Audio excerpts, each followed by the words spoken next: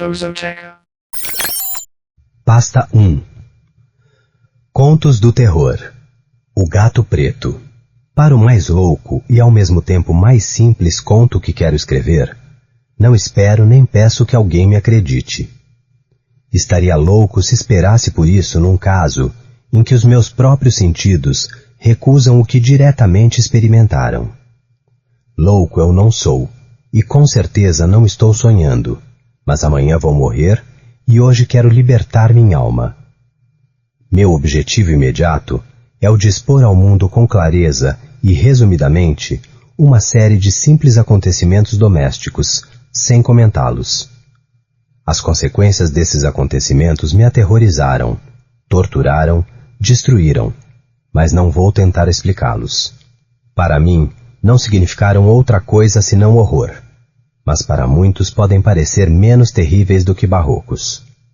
Pode-se, provavelmente, encontrar alguma mente que transformará o meu fantasma em um lugar comum, alguma mente mais calma, mais lógica e muito menos excitável do que a minha, que possa enxergar nas circunstâncias que eu relembro com temor nada mais do que uma normal sucessão de causas e efeitos muito naturais. Desde a infância, conheciam-me pela docilidade e humanidade do meu temperamento. Eu era tão bom de coração que me tornava quase o ludíbrio dos meus companheiros. Gostava em maneira particular dos animais, e meus pais me permitiam possuir uma grande quantidade de animaizinhos domésticos. Com eles, eu passava a maior parte do meu tempo, e nada me dava maior felicidade do que alimentá-los e acariciá-los. Esta minha preferência cresceu com os anos, e mesmo adulto, me deleitava com eles. Todos os que sentiram alguma vez afeto por um cachorro fiel e inteligente podem facilmente compreender a natureza e a intensidade do prazer que lhe propicia. No amor desinteressado e capaz de sacrifícios de um bichinho, há alguma coisa que atinge diretamente o coração de quem teve várias oportunidades de pôr à prova a mesquinha amizade, assim como a evanescente fidelidade de um simples homem. Casei-me cedo e fui feliz em encontrar em minha esposa uma disposição igual à minha. Tendo reparado na minha paixão pelos animais domésticos, ela não perdeu a oportunidade de providenciar as espécies mais agradáveis. Tínhamos pássaros, peixinhos, um cachorrinho mimoso, alguns coelhos, um macaquinho e um gato. Este último era um animal grande e muito belo, todo preto e inteligente ao máximo. Falando de sua inteligência, minha esposa, que não era alheia a uma certa superstição, referia-se frequentemente à antiga crença popular que via os gatos pretos como bruxas disfarçadas. Não que para ela fosse uma coisa séria. Aliás, eu estou falando disso somente porque neste momento estou me lembrando do detalhe. Plutão, assim se chamava o gato, era o meu bicho preferido e era o meu companheiro de brincadeiras. Somente eu dava-lhe a comida. Ele me esperava quando voltava para casa e era com muito custo que eu conseguia impedi-lo de me seguir pela rua. Nossa amizade continuou assim durante muitos anos, ao longo dos quais meu temperamento e minhas maneiras, devido à ação de uma diabólica intemperança, passaram, e me envergonho em confessá-lo, por uma radical transformação para pior. Tornei-me, dia após dia, mais esquisito, impaciente, menos respeitador dos sentimentos alheios. Surpreendi-me usando uma linguagem desrespeitosa para com minha esposa, até chegar à violência. Meus bichinhos sem dúvida sentiram a mudança das minhas maneiras. Não somente os descuidava, mas também os maltratava. No entanto, em relação a Plutão, eu mantinha um certo respeito que me impedia de maltratá-lo. Enquanto não tinha escrúpulos em maltratar os coelhos, o macaquinho e até o cachorro quando por acaso ou por afeto ele atravessava o meu caminho. Mas o meu mal-estar ia crescendo. Que terrível doença é o álcool. E no final até Plutão, agora já velho e consequentemente mais irritável, até Plutão começou a experimentar os efeitos da piora de meu temperamento.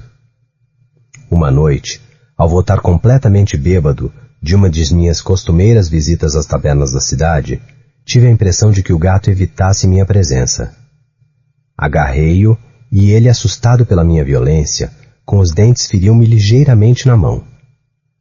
A fúria de um diabo apossou-se de mim a ponto de eu mesmo não me reconhecer.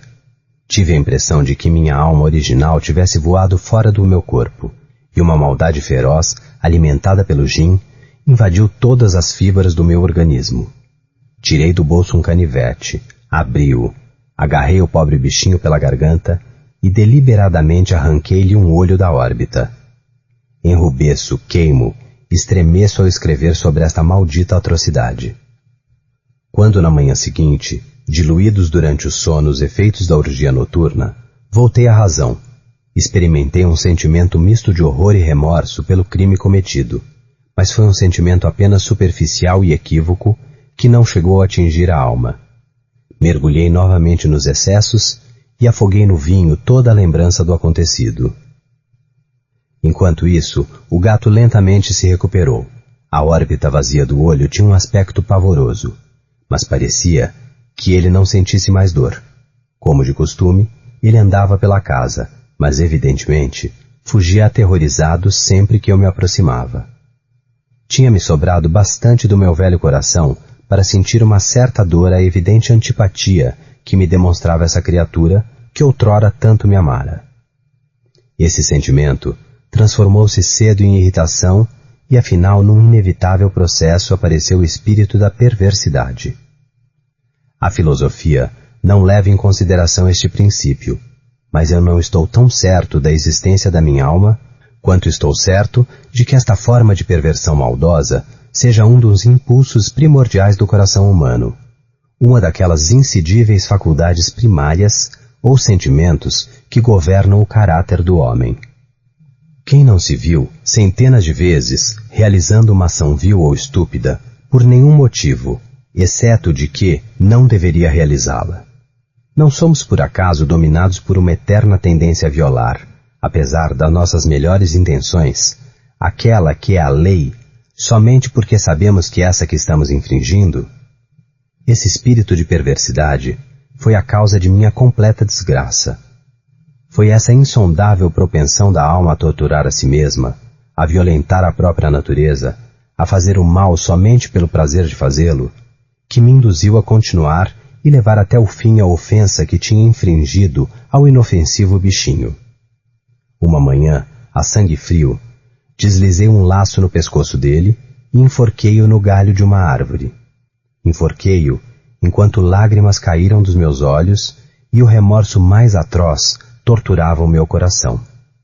Enforquei-o porque sabia que ele me amara e porque não me dera nenhum motivo de sentir-me ofendido.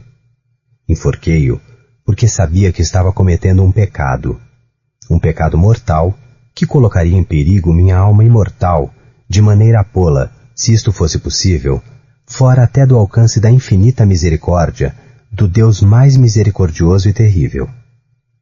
Durante a noite que seguiu o dia em que tinha praticado aquela ação cruel, fui acordado pelo grito: "Fogo!" As cortinas do meu quarto ardiam em chamas, a casa inteira queimava.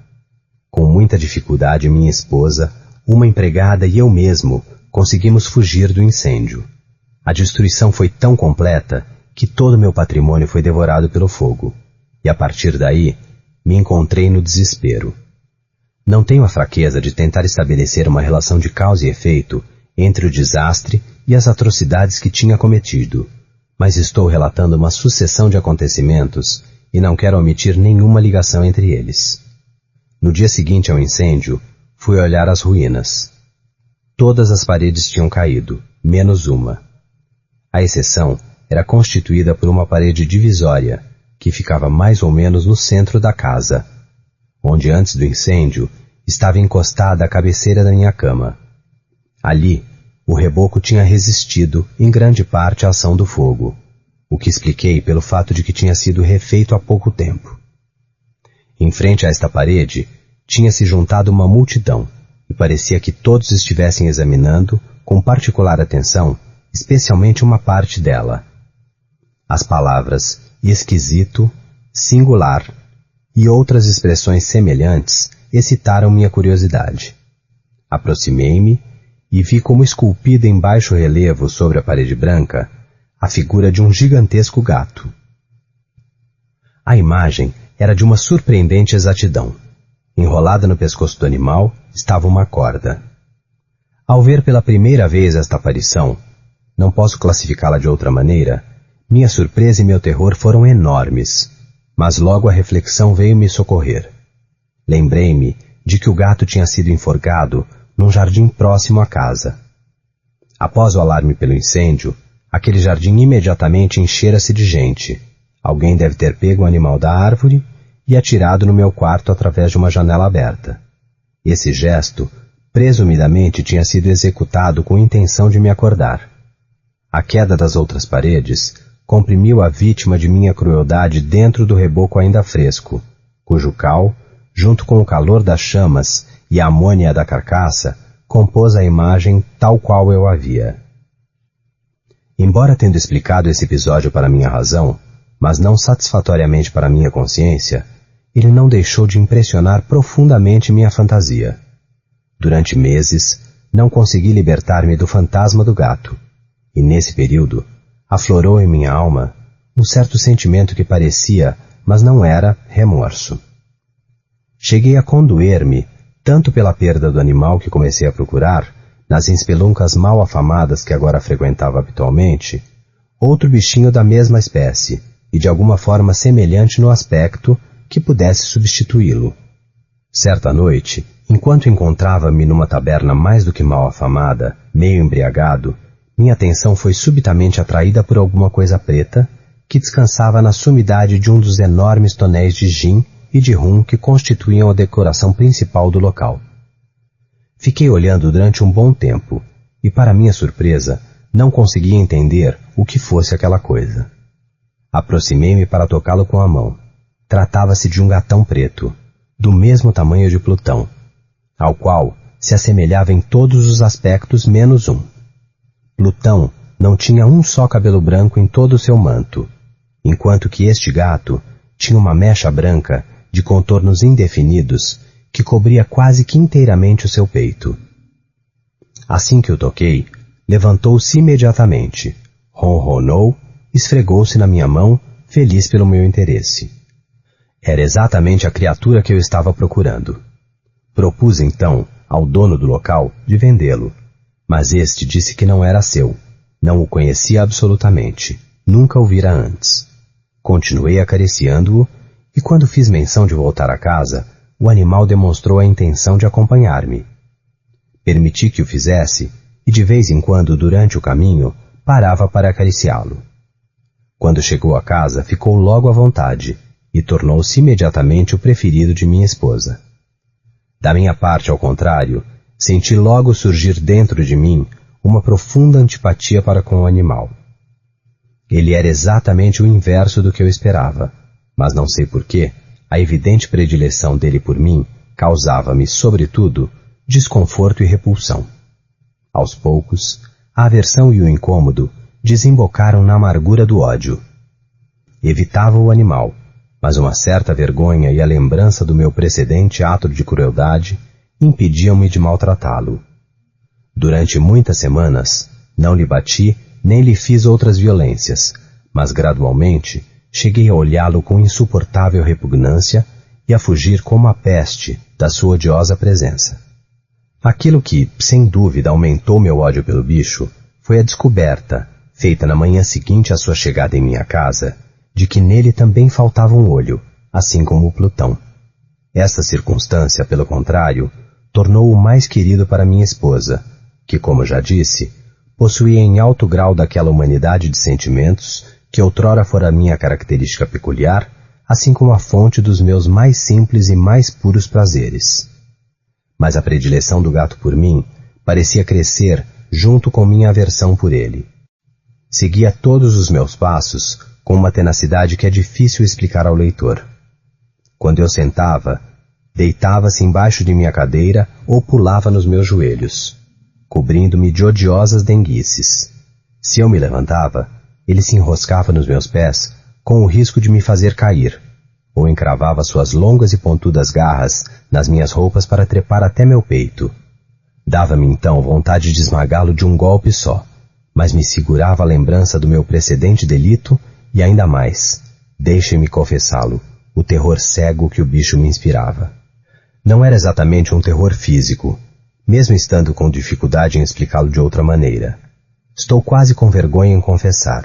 Sim, mesmo nesta cela de delinquentes, estou quase que com vergonha em confessar que o terror e o horror que o animal me suscitava foi alimentado por uma espécie de quimera entre as mais difíceis que possam ser concebidas. Minha esposa tinha me apontado mais de uma vez a estranha conformação da mancha branca, da qual já falei, que constituía a única visível diferença entre esse estranho bicho e aquele que eu tinha destruído. O leitor relembrará de que esta mancha era, sim, grande, mas tinha originariamente contornos definidos. Ora, pouco a pouco, quase que imperceptivelmente, mesmo que minha razão se esforçasse em rechaçar a coisa como absolutamente fantástica, a mancha acabou assumindo uma forma bem precisa e distinta. Ela era a exata representação de um objeto que me arrepio somente em nomeá-lo. E por isso, e sobretudo, eu tinha repugnância e medo pelo monstro, do qual me libertaria se tivesse a coragem. Era, ora digo, a imagem de uma coisa horrível, espantosa, a forca. Oh, a lúgubre, terrível mancha do horror e do crime, da agonia e da morte. E agora eu era verdadeiramente mesquinho, além da pior mesquinharia humana. Uma besta bruta, aquela cujo companheiro eu tinha altivamente destruído. Uma besta bruta me causava, a mim, homem criado à imagem e semelhança de Deus, uma dor tão insuportável. Ai de mim, nem de dia e nem de noite tive mais o conforto do repouso.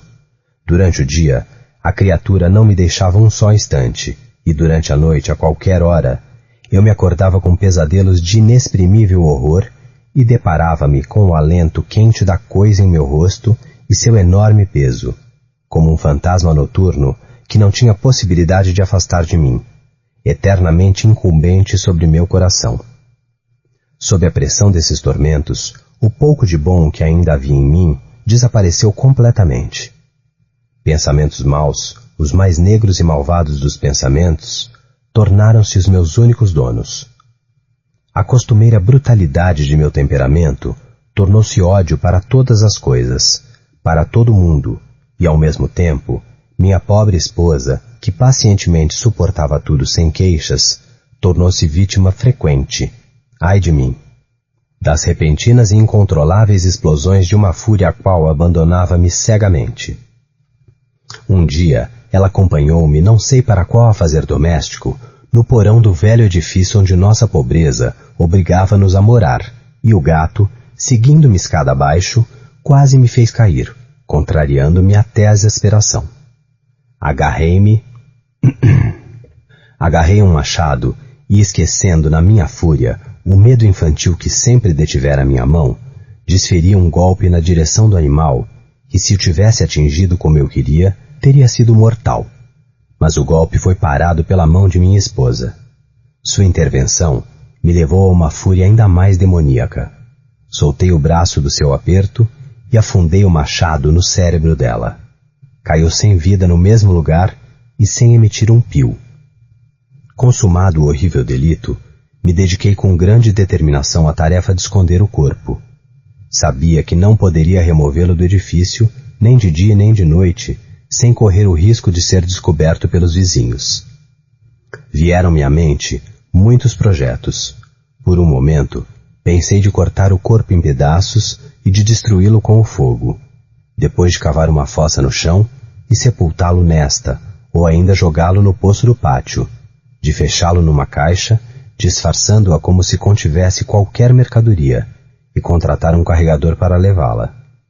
Afinal, escolhi aquela que me pareceu uma solução melhor entre todas as que tinha imaginado. Decidi murar o cadáver numa parede do porão, assim como se lê que faziam os monges na Idade Média com suas vítimas. O porão parecia particularmente adequado para este fim. Suas paredes foram construídas sem capricho e rebocadas há pouco tempo, com uma argamassa grosseira que não tinha sido secado por efeito da umidade do ambiente. Além disso, numa das paredes havia uma saliência provocada provavelmente por uma falsa lareira ou fogão, que sucessivamente havia sido encoberto à semelhança do resto das paredes do porão. Não duvidei de poder extrair facilmente os tijolos, introduzir o cadáver e murar novamente, de maneira que ninguém nunca pudesse ver alguma coisa suspeita. Não errei meus cálculos. Com uma alavanca retirei os tijolos, coloquei cuidadosamente o corpo no vão, escondendo-o na parede no fundo. E sem tanto trabalho, reconstituí a estrutura da parede tal como era antes. Providenciei cal, areia e, com precaução, preparei um reboco que em nada fosse diferente do anterior.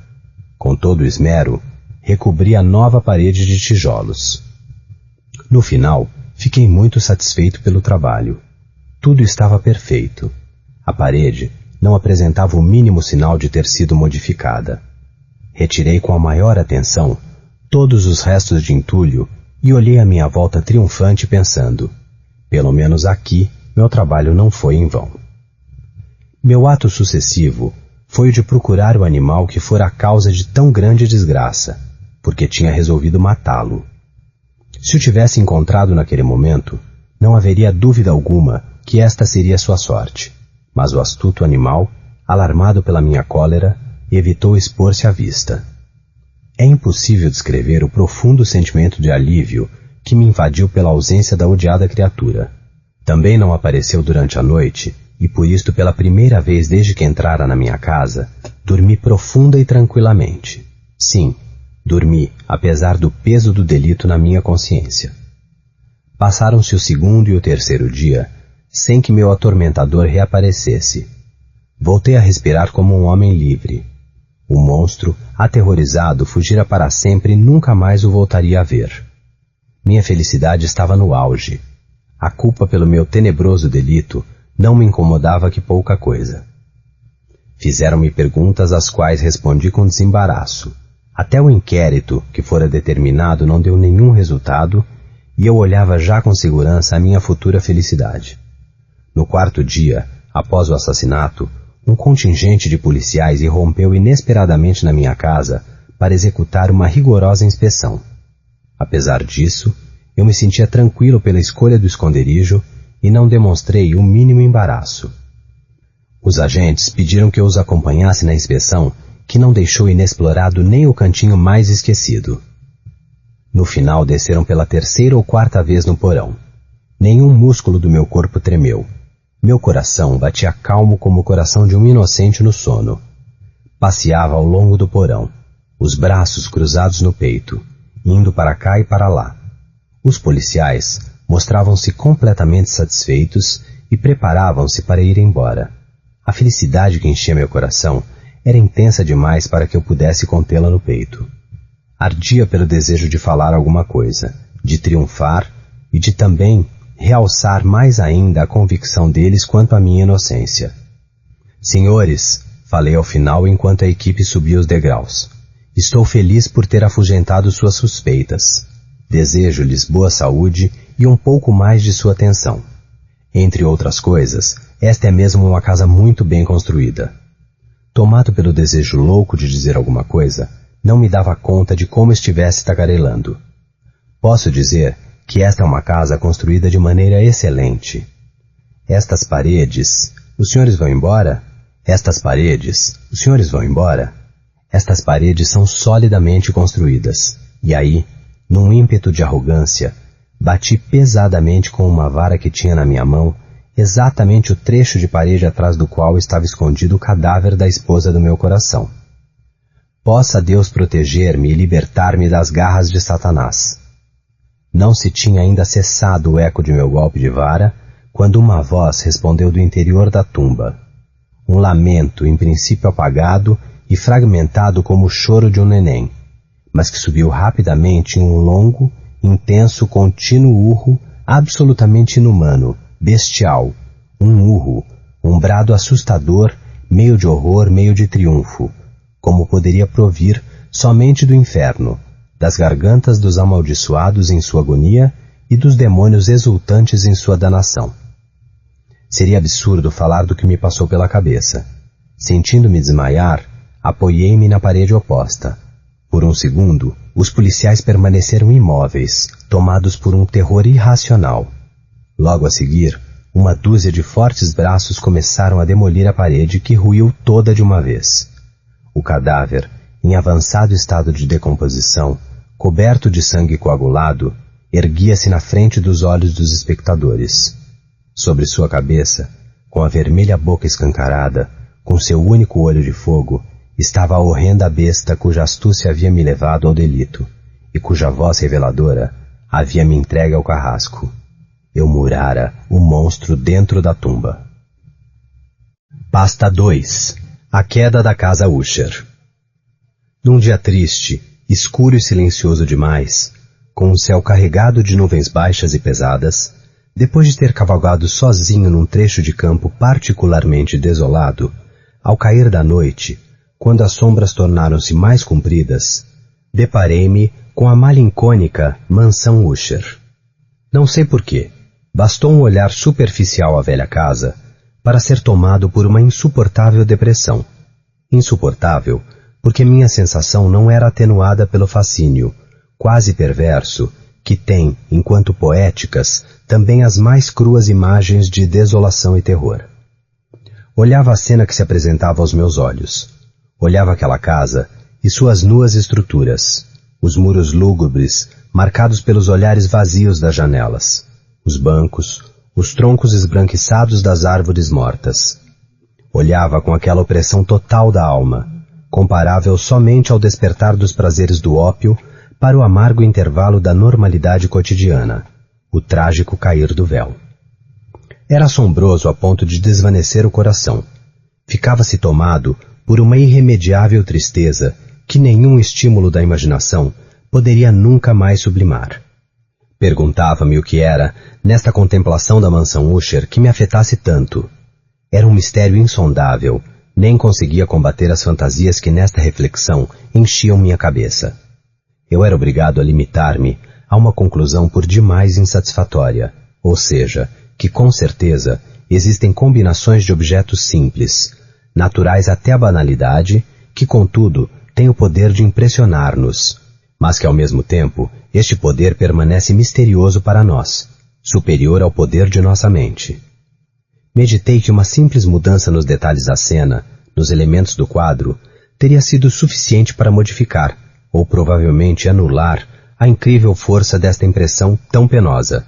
Seguindo essa ideia, levei o cavalo até a beira íngreme de um açude negro e sinistro que, imóvel, refletia a construção.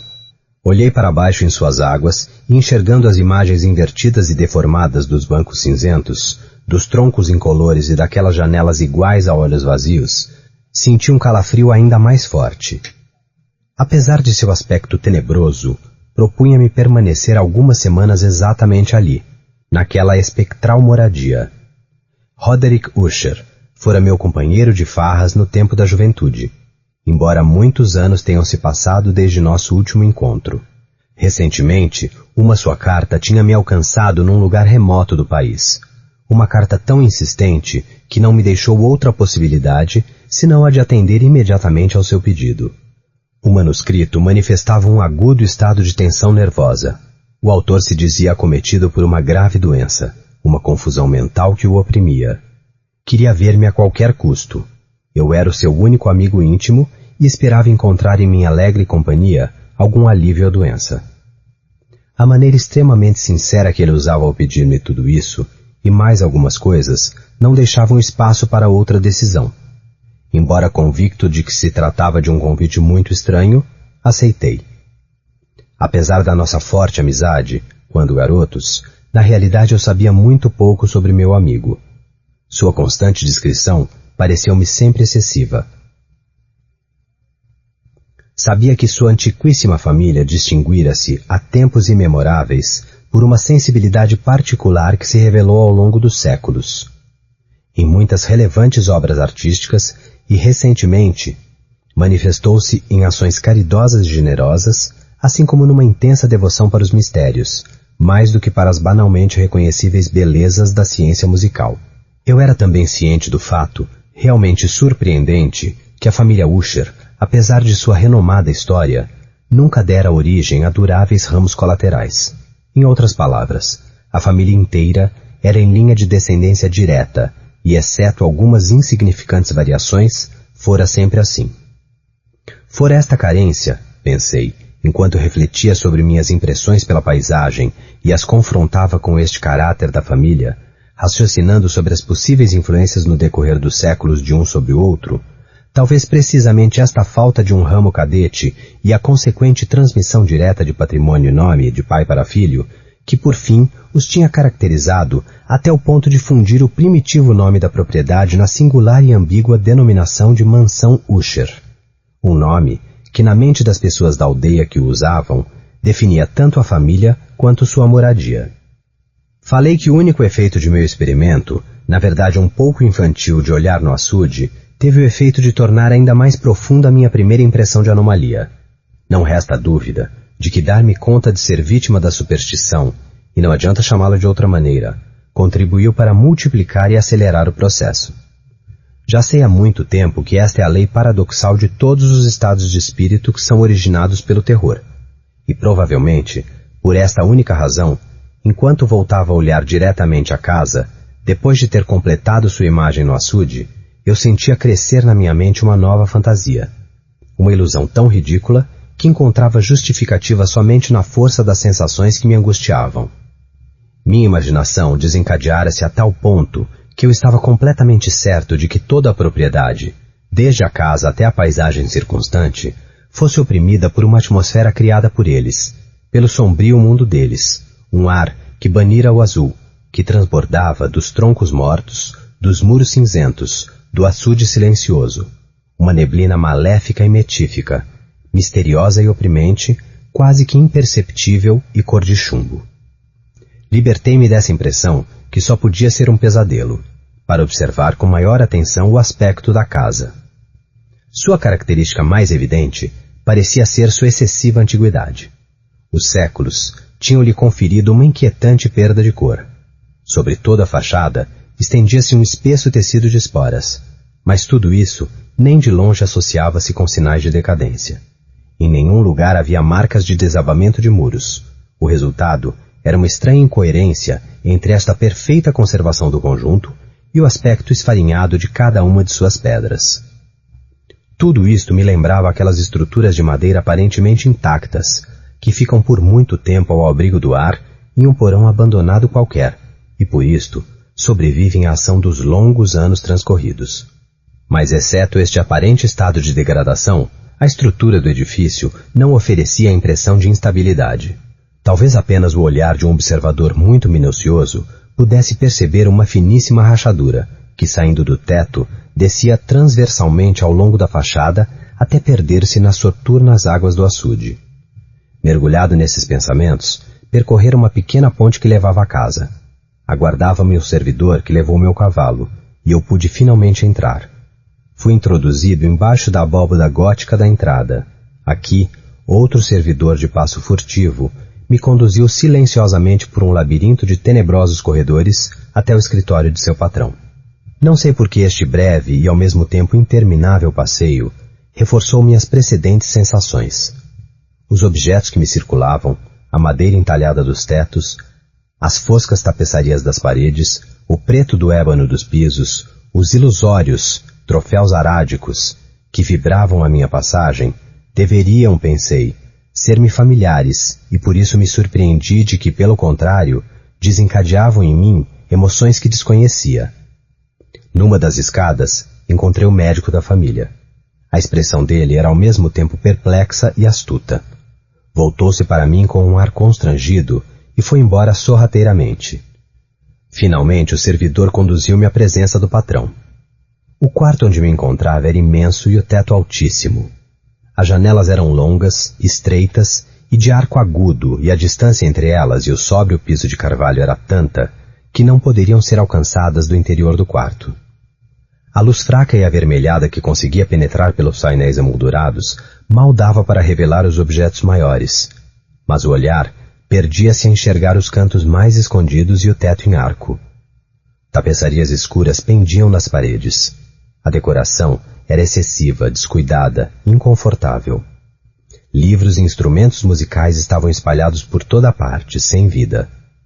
Estava ciente de respirar um ar carregado de dor, um ar de irremediável tristeza que invadia e aprisionava tudo. Quando entrei, Usher levantou-se do sofá onde estava deitado. Cumprimentou-me com tanto calor e vivacidade que pensei logo à exageração e ao esforço do homem do mundo ennuyé. Mas foi suficiente um olhar ao rosto dele para convencer-me de sua completa sinceridade. Sentamos e por certo tempo ficou mudo. Fitei-o com um sentimento misto de piedade e temor. Com certeza, nenhum homem poderia ter tão assombrosamente mudado, e em tão pouco tempo, quanto Roderick Usher. Com muito esforço, consegui aceitar que aquele homem lânguido e pálido fosse meu companheiro de infância. É verdade que seu rosto tivera sempre algo de singular. Palidez cadavérica, olhos grandes, úmidos e extraordinariamente luminosos, lábios finos e incolores, cuja forma era de surpreendente beleza. A linha do nariz, de um delicado perfil judio, de repente era interrompida pela largura das narinas. O queixo, faltando de qualquer proeminência, revelava certa falta de energia moral. Cabelos mais delicados e finos do que teia de aranha. Estes traços, junto com têmporas excessivamente amplas, davam-lhe em geral uma fisionomia dificilmente esquecível. Mas até agora, a exasperação do caráter predominante de seus traços e de sua expressão habitual mudaram-no a ponto de que eu não conseguia inteirar-me de quem estava diante de mim. Mais do que qualquer outra coisa, impressionavam-me a mortal palidez de sua pele e o olhar lúcido e quase que irreal. Também os cabelos de seda cresceram-lhe incultos, e como na desordem da trama fina, mais flutuavam que caíam ao redor de seu rosto. Eu nem com grande esforço conseguia relacionar a atual imagem arabesca com uma ideia de simples realidade humana. No comportamento dele, me impressionou a incoerência, diria quase que a inconsistência, e me dei conta rapidamente que esta derivava de sua fraca luta contra uma ansiedade habitual, contra a excessiva agitação nervosa. A tudo isto eu fora de alguma forma preparado, não somente pela carta, mas também pela lembrança de algumas características juvenis e pela conclusão a qual me levaram a sua conformação física e o seu particular temperamento. O seu comportamento era alternadamente vivaz e preguiçoso.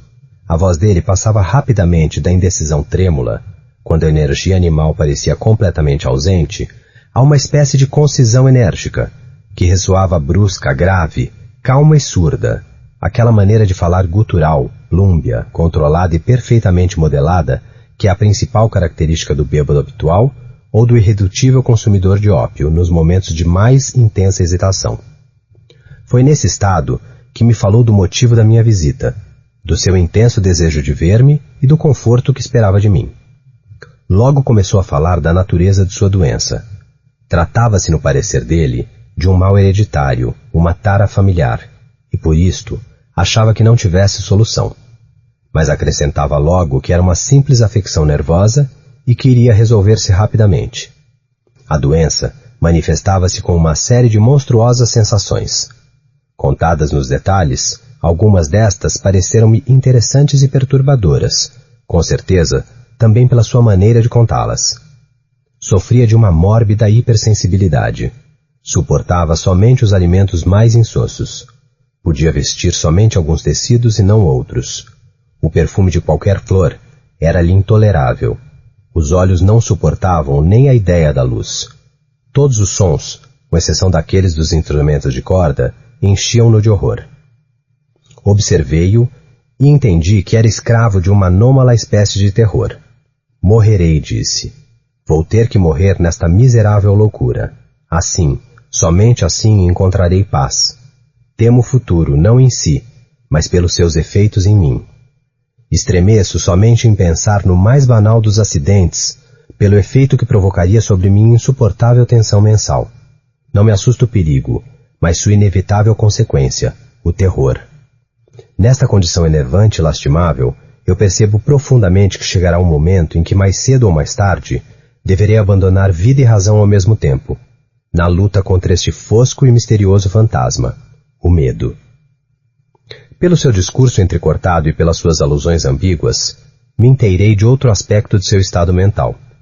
Ele era como que acorrentado por algumas superstições que diziam respeito à casa, a qual sentia que pertencia e de onde não saía há anos, por uma submissão cega a forças estranhas. Ele usou termos tenebrosos demais para que eu possa referi-los. Era uma influência que se originava, dizia, em algumas peculiaridades da mesma matéria e forma da casa familiar. E através de um longo sofrimento, o efeito físico daquelas paredes cinzentas, daquelas torres que se espelhavam no açude, acabou agindo sobre a moral de sua existência.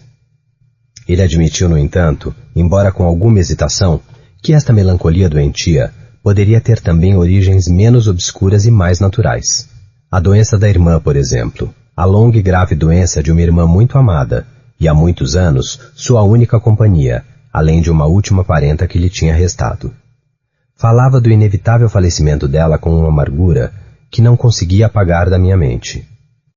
Enquanto falava, Lady Madeline, era este seu nome, passou lentamente por um canto do aposento. Sem reparar na minha presença, desapareceu. Olhei-a com a alma dividida entre assombro e espanto, sem entender meus sentimentos, e acompanhei seus passos enquanto ia embora, tomado por um sentimento de profunda opressão. Enquanto a porta fechava-se atrás dela, procurei instintivamente e com ansiedade a expressão do irmão. Em vão, ele escondera o rosto entre as mãos. Podia ver somente as lágrimas que umedeciam seus pálidos e nervosos dedos. A doença de Lady Madeline vinha há muito tempo desafiando e zombando da capacidade dos médicos.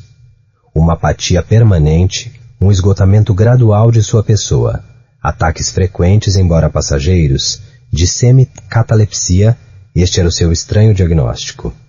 Até ali, resistira bravamente contra o mal, recusando-se a ficar de cama, mas exatamente na noite da minha chegada, como relatou o irmão, no decorrer da madrugada, vencida por uma agitação indescritível, cedera ao irresistível poder maligno da doença. Soube assim que sua aparição fugaz poderia ter sido a última, que eu poderia não ver nunca mais a senhora, ao menos enquanto estivesse viva. Durante muitos dos dias que se seguiram, o nome dela não foi mais pronunciado, nem por Usher, nem por mim. Durante estes dias, me esforcei muito para aliviar a melancolia de meu amigo. Pintávamos, líamos, ou eu somente escutava, como perdido num sonho, suas arrasadoras improvisações de canto e violão. Crescendo nossa intimidade, pude entrar nos recessos de sua alma, o que me fez constatar com amargura a inutilidade de minhas tentativas para alegrar sua mente possuída por uma tenebrosidade, que lhe parecia congenial como uma força positiva, e que ele derramava sobre toda a matéria física e moral numa incessante projeção de trevas. Nunca poderei esquecer a lembrança daquelas horas solenes vividas junto com o senhor da mansão Usher. Nunca conseguirei dar uma ideia do seu tipo de estudos e de interesses, dos quais fazia-me cúmplice, me levando, me dirigindo. Uma tensão ideal, exasperada e exaltada, encobria toda a cena com luzes ardentes. Os longos e repentinos hinos fúnebres que ele improvisava soarão para sempre em meus ouvidos. Entre outras coisas, ficou dolorosamente impressa em minha mente a sua estranha, perversa interpretação da derradeira melodia da última valsa de Von Weber, ou aquelas suas pinturas sobre as quais voltava continuamente a meditar, que ele descompunha, pincelada após pincelada, numa indeterminável imprecisão que tanto mais me arrepiava, quanto menos entendia o porquê. Quanto a essas pinturas, cujas imagens ainda estão vivas em minha mente, em vão tentaria achar nem que seja uma pequena parte que possa ser expressa com simples palavras escritas. Pela absoluta simplicidade de seus primitivos desenhos, ele atraía e subjugava a atenção. Se alguma vez um mortal conseguiu pintar uma ideia, este foi com certeza Roderick Usher. Das abstrações puras que aquele hipocondríaco conseguia tirar das telas, ficava-se deslumbrado pela intolerável intensidade. Em comparação, as ardentes quimeras de Fuseli empalidecem por serem concretas demais. Tentarei traduzir em palavras, embora insuficientes, escolhendo um exemplo entre os menos abstratos do seu espírito visionário. Uma pequena pintura que representava o interior de uma galeria imensamente longa, com a abóbada retangular, os muros baixos, brancos, lisos e sem ornamentos. Alguns detalhes do desenho sugeriam a ideia de que este túnel estivesse a uma grande profundidade sob a superfície da Terra. Não se notavam saídas ao longo de toda a sua extensão. Não havia nenhuma tocha, nem outra fonte de luz artificial, e, no entanto, o espaço era completamente atravessado por raios intensos que o iluminavam completamente, com um resplendor injustificável e irremediável. Já falei da anormal intolerância do doente para com qualquer espécie de música, com exceção de alguns efeitos especiais dos instrumentos de corda. Eram talvez exatamente estes estranhos limites que em grande parte acentuavam o caráter fantástico de suas execuções ao violão. Mas a fervorosa facilidade de seus impromptus permanecia de alguma forma inexplicável. A particularidade encontrava-se exatamente nas notas, assim como nas palavras de suas selvagens fantasias. Como às vezes acompanhava suas improvisações com composições em versos, o resultado deste completo domínio mental e capacidade de concentração, dos quais já falei antes, era perceptível somente nestes particulares momentos de excitação artificial. Foi-me fácil relembrar as palavras de uma destas suas rapsódias. Enquanto ele a apresentava, fiquei particularmente impressionado, talvez porque em seu oculto significado místico enxerguei, pela primeira vez, sua plena consciência da ruína de sua razão. Os versos, que ele intitulara O Palácio Assombrado, eram mais ou menos estes. No mais verde de nossos vales, protegido por anjos bondosos, uma vez um palácio nobre e belo, um palácio radioso sua altura erguia. Nas terras do rei pensamento aqui surgia. Jamais um serafim abriu suas asas sobre edifício mais belo. 2. Bandeiras amarelas gloriosas de ouro no seu teto ondulavam ao vento. Tudo acontecia naquele antigo tempo de hoje tão distante.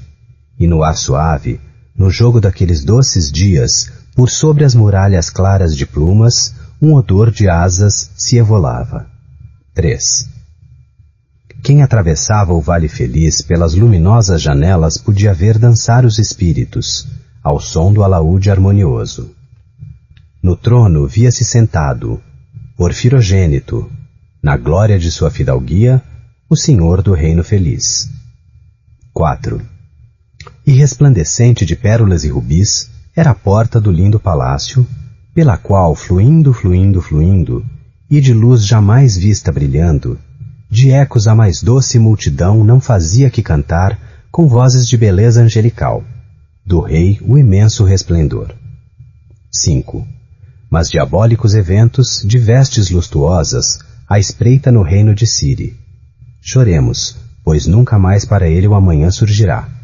Assaltaram a sua casa a glória que fulgia e florescia.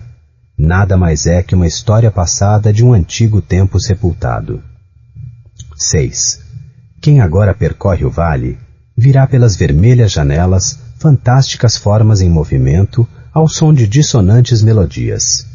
E qual rio ligeiro de espectros, pelas pálidas portas, uma horrível multidão se aproxima e ri, mas nunca mais sorri.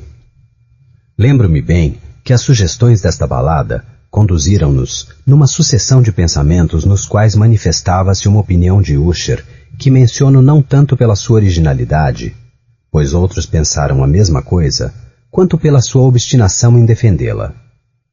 Nota do autor. Watson, Dr. Percival Spallanzani, e em particular, o Bispo de Llandaff. Ensaios Químicos, volume 5. A opinião, em sua essência, aceitava a teoria da capacidade sensitiva do mundo vegetal, mas em sua mente perturbada, esta ideia tornara-se ainda mais audaz, expandindo-se até a inclusão do mundo inorgânico. Não encontro as palavras para expressar a dimensão, o singelo abandono à sua convicção.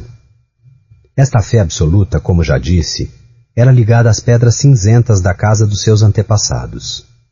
Ele imaginava que aqui as condições dessa sensitividade foram realizadas pelo método de colocação dessas pedras, pela ordem em que foram dispostas, pelo emaranhado dos fundos que a recobriam ou pelas árvores podres que a rodeavam. Mas, sobretudo, pela longa, imperturbada resistência deste arranjo e do seu duplo, que se realizava no reflexo das soturnas águas do açude. Podia-se ver a prova evidente desta capacidade de sentir, disse, e nesse ponto me fez estremecer, na gradual, lenta, mas evidente condensação de uma atmosfera própria das águas e dos muros.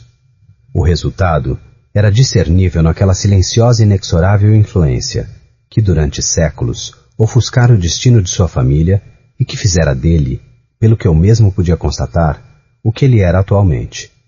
São opiniões que não necessitam de comentários e não as comentarei.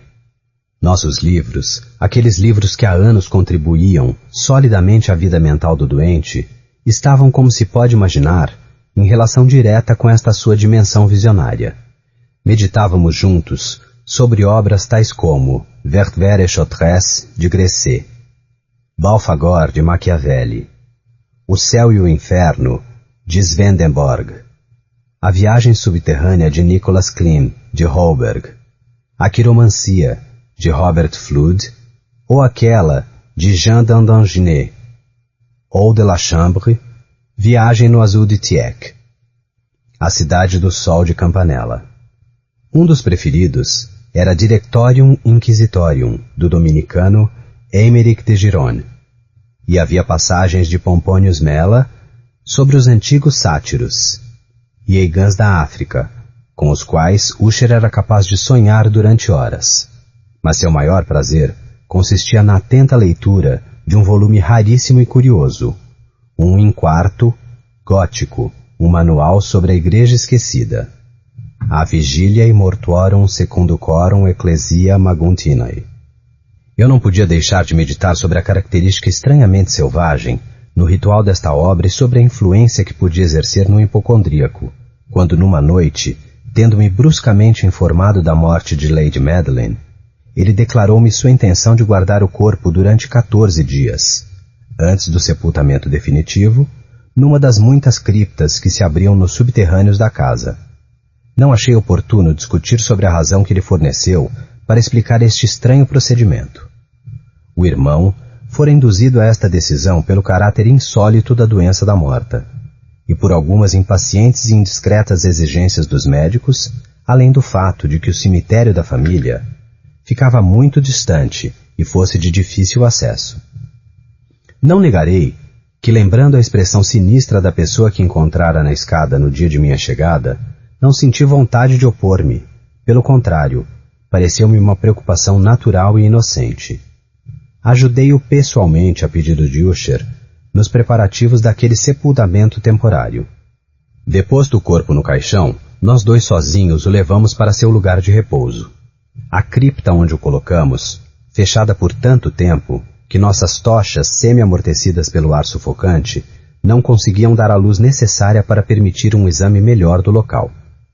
Era pequena, úmida e desprovida de qualquer abertura que a iluminasse.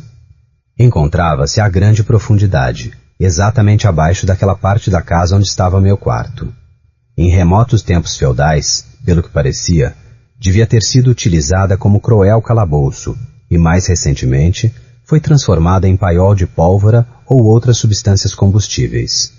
De fato, grande parte do chão e todo o interior de uma longa passagem de acesso foram cuidadosamente revestidos de cobre. Também, a porta em ferro maciço era recoberta pelo mesmo metal. Por seu enorme peso, quando rodava nos gonzos, rangia em maneira inquietante. Depusemos nosso fúnebre fardo sobre 2 cavaletes neste horrendo lugar e desviamos parcialmente a tampa que ainda não tinha sido pregada. Olhei então o rosto da morta. Pela primeira vez, reparei com surpresa na extraordinária semelhança entre os irmãos. Adivinhando meus pensamentos, Usher murmurou umas frases confusas, pelas quais entendi que eram gêmeos e que entre eles sempre existira uma afinidade de natureza dificilmente inteligível. Nossos olhares não permaneceram por muito tempo a observá-la. Não conseguíamos contemplá-la sem provar uma dor ansiosa. A doença que levara à morte na flor de uma juventude apenas madura, deixara, como todas as doenças de tipo prevalentemente cataléptico, a ironia de uma cor rosada apenas perceptível no seio e no rosto do cadáver, além de um misterioso sorriso que é tão terrível na morte. Baixamos e pregamos a tampa do caixão, e após ter fechado com chave a pesada porta de ferro, subimos com pesar até os aposentos superiores da casa, que, no entanto, não eram menos opressivos. Decorridos alguns dias de amarga dor, na desordem mental de meu amigo, produziu-se uma visível mudança. Seu comportamento usual desapareceu. Suas ocupações costumeiras foram esquecidas ou negligenciadas. Vagava pelos aposentos com passos desiguais e precipitados. A palidez de seu rosto ficara ainda mais espectral, enquanto a luminosidade de seu olhar apagara-se completamente. Sua voz perdera o tom áspero de outrora, tornara-se trêmula, como dominada pelo terror. Havia momentos em que me convencia de que sua mente fosse tomada e perturbada por um devorante segredo, e que ele relutasse consigo mesmo para encontrar a coragem de revelá-lo. Outras vezes, via-me obrigado a voltar a crer que tudo fosse decorrente dos inexplicáveis devaneios de sua loucura. Via-o olhar o vácuo por horas a fio, numa atitude de quem está dando ouvidos a um som imaginário. Não é de se surpreender que este seu estado me aterrorizasse e que acabasse por contagiar-me. Lenta e inexoravelmente, via-me tomado pelas selvagens influências de suas superstições, estranhas e envolventes. Foi na noite do 7º ou 8º dia após a deposição de Lady Madeline na cripta, que ao recolher-me para dormir, provei a plena força dessas sensações. Foi na noite do 7º ou 8º dia após a deposição de Lady Madeline na cripta, que ao recolher-me para dormir, provei a plena força dessas sensações.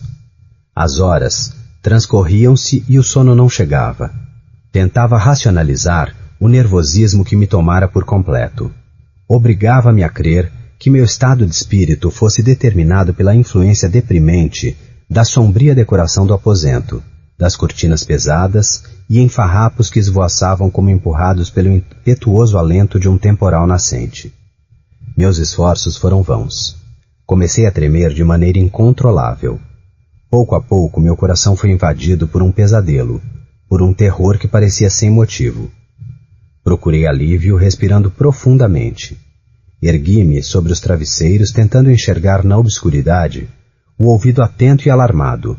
Provavelmente, sob o efeito de uma premonição, percebi sons surdos e indefinidos, chegando a longos intervalos nas pausas do temporal que já fazia estragos não sei onde. Dominado por um terror profundo, inexplicável e insuportável, vesti-me às pressas. Já sabia que aquela noite não dormiria mais, procurando com todas as minhas forças libertar-me daquele estado lastimável em que caíra. A grandes passos percorri o aposento para lá e para cá. Após alguns minutos, pareceu-me ouvir um passo leve pela escada vizinha. Reconheci-o. Era o passo de Usher. Logo, bateu levemente à minha porta e entrou trazendo uma lâmpada. Sua cor, como sempre, era cadavérica, parecia exausto, mas, sobretudo, seus olhos brilhavam de uma luz de louca euforia e seus gestos revelavam acessos de histeria mal contida. Seu comportamento me assustava, porém, achei que fosse mais insuportável do que a solidão que me sufocava. Seu comportamento me assustava, porém, achei que fosse mais suportável do que a solidão que me sufocava, e por isto, o recebi com alívio. Você não viu? Perguntou-me bruscamente depois de ter me fixado por alguns instantes em completo silêncio. Você então não ouviu? Pois espere e verá.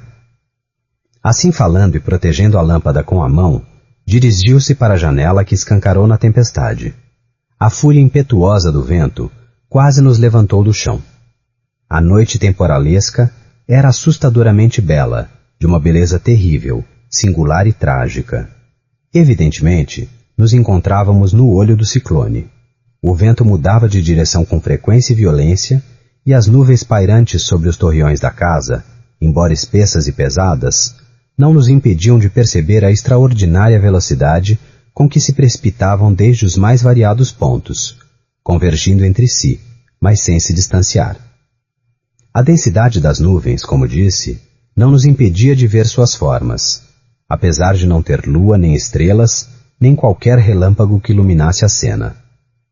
No entanto, as superfícies inferiores daquela enorme massa turbulenta eram de fogo, assim como todos os objetos que nos rodeavam, iluminados por uma luz inatural. Havia uma exalação gasosa, uma luz indefinida que envolvia toda a casa como numa mortalha. "Não pare para olhar, não olhe!" gritei a Usher, estremecendo e levando-o com doce firmeza longe da janela. Esses espetáculos que o perturbam nada mais são do que fenômenos elétricos comuns, ou que se originam das intensas exalações do açude. É bom fechar essa janela. Está frio e sua saúde pode piorar. Tenho aqui um de seus romances preferidos. Eu vou lê-lo para você. E esta terrível noite passará. O antigo volume que apanhei era o Mad Trist, de Sir Lawrence Canning. Por brincadeira, mas foi uma triste brincadeira, eu chamara o preferido de Usher. Na realidade, nada de seu estilo prolixo e desprovido de imaginação poderia interessar o espírito nobre e refinado de meu amigo. Mas era o único livro que tinha à mão e abriguei a esperança de que a agitação que o atormentava poderia acalmar-se exatamente com a leitura de acontecimentos extremamente loucos, pois a história da loucura está cheia de anomalias semelhantes. A julgar pela atenção que prestava ou que fingia prestar, eu poderia congratular-me comigo mesmo por minha iniciativa. Havia chegado aquele famoso trecho em que o herói do triste, Ethelred, após tentar em vão de entrar pacificamente na moradia do eremita, resolveu entrar pela força. Eis as palavras do conto. Ethelred, valente por natureza e tornado ainda mais inconsciente pelo vinho que tinha bebido, não mais quis humilhar-se pedindo atenção ao eremita, homem obstinado e maligno, e a primeira chuva que ouviu cair, temendo desencadear-se da tempestade, sem pensar mais, levantou sua vara de ferro e com golpes furiosos arrancou as tábuas da porta. Quebrou e abateu tudo, enquanto o estrondo da madeira seca que se quebrava ecoava em toda a floresta. Nesse ponto parei sobressaltando.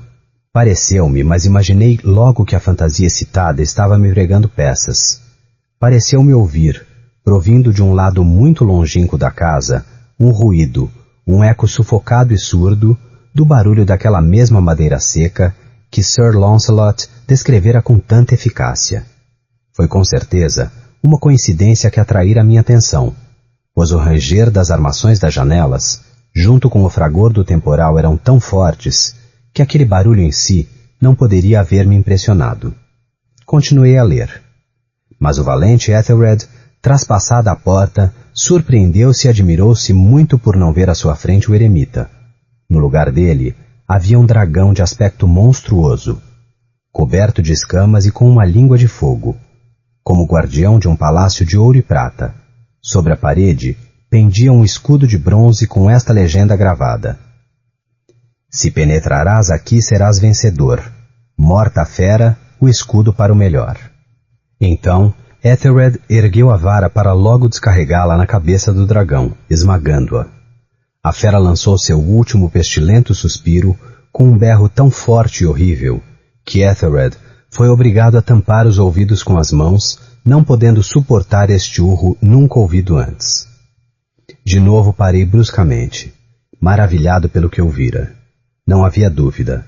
Desta vez, escutara com clareza, embora me fosse difícil definir a direção de onde provinha. Um berro distante, mas forte e agudo como no conto, o mesmo berro animal do dragão que o autor descrevera. Impressionado por essa segunda extraordinária coincidência e oprimido por 1000 sensações contrastantes que me causavam surpresa e terror, tentei disfarçar uma certa calma para evitar no meu amigo uma maior excitação de seu frágil sistema nervoso. Eu não estava certo de que ele também tivesse percebido os sons de que estou falando, mas seguramente havia alguns minutos em seu comportamento que era visível uma estranha alteração. Da posição inicial, sentado à minha frente, ele havia lenta e progressivamente rodado sua cadeira de maneira a olhar para a porta. Por isto, eu podia ver somente uma parte de seu rosto e reparar no tremor dos lábios, como se estivesse murmurando palavras inaudíveis.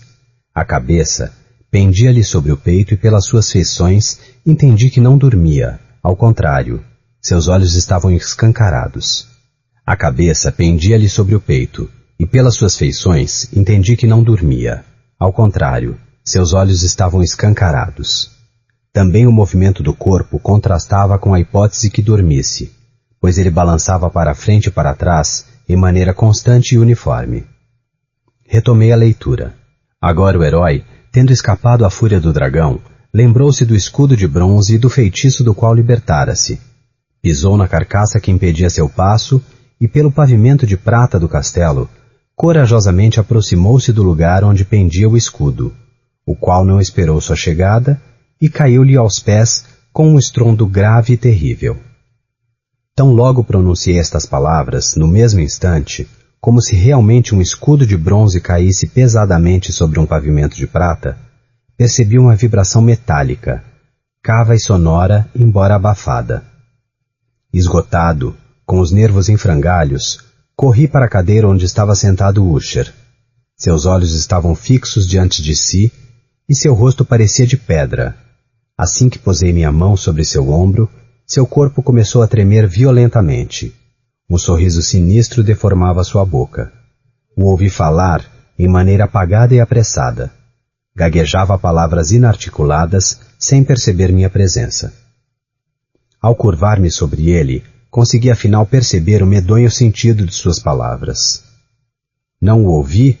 Certo que o ouvi, sempre. Durante longos minutos, durante dias o ouvia, e não ousei. Ó piedade de mim! Miserável desgraçado que sou! Não tive coragem, não ousei. Nós a sepultamos viva. Não te disse que meus sentidos são agudos? Te digo agora que ouvi seus primeiros fracos movimentos na cavidade da cripta, naquela horrenda sepultura. Ouvi-os há muitos e muitos dias e não ousei falar. E agora, esta noite, Ethelred, o arrombamento da porta do eremita, o urro do dragão, o estrondo do escudo. Diga antes o abrir-se do caixão, o ranger das dobradiças da porta de ferro da sua prisão, e o seu debater-se em vão contra a arcada de cobre da cripta. Para onde fugirei? Breve ela estará aqui. Ela não está já apressando-se para censurar-me por minha pressa? Não se ouvem já seus passos pela escada? Não estou já escutando o terrível bater de seu coração ofegante? Louco! Possuído por uma tremenda fúria, ele pulou em pé, berrando estas palavras, como se nesse extremo esforço esvaísse sua alma. Louco, eu te digo, agora ela está de pé, fora desta porta. Pareceu-me que a sobre-humana energia da voz de Usher tivesse a força de um encantamento. As pesadas e antigas almofadas da porta para a qual ele apontava escancararam lentamente suas negras mandíbulas. Certa vez, isto aconteceu por efeito de uma forte rajada de vento. No entanto, fora da porta, em pé, enrolada na mortalha, erguia-se a figura amada de Lady Madeline Usher. Suas vestes alvas eram manchadas de sangue e sinais de uma terrível luta eram visíveis sobre todo o seu corpo franzino. Durante um instante, permaneceu tremendo e vacilando no limiar da porta. Logo, com um lamento profundo e terrível, caiu pesadamente por cima do corpo do irmão, e nos supremos, violentos últimos espasmos da agonia, arrastou-o consigo para o chão, cadáver e vítima dos horrores que ele mesmo antecipara. Fugi aterrorizado daquele quarto e daquela casa. Enquanto atravessava a antiga alameda, a tempestade rugia ainda com toda a sua força. De repente, brilhou um estranho clarão. Volvi-me para entender de onde pudesse provir, havendo atrás de mim somente a imensa casa e suas sombras. Eram os raios da lua cheia que estava se pondo, vermelha como sangue, que de súbito brilhavam vivamente através daquela fenda no muro da fachada, a qual me referi antes, que descia em zigue-zague do teto até a base da casa. Enquanto olhava, a rachadura abria-se rapidamente. O ar turbinava enlouquecido. Pareceu-me perceber a inteira órbita do satélite. Meu cérebro vacilou ao ver desmoronar as possantes paredes da casa.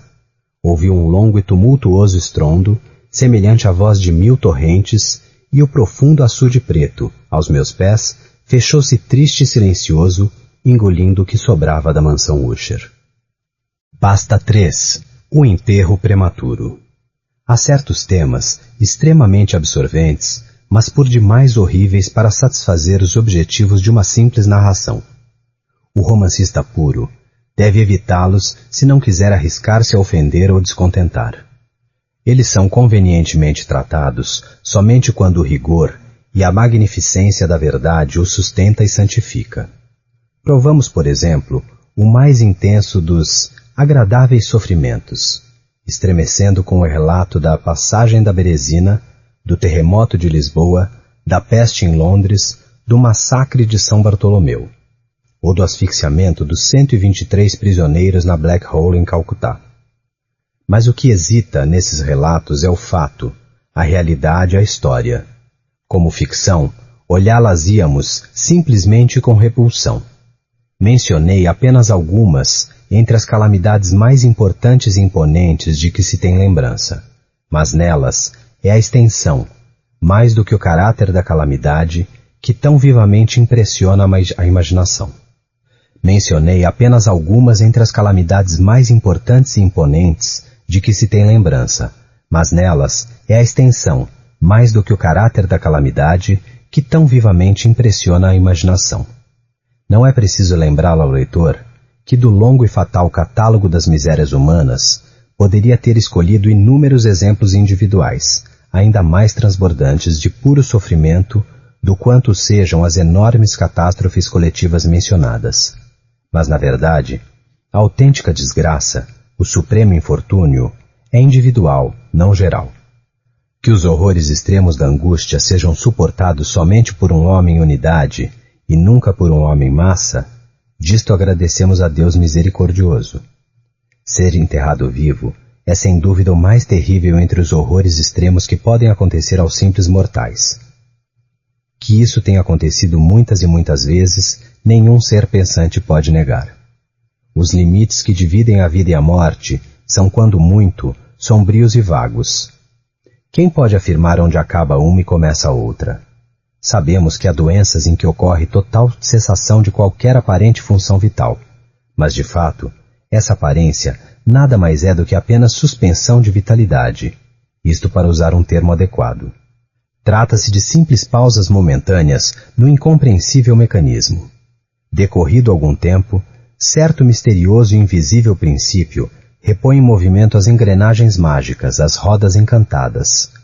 A corda de prata não se desatara para sempre, nem a copa de ouro quebrara-se irreparavelmente. Mas, no entanto, onde estava a alma? À parte a inevitável conclusão a priori de que tais causas produzem tais efeitos, que o conhecido verificar-se destes casos de suspensão da vida possa naturalmente induzir, às vezes, a sepultamentos prematuros. À parte estas considerações, temos testemunhos diretos de médicos, além da experiência comum, para demonstrar que já verificaram-se realmente numerosos destes sepultamentos. Poderia mencionar logo, se fosse necessário, pelo menos uma centena de exemplos bem documentados.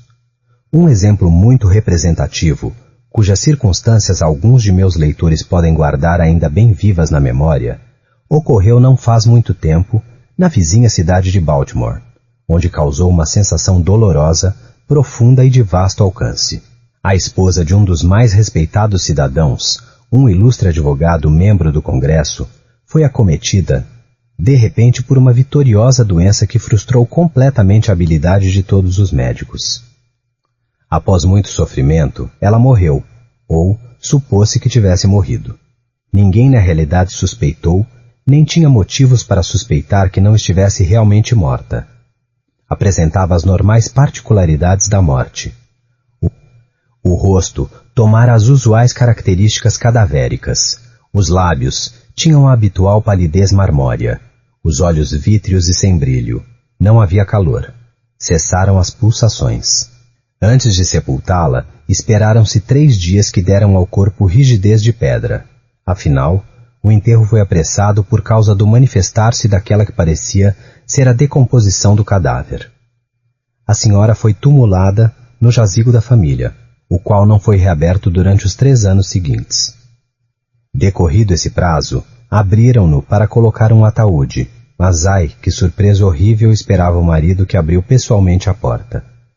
Quando os portais foram empurrados para trás, um objeto revestido de branco caiu-lhe ruidosamente entre os braços.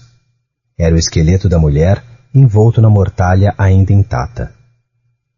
Uma cuidadosa investigação revelou que voltara à vida 2 dias após o sepultamento, que a força com que debatera-se no taúde fizera-o cair de uma saliência ou prateleira no chão, onde se quebrou, permitindo-lhe sair dele.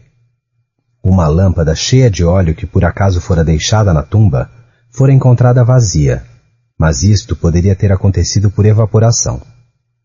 No mais alto dos degraus que conduziam à câmara mortuária, havia um grande fragmento do caixão que lhe serviu, ao que parece, para atrair a atenção, batendo-o na porta de ferro. Nesses esforços, provavelmente desmaiou, ou pode ser que tenha morrido pelo simples terror. Ao cair, a mortalha ficou presa em algum objeto de ferro saliente no interior. Assim ficou e apodreceu, em pé. No ano de 1810, um caso de sepultamento de um ser vivo aconteceu na França, em circunstâncias que justificam amplamente a afirmativa de que a realidade é de fato mais estranha do que a ficção. A heroína da história era certa Mademoiselle Victorine Lafourcade, mocinha linda de família rica e ilustre. Entre seus numerosos pretendentes havia certo Julien Bossuet, um pobre littérateur ou jornalista de Paris. Seu talento e sua amabilidade ganharam-lhe as atenções da herdeira, que, pelo que parece, amou-o de verdade, mas o orgulho de seu nascimento acabou convencendo-a a recusá-lo para casar-se com certo Monsieur Renel, banqueiro e diplomata de certa importância. Depois do casamento, porém, descuidou dela, chegando a maltratá-la. Transcorridos ao seu lado alguns anos infelizes, ela faleceu, ou pelo menos seu estado assemelhava tão de perto à morte, que enganou qualquer pessoa que a visse. Não foi enterrada numa cripta, mas numa simples sepultura do cemitério da vila onde nascera.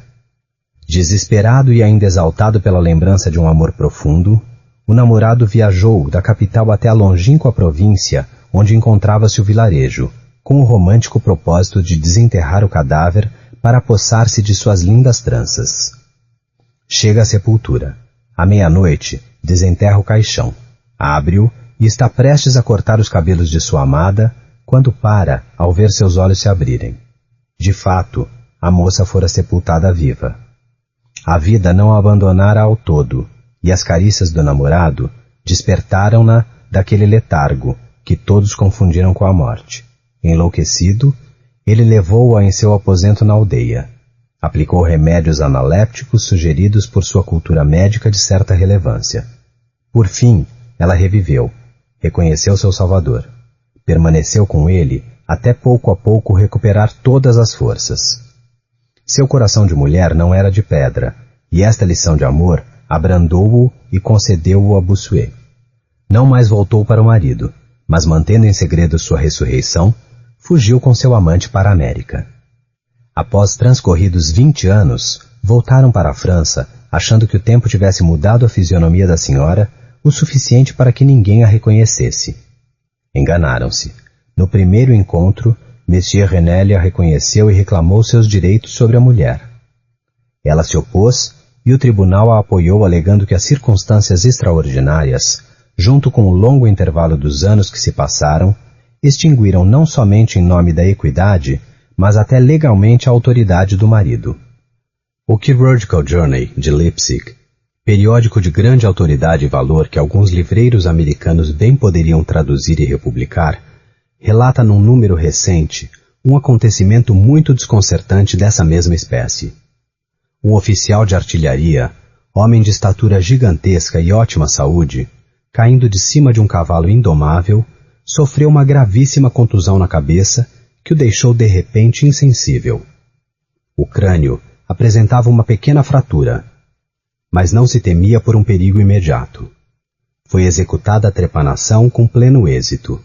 Sangraram-no e aplicaram-lhe muitas outras das costumeiras medidas de socorro. No entanto, aos poucos, ele mergulhou sempre mais profundamente num estado comatoso até que se achou que tivesse morrido. O tempo era quente, e por esse motivo foi sepultado com certa pressa num cemitério público. O enterro realizou-se na quinta-feira. No domingo seguinte, como de costume, o cemitério ficou repleto de visitantes. Perto do meio-dia, houve um alvoroço provocado pela declaração de um camponês que afirmava ter claramente ouvido, enquanto estava sentado ao lado do túmulo do oficial, certo movimento no terreno que parecia ser provocado por alguém que se debatia ali embaixo.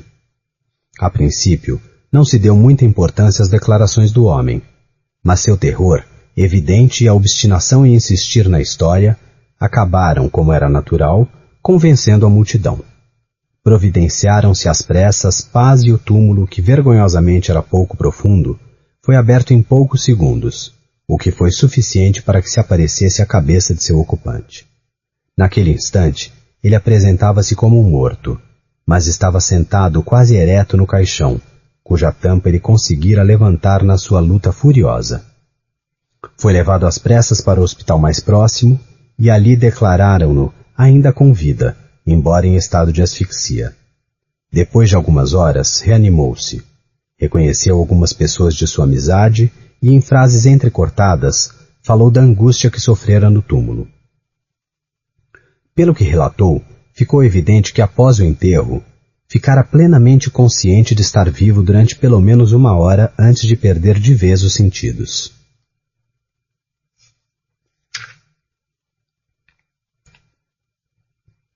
O túmulo fora cuidadosamente preenchido com uma terra excessivamente porosa, que deixara passar uma certa quantidade de ar. Ele ouvira os passos da multidão sobre sua cabeça e, por sua vez, esforçou-se para que o ouvissem. Aparentemente, fora o barulho da multidão no cemitério, ele disse, a despertá-lo de um sono profundo, mas assim que se recuperou ficou plenamente cônscio do horror da sua situação. Conta-se que este paciente estava se recuperando bem e parecia encaminhado para um completo restabelecimento, quando foi vítima do empirismo de uma experiência médica. Foi-lhe aplicada a bateria galvânica, e ele faleceu improvisamente numa crise estática, que às vezes esta pode provocar. A bateria galvânica, porém, traz-me à memória um caso muito conhecido e realmente extraordinário, em que sua ação revelou-se como um meio único para reanimar um jovem advogado londrino que ficara enterrado durante 2 anos. Isto aconteceu em 1831 e provocou, naquele momento, uma sensação muito profunda em toda a parte em que se tornasse assunto de conversa. O paciente, Edward Stapleton, morrera aparentemente de febre tifoide, que se apresentara acompanhada por alguns estranhos sintomas, que excitaram a curiosidade dos médicos que o curavam. Em consequência da sua morte aparente, foi pedido a seus amigos autorização a um exame pós-mortem, que estes não concederam. Como acontece muitas vezes nesses casos de recusa, os médicos, em segredo, decidiram desenterrar o cadáver e dissecá-lo comodamente. Foi-lhes fácil entrar em acordo com uma das numerosas organizações de desenterradores de cadáveres que agem em Londres, e na 3ª noite após o enterro, o suposto cadáver foi retirado de uma tumba profunda 2,5 metros e depositado na sala cirúrgica de uma casa de cura particular. Já tinham praticado no abdômen um corte de certo tamanho, quando o aspecto fresco e sadio do sujeito sugeriu a aplicação da bateria galvânica. As experiências se sucederam, tendo como resultado as reações costumeiras sem nada relevante sob nenhum aspecto, menos por uma intensidade de animação maior do que o normal, nos movimentos convulsivos em pelo menos 2 ocasiões. Fazia-se tarde, era quase o alvorecer, e afinal achou-se oportuno proceder de vez à dissecação. Um estudante, porém, particularmente ansioso para experimentar uma sua teoria, insistiu muito para aplicar a bateria num músculo peitoral. Foi praticado um corte grosseiro e estabeleceu-se às pressas o contato com um fio elétrico, quando o paciente, com um movimento precipitado mas nada convulso, levantou-se da mesa, dirigiu-se para o centro da sala, olhou-se em volta constrangido por alguns segundos e afinal, falou. O que disse não era compreensível, mas as palavras foram ditas e a formação das sílabas distinta. Depois de ter falado, caiu pesadamente no chão. Por alguns instantes, ficaram todos paralisados pelo terror. Mas logo, a urgência do caso devolveu-lhes a presença do espírito. Deram-se conta de que o Sr. Stapleton estava vivo, embora em delíquio. Com aplicações de éter, ele reviveu e rapidamente se restabeleceu. Foi então devolvido à companhia de seus amigos, aos quais, porém, nada foi revelado da ressurreição dele, até que não houve mais perigo de uma recaída. É fácil imaginar a surpresa e o espanto deles. Mas a mais excitante das particularidades desse acontecimento deve-se às afirmações do próprio Sr. Stapleton. Ele declarou que nunca, nem por um só instante, ficara insensível, que embora vaga e confusamente, fora sempre cônscio de tudo o que acontecia à sua volta, desde o momento em que fora declarado morto pelos médicos até o momento em que caiu desmaiado no chão do hospital. "Eu estou vivo", eram as palavras que, ao reconhecer a sala cirúrgica e já no extremo de suas forças, ele tentou pronunciar e que ninguém entendera. Seria coisa mais fácil multiplicar histórias como esta, mas abstenho-me porque, na verdade, não há necessidade disso para reafirmar que acontecem sepultamentos prematuros. Se pensarmos em quão poucas vezes nós temos o poder de descobri-los, até pela própria natureza deles, devemos admitir que podem verificar-se frequentemente sem que nos apercebamos. É raro, na verdade, que ao violar-se um cemitério por qualquer razão, não sejam encontrados esqueletos em posições que sugiram as mais terríveis suspeitas. Realmente terrível a suspeita, mas ainda mais terrível esse trágico destino. Podemos afirmar, sem hesitação alguma, que evento nenhum seja tão horrivelmente capaz de suscitar tamanho desespero do corpo e da mente quanto ser enterrado vivo. A insuportável opressão sobre os pulmões, as sufocantes exalações da terra úmida, as aderentes vestes fúnebres, o aperto rígido do espaço angusto, a obscuridade da noite total, o silêncio que nos envolve como um mar, a presença invisível mas perceptível do verme vencedor.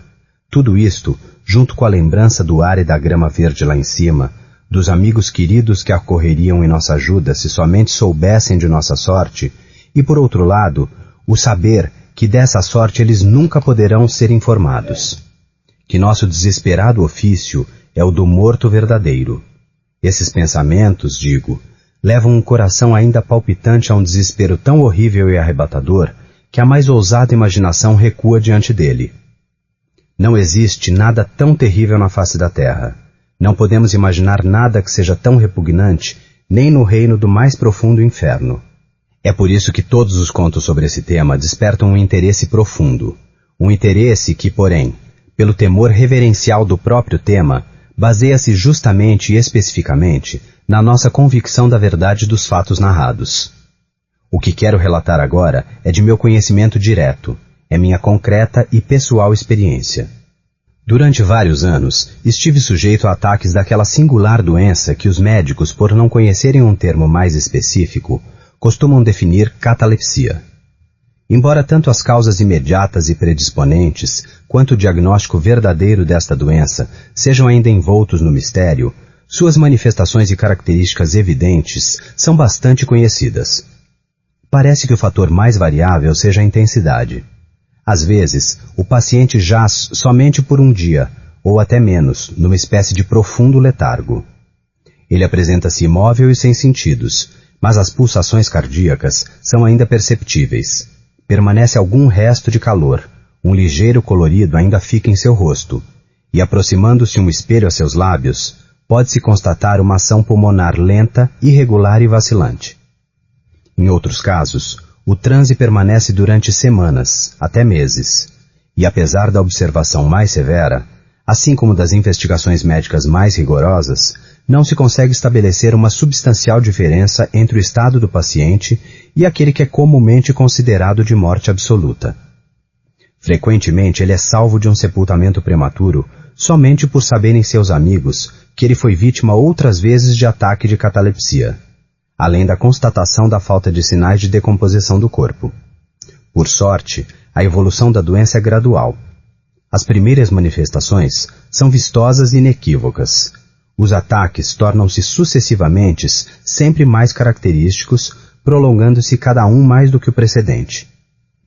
É nisto que se encontra a principal garantia contra a inumação. O infeliz cujo primeiro ataque fosse de extrema violência, como acontece às vezes, seria quase que inevitavelmente entregue vivo à sepultura.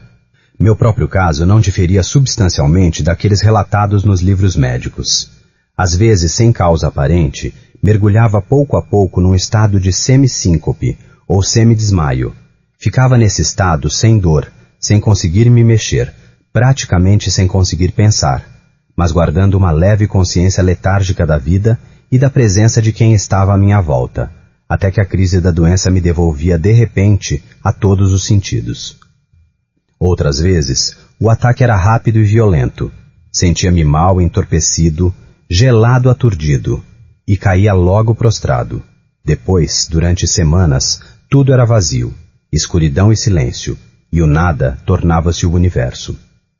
Uma destruição total não poderia ser pior. Destes últimos ataques, porém, eu despertava com uma lentidão inversamente proporcional à rapidez da crise.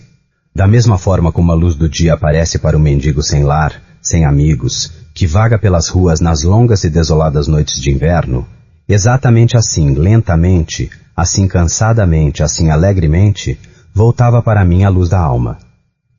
Exceto a predisposição a cair em transe, minha saúde em geral era boa. Nem conseguia perceber manifestação alguma de minha doença, a menos que se pudesse considerar decorrente dela certa idiosincrasia do meu sono cotidiano. Logo ao despertar, não conseguia nunca me apossar imediatamente dos meus sentidos, mas ficava sempre, durante muitos minutos, confuso, perplexo, e minhas faculdades mentais em geral, a memória principalmente, permaneciam num estado de absoluto devaneio. Em tudo isso, não havia sofrimento físico, mas somente uma infinita angústia moral. Minha fantasia tornou-se macabra. Falava de vermes, cobras e epitáfios. Perdia-me em fantasias de morte e a ideia de uma sepultura prematura apossava-se de meu cérebro. O horrendo perigo a que estava sujeito perseguia-me dia e noite. Durante o dia, a tortura deste pensamento era excessiva. Durante a noite, tornava-se insustentável. Assim que a escuridão inundava a terra, eu pelo horror de meus pensamentos tremia. Tremia como as plumas palpitantes de um carro fúnebre. Quando a natureza não mais consentia a vigília, eu relutava em ceder ao sono. De fato, estremecia pensando que ao acordar, poderia encontrar-me numa tumba. E quando enfim mergulhava no sono, encontrava-me logo num mundo de fantasmas, sobre o qual pairava com suas grandes, negras, tenebrosas asas, a inelutável ideia do sepulcro. Entre as inúmeras imagens tenebrosas que me oprimiam nos sonhos, escolho para ilustrar apenas uma visão solitária. Parecia-me estar imerso num transe cataléptico mais profundo e demorado do que os habituais. De repente uma mão gelada pousou-se em minha testa e uma voz impaciente e inarticulada murmurou no meu ouvido a ordem: "Levanta-te!" Sentei-me. A escuridão era total. Não conseguia distinguir as feições de quem me acordara. Não conseguia me lembrar nem do momento em que caíra em transe, nem do lugar onde me encontrava. Fiquei imóvel, concentrado no esforço de organizar meus pensamentos. Então, a mão fria me agarrou pelo pulso, impaciente me sacudiu com violência, a voz inarticulada a repetir: "Levanta-te! Não te ordenei que te levantasses?" "Quem és tu?" perguntei. "Não tenho nome nas regiões onde moro", respondeu-me lugubremente a voz. Eu era mortal, mas agora sou demônio. Era impiedoso, mas agora sou misericordioso. Deves sentir que estou tremendo. Enquanto falo, meu queixo treme, mas não é pelo frio da noite sem fim. Este horror é insuportável. Como podes tu dormir tranquilo? Eu não consigo descansar ao ouvir os gritos destes grandes tormentos. Esta visão é mais do que eu possa suportar. Levanta-te, vens comigo na noite lá fora e deixa que eu abra os túmulos em teu lugar. Não é este um espetáculo de dor? Olha!" Olhava, e o vulto invisível que ainda segurava meu pulso abrira os túmulos de toda a humanidade e de cada um deles irradiava-se a leve fosforescência da decomposição. De tal forma que eu podia enxergar nas mais escondidas profundezas, entrevendo corpos envolvidos em mortalhas, submergidos no triste e solene sono junto com os vermes. Mas ai, aqueles que realmente dormiam eram de muitos milhões menos numerosos do que aqueles que não dormiam de fato. Havia uma luta fraca, havia uma triste ansiedade geral, e desde as profundezas das inúmeras covas ouvia-se o melancólico roçar das vestes dos defuntos. E entre aqueles que pareciam descansar tranquilamente, reparei que muitos haviam mudado. Quem mais, quem menos, a incômoda posição em que foram originariamente depostos no caixão. E enquanto olhava, a voz repetia: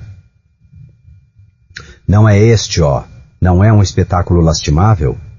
Mas antes que eu conseguisse encontrar as palavras para responder, o vulto deixou meu pulso. Apagaram-se as fosforescências e, com improvisa violência, os sepulcros se fecharam enquanto levantou-se um túmulo de urros desesperados que repetiam: "Não é, ó Deus, não é um espetáculo lastimável?" Fantasias iguais a esta, que se apresentavam à noite, estendiam sua terrível influência também às horas do dia. Meus nervos ficaram completamente transtornados e me tornei vítima de um contínuo terror. Hesitava em cavalgar, em caminhar ou fazer qualquer coisa que me levasse longe de casa. Na verdade, não ousava mais afastar-me da imediata presença daqueles que sabiam de minha catalepsia, pelo medo de que, se tivesse uma das minhas crises habituais, alguém pudesse enterrar-me antes de perceber minhas reais condições. Comecei a duvidar do afeto, da fidelidade de meus amigos mais queridos. Temi que num transe mais longo do que os costumeiros, pudessem ser induzidos a considerar-me incurável. Cheguei ao ponto de temer que, por eu trazer-lhes tantos incômodos, eles pudessem sentir-se aliviados em considerar um ataque mais demorado como morte real, e verem-se afinal livres de mim de uma vez por todas. Em vão esforçaram-se em tranquilizar-me com as mais solenes promessas. Exigi os mais sagrados juramentos, que em hipótese alguma me sepultariam até que a decomposição fosse tão avançada que seria impossível qualquer ulterior preservação. E mesmo assim, meu terror mortal não entendeu razões, não aceitou consolo.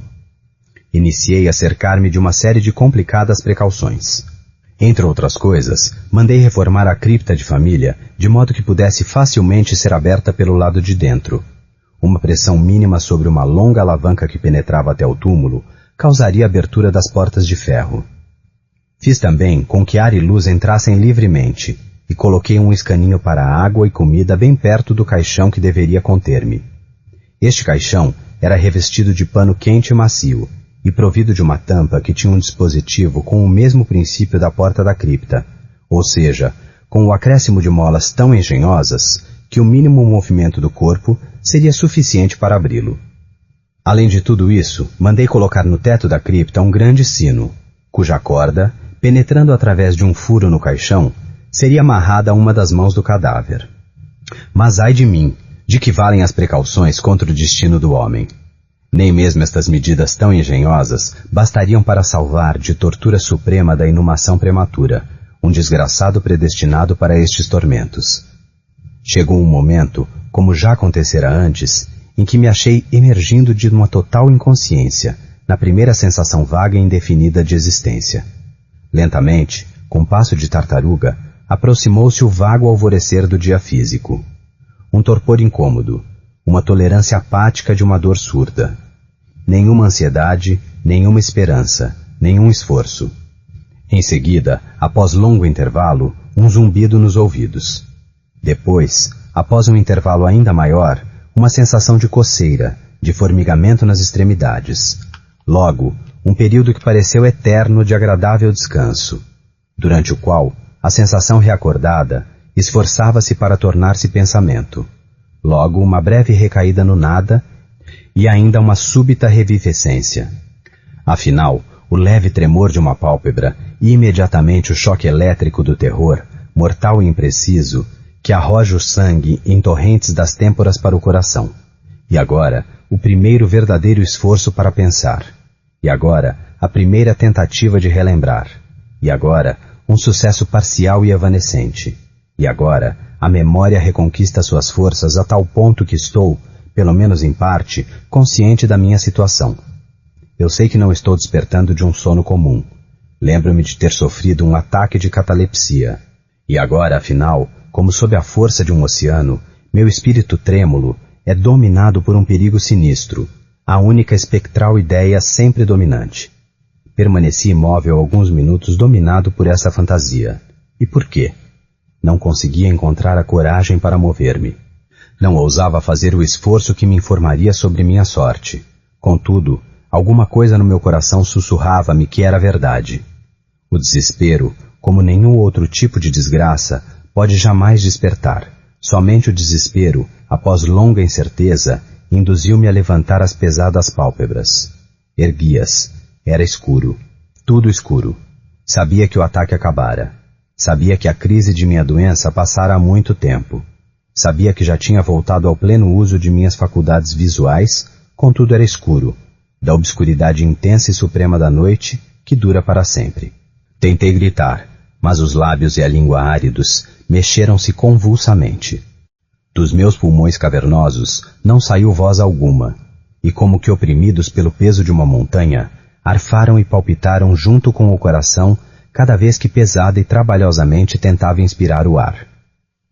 O movimento das mandíbulas, no esforço de gritar, revelou-me que foram amarradas como usualmente se faz com os mortos. Percebi também que me encontrava estendido sobre algo rígido. Até este ponto, ainda não tentara mexer o corpo, mas agora levantei violentamente os braços, que durante longo tempo ficaram com os punhos cruzados no peito. Eles bateram em alguma madeira muito sólida que se estendia ao longo do meu corpo, a uma distância de apenas 15 centímetros acima do meu rosto. Afinal, não tive mais como duvidar de que me encontrava num caixão. Mas agora, em minha infinita aflição, veio docemente a angelical esperança. Relembrei das precauções que havia tomado. Contorci-me e fiz um espasmódico esforço para levantar a tampa. Não se mexeu. Procurei a corda do sino. Não a encontrei. Então, a esperança de que me havia consolado desapareceu para sempre e reinou triunfante um desespero ainda mais grave, porque não podia ignorar a ausência dos forros que preparara com tanto cuidado. E depois, chegou-me também de improviso às narinas o cheiro forte e característico da terra úmida. Eu não me encontrava na minha cripta. Caíra em transe longe de casa, entre estranhos. Quando e como, não conseguia lembrar. E foram estes que me enterraram como um cachorro, pregado dentro de um caixão comum, no fundo, bem no fundo e para sempre, de uma cova qualquer e anônima. Enquanto esta terrível constatação vinha surgindo no fundo de minha alma, esforcei-me novamente para gritar bem forte. Desta vez consegui. Um berro longo, forte, rouco, um berro de angústia ecoou nos reinos da noite subterrânea. Ei, ei, lá embaixo, respondeu uma voz grosseira. Que diabos é isso agora? Disse outra voz. Sai daí, falou uma terceira. O que você tem para berrar desse jeito como uma fera? Falou mais uma voz. E nesse ponto, fui agarrado e sacudido sem cerimônias por vários minutos por uma turma de sujeitos mal encarados. Não me acordaram do sono enquanto ao gritar já estava completamente acordado, mas me fizeram recobrar a plena posse de minha memória. Esta aventura me aconteceu na Virgínia, perto de Richmond. Junto com um amigo, numa expedição de caça, desci alguns quilômetros ao longo das margens do rio James. Ao anoitecer, fomos surpreendidos por um temporal. O camarote de um pequeno sloop, ancorado no rio e carregado com terra para jardins, ofereceu-nos o único abrigo possível. Arranjamo-nos como pudemos e passamos a noite a bordo. Dormi num dos 2 beliches do barco. Não é necessário descrever os beliches de um sloop de 60 ou 70 toneladas. Aquele onde eu deitei não tinha colchão nem cobertas. A largura maior era de 45 centímetros, exatamente a mesma distância até o tombadilho do convés de cima. Acomodar-me foi uma tarefa extremamente difícil. Apesar disso, dormi profundamente e a visão inteira, não se tratando de sonho nem de pesadelo, fora provocada naturalmente pela posição, pela tendência natural de meus pensamentos, pela dificuldade da qual já falei de voltar a mim, e principalmente de recuperar a memória ao acordar. Os homens que me sacudiram eram da tripulação do sloop, além de alguns trabalhadores contratados para descarregá-lo. Pela própria carga chegou-me o cheiro de terra úmida. O que prendia meu queixo nada mais era do que o lenço de seda que eu mesmo amarrara em volta da cabeça na falta de um costumeiro gorro de dormir. Contudo, as torturas experimentadas foram sem dúvida iguais àquelas de uma sepultura real. Foram pavorosas, horríveis além de qualquer imaginação. Mas do mal nasceu o bem, pois o paroxismo desses sofrimentos provocou em meu espírito uma reação inevitável. Minha alma adquiriu força, adquiriu equilíbrio. Viajei para o estrangeiro, fiz vigorosos exercícios físicos. Respirei o ar livre do céu, pensei em outras coisas que não a morte. Desfiz-me dos livros de medicina. Queimei Buchan. Nunca mais li Night Thoughts. Nem li mais nada que dissesse respeito aos cemitérios, nem histórias assustadoras como esta. Em resumo, tornei-me um homem novo e vivi uma vida de homem. A partir daquela noite inesquecível, me livrei para sempre dos meus temores soturnos e com eles esvaneceu-se minha catalepsia, que provavelmente não fora tanto a causa dos meus terrores quanto a consequência deles.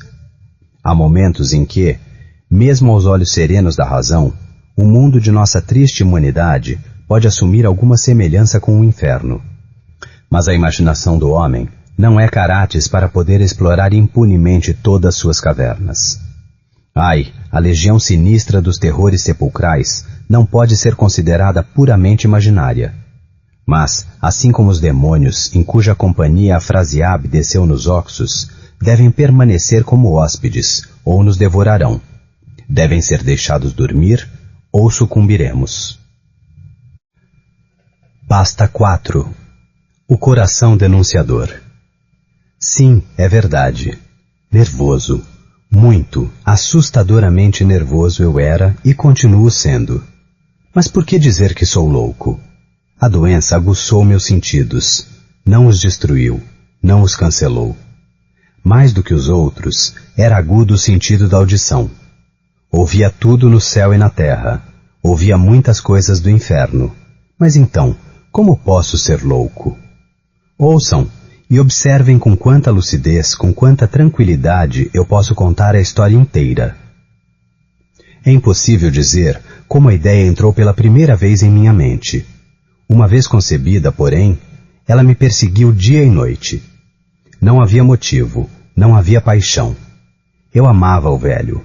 Nunca me desrespeitara, nunca me ultrajara. Eu não desejava seu ouro. Acho que foi seu olho. Sim, foi assim. Ele tinha um olho de abutre, um olho azul pálido coberto por um véu. Cada vez que este olho me olhava, meu sangue gelava.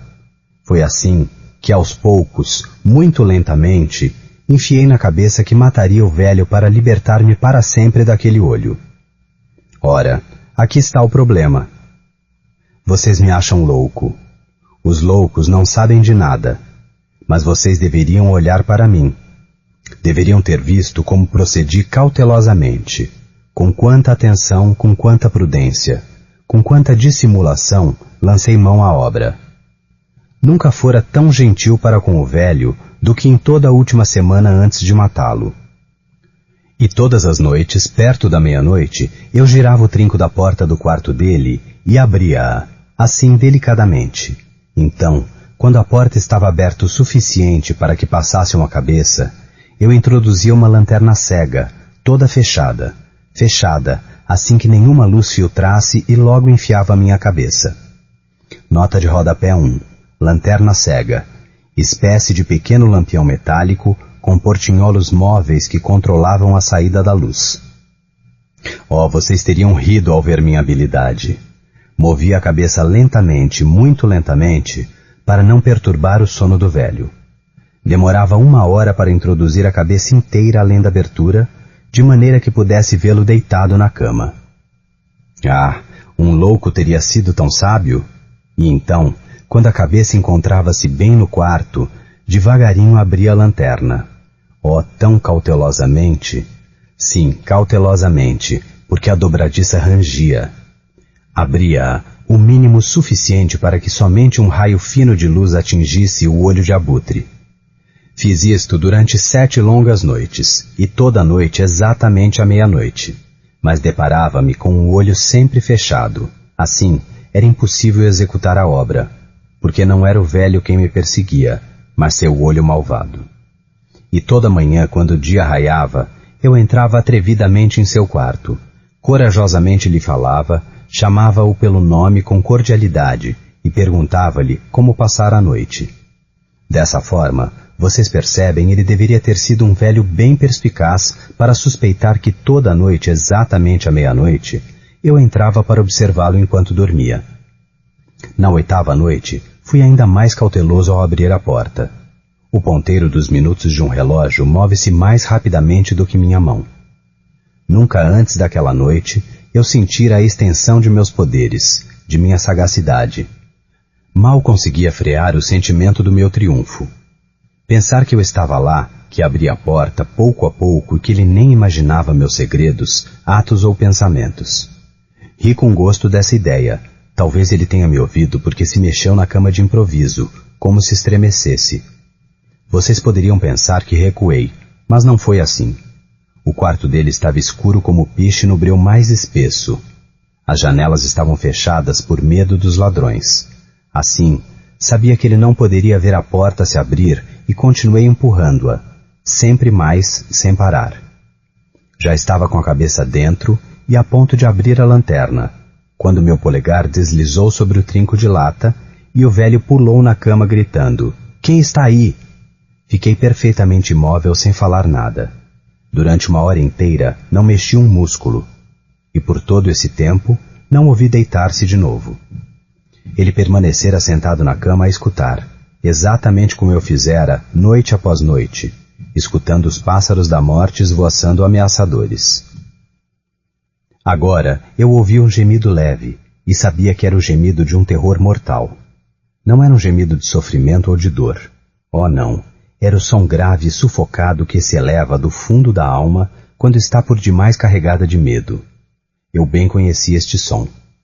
Muitas noites, exatamente à meia-noite, quando todo mundo dorme, esse som sai do meu peito e, ecoando ameaçador, aumenta os terrores que me atormentam.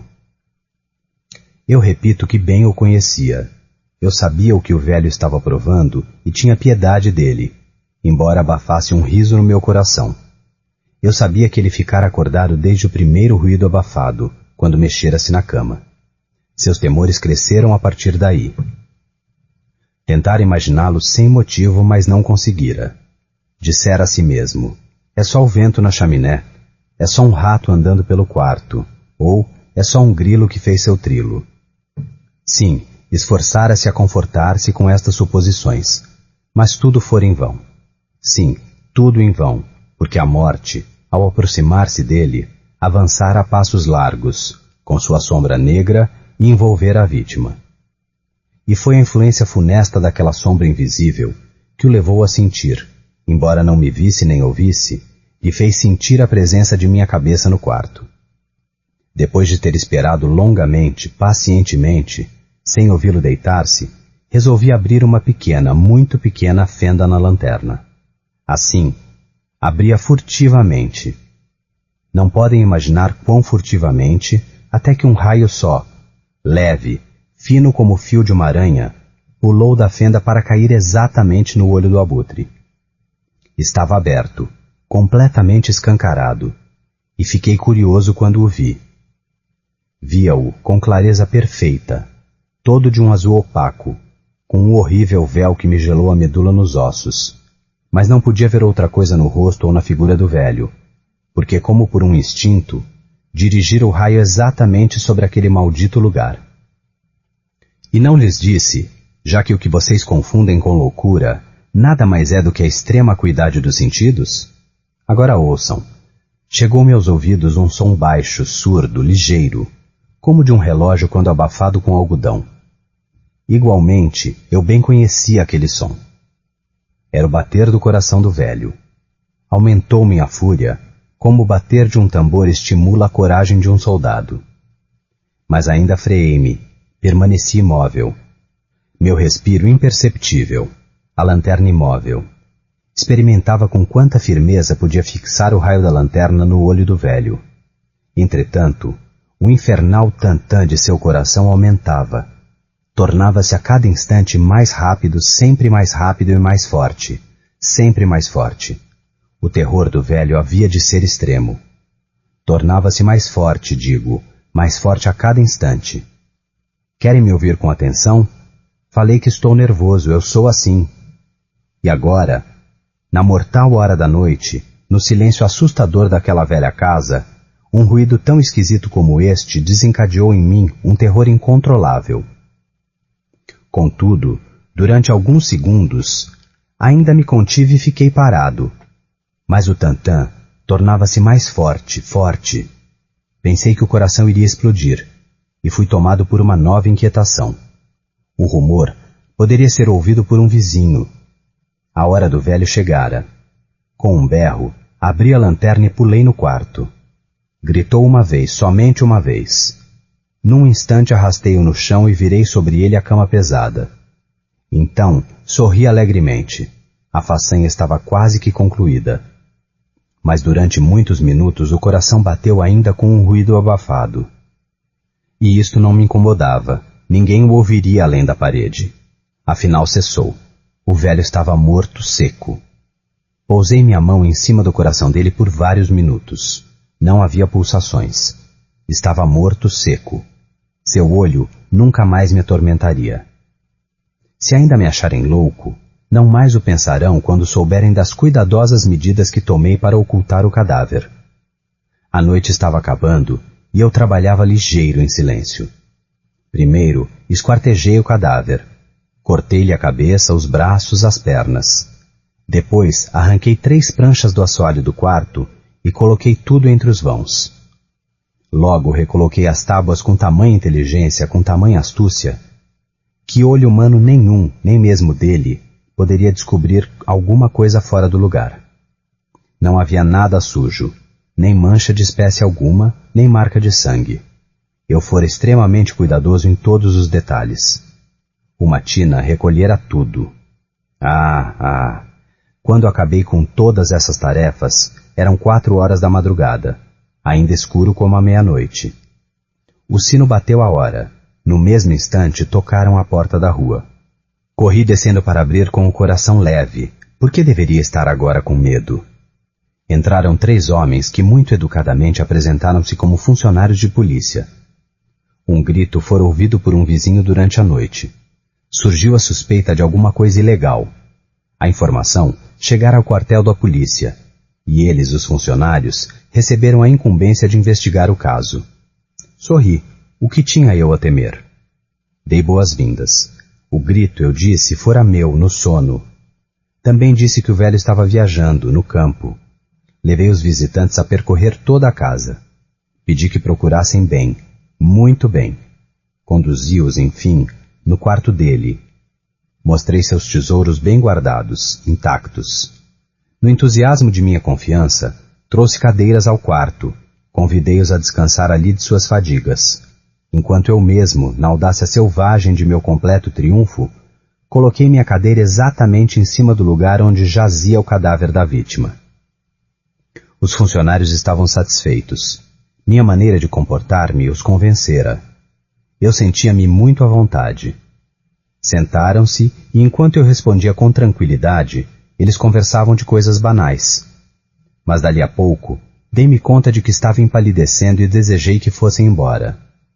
Doía minha cabeça e me parecia ouvir um zumbido nos ouvidos. Mas eles permaneciam sentados, conversando. O zumbido tornou-se mais forte. Continuava e tornava-se sempre mais forte. Eu falava livremente para libertar-me da sensação. Mas esta continuava e tornava-se sempre mais perceptível. Até que, afinal, descobri que o zumbido não era dentro de meus ouvidos. Sem dúvida, empalideci muito naquele instante, mas falei também, mais soltamente e com voz mais alta. Não obstante, o som aumentava. E o que eu podia fazer? Era um som baixo, surdo, rápido, muito semelhante àquele de um relógio quando abafado no algodão. Eu respirava ofegante e, no entanto, os funcionários não o ouviam. Falei sempre mais rapidamente, mais impetuosamente, mas o barulho crescia implacável. Levantei-me e falei de bobagens com voz aguda e com violenta gesticulação, mas o barulho continuava aumentando. Por que não queriam ir embora? Percorri o quarto de um lado para outro com passadas longas e pesadas, como se a tranquilidade dos 3 homens excitasse meu furor, mas o barulho continuava crescendo. Ó Deus! O que podia eu fazer? Espumava, delirava, praguejava. Balancei-me na cadeira onde estava sentado, esfreguei-a em cima do assoalho, mas o barulho se elevava acima de tudo e continuava aumentando. Tornou-se mais forte, mais forte, mais forte. E os homens continuavam conversando descontraidamente e sorriam. Como podiam não ouvi-lo? Deus onipotente? Não, não. Eles o ouviam, suspeitavam, sabiam, estavam zombando do meu horror. Isto eu pensei e isto eu penso, mas qualquer coisa seria melhor do que esta agonia. Qualquer coisa seria mais tolerável do que esta zombaria. Não poderia suportar por mais tempo aqueles sorrisos hipócritas. Senti que deveria gritar ou morrer. E agora de novo, escutem, mais forte, mais forte, mais forte, mais forte. Patifes, trovejei. Parem de fingir. Admito que o fiz. Arranquem as tábuas, aqui, aqui. É aqui que está batendo seu horrendo coração. Pasta 5. Uma descida no Maelstrom. Os caminhos de Deus na natureza, assim como na providência, não são como nossos caminhos. Nem os modelos que nós construímos podem de alguma maneira comparar-se à vastidade, à profundidade e à imperscrutabilidade de suas obras, as quais têm em si uma profundidade maior que o poço de Demócrito. Joseph Glanville. Chegáramos ao cume do penhasco mais alto. Por alguns minutos, o velho pareceu cansado para falar. Não faz muito tempo, ele disse logo. Eu poderia acompanhá-lo por esse caminho como o mais novo de meus filhos. Mas há 3 anos, aconteceu-me um fato nunca acontecido antes a um ser mortal. Ou pelo menos homem nenhum sobreviveu para contar a história. E as 6 horas de horror que vivi acabaram com meu corpo e minha alma. O senhor acha que eu sou um homem muito velho, mas não sou. Foi suficiente apenas para um dia transformar-me em branco o preto dos meus cabelos, para enfraquecer meus membros, para debilitar meus nervos, tanto que tremo ao menor esforço e tenho medo até das sombras. O senhor sabe que não consigo olhar para baixo deste pequeno barranco sem sentir vertigens? O pequeno barranco, à beira do qual ele tinha parado para descansar, tão imprudentemente que a maior parte do seu corpo estava suspensa no vazio, e sem outro ponto de apoio para evitar a queda, senão os cotovelos apoiados na extremidade da borda. Este pequeno barranco erguia-se como uma parede negra e cintilante, a uns 400 ou 500 metros acima do mar de rochedos lá embaixo. Nada no mundo poderia induzir-me a aproximar-me da beira a menos de 5 ou 6 metros, mas eu estava tão preocupado com a posição perigosa do meu companheiro que acabei caindo estendido no chão, agarrando-me nas moitas à minha volta, sem a coragem de olhar para cima e lutando para afastar de mim o medo de que a própria base da montanha estivesse a ponto de ser arrancada pela fúria do vento. Passou-se um certo tempo antes que eu conseguisse raciocinar e achar a coragem para me sentar e olhar longe. O senhor deve vencer essas fantasias, disse o guia. Eu o trouxe aqui para que possa ver melhor a cena do acontecimento do qual lhe falei e também para contar-lhe a história, tendo à frente de seus olhos o exato lugar onde ela se passou. Estamos agora, continuou na sua peculiar maneira de se deter nos detalhes. Estamos agora, continuou na sua peculiar maneira de se deter nos detalhes. Estamos agora muito perto da costa norueguesa, a 68 graus de latitude na província de Nordland, no desolado distrito de Lofoten. A montanha em cuja crista estamos agora é Helseggen, a nebulosa. Levante-se um pouquinho. Segure-se nas moitas se estiver tonto, assim, e olhe além da faixa dos vapores lá embaixo o mar. Olhei aturdido a vastidão do oceano, cujas águas negras como tinta me lembraram a descrição do Mare Tenebrarum, do geógrafo núbio. Nenhuma mente humana poderia imaginar um panorama tão desolado. À direita e à esquerda, a perder de vista, surgiam como se fossem as muralhas do mundo, fileiras de pedras pontudas e pretas, cuja aparência tenebrosa era muito ressaltada pela espuma branca e espectral da crista das ondas que, uivando e gemendo, agrediam-na sem parar. exatamente em frente ao penhasco onde nos encontrávamos, numa distância de 5 ou 6 milhas em mar aberto, via-se uma pequena ilha de aspecto sombrio, ou melhor, adivinhava-se sua posição pela fúria das ondas que a envolviam.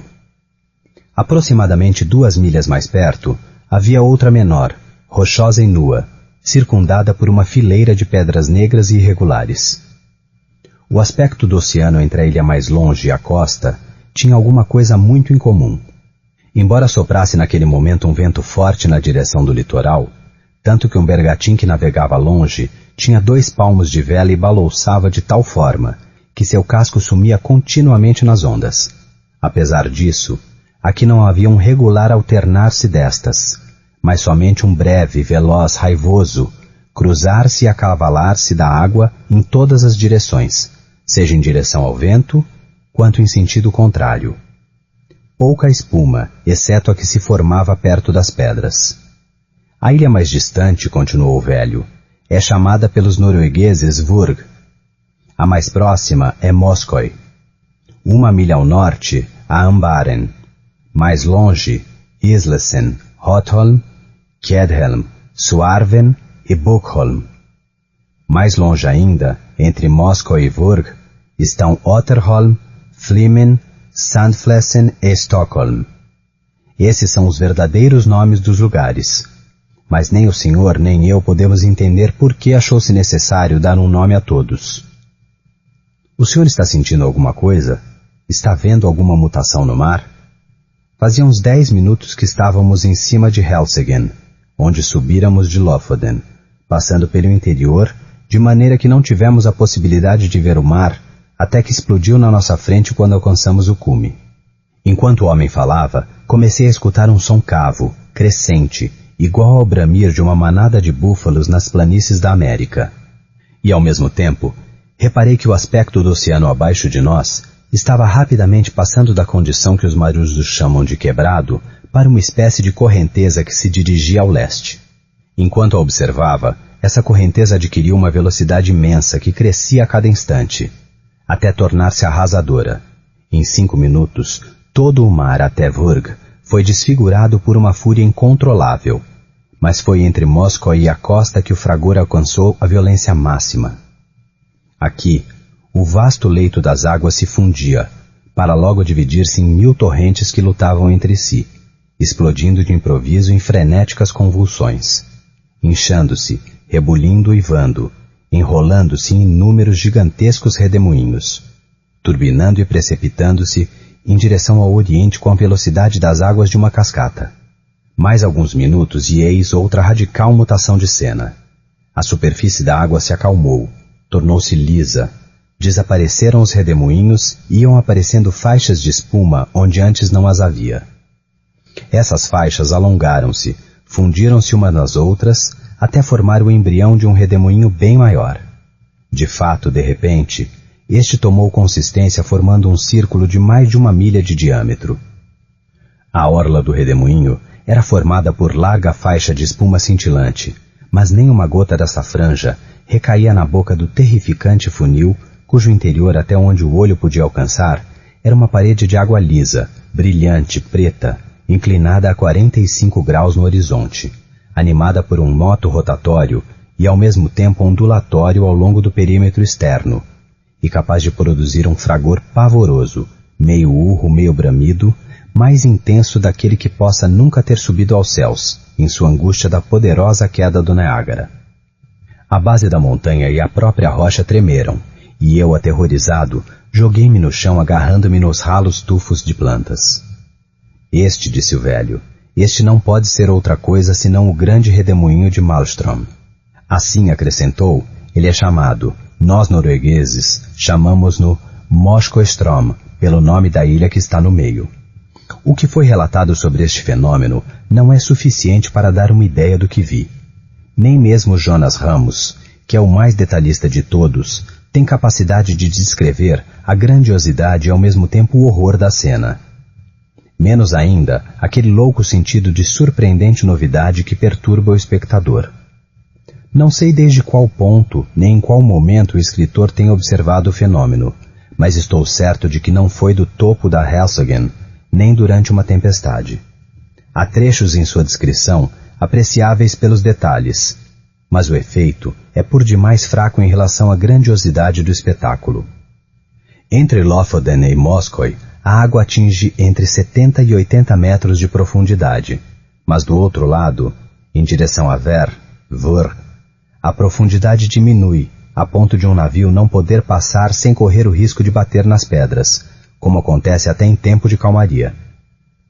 Com a maré, a correnteza se projeta no trecho entre Lofoden e Moskoe com tanta rapidez e violência que o barulho do refluxo impetuoso supera o da mais pavorosa catarata. Esse barulho pode ser ouvido a muitas milhas de distância, e os redemoinhos são tão vastos e profundos que, se um navio é sugado, é inevitavelmente engolido e jogado ao fundo, onde se arrebenta nas pedras. Seus destroços voltarão à tona só ao voltar da calmaria. Estes intervalos de bonança verificam-se somente entre a alta e a baixa maré, e quando há calmaria, não duram mais do que 15 minutos. Logo, a fúria gradativamente recomeça. Quando a correnteza atinge o máximo de sua violência e seu ímpeto, é acrescido mais ainda por uma tempestade. É perigoso aproximar-se a menos de 1 milha norueguesa. Todo tipo de embarcação já foi levada e destruída por não se ter afastado a tempo antes de ser agarrada pelo redemoinho. Já aconteceu muitas vezes de baleias, tendo se aproximado demais da correnteza, terem sido por ela engolidas, e é impossível descrever os urros e os bramidos que emitem ao debaterem-se em vão tentando libertar-se. Um urso tentou uma vez nadar entre Lofoden e Moskoe, mas foi capturado pelo redemoinho e levado até o fundo enquanto berrava tão forte que seus gritos ouviam-se até no litoral. Grandes quantidades de abetos e pinheiros, arrastados pela correnteza, reaparecem aos pedaços e dilacerados como se neles tivessem nascido cerdas. Isso demonstra que o fundo é coberto de pedras pontudas e cortantes, sobre as quais as toras são roladas para cá e para lá. Essa correnteza é regulada pelo fluxo e refluxo do mar. A cada 6 horas, a maré alta alterna-se com a baixa. Em 1645, no domingo da 60ª, nas primeiras horas da manhã, a correnteza era tão impetuosa e barulhenta que muitas pedras das casas ao longo da costa caíram no chão. No que diz respeito à profundidade da água, não sei como possa ter sido avaliada exatamente nas proximidades do redemoinho. Os 70 a 80 metros deveriam referir-se aos trechos do canal entre as praias de Moskoe e Lofoden. A profundidade no centro do Moskoestrom deve ser infinitamente maior, e para prová-lo, é suficiente a vista que se tem do redemoinho a partir do topo de Helseggen. Olhando desde este cume para o uivante rio infernal que corre lá embaixo, deu-me vontade de rir da ingenuidade com que o honesto Jonas Ramos relatava as anedotas das baleias e dos ursos como acontecimentos incríveis. De fato, parecia-me evidente como até o maior navio de linha, entrando na esfera de influência deste mortal sorvedouro, não poderia opor nada mais do que a resistência de uma pluma a este furacão, e sumiria imediatamente no funil infernal. As tentativas de dar uma explicação do fenômeno, algumas delas, lembro-me, pareceram-me plausíveis, ora pareciam-me ter aspectos bem diferentes e insatisfatórios. A ideia geralmente aceita era de que este, assim como 3 outros redemoinhos menores entre as ilhas Feroe, não tenham outra causa além da colisão entre ondas que se elevam e se precipitam em correspondência ao fluxo e refluxo, contra uma porção de pedras e bancos de areias que canalizam a água imediatamente, obrigando-a a precipitar como numa cascata. Assim, quanto mais alto sobe a maré, tanto mais funda será a caída, e o resultado é a formação de um redemoinho cuja força de sucção é bem conhecida graças às experiências em escala reduzida. Estas são as palavras exatas da Enciclopédia Britânica. Kircher e outros imaginam que no centro do canal do Maelstrom haja um abismo que penetra no globo terrestre para sair em alguma outra longínqua região. O Golfo de Bótnia, como foi precisado em outra ocasião. Enquanto olhava, eu pensava nesta versão, que apesar de bastante singular, parecia-me aquela a qual minha fantasia poderia melhor aderir. Mas quando a revelei ao meu guia, para minha surpresa ele respondeu que não concordava. embora fosse esta a opinião aceita pela maior parte dos noruegueses.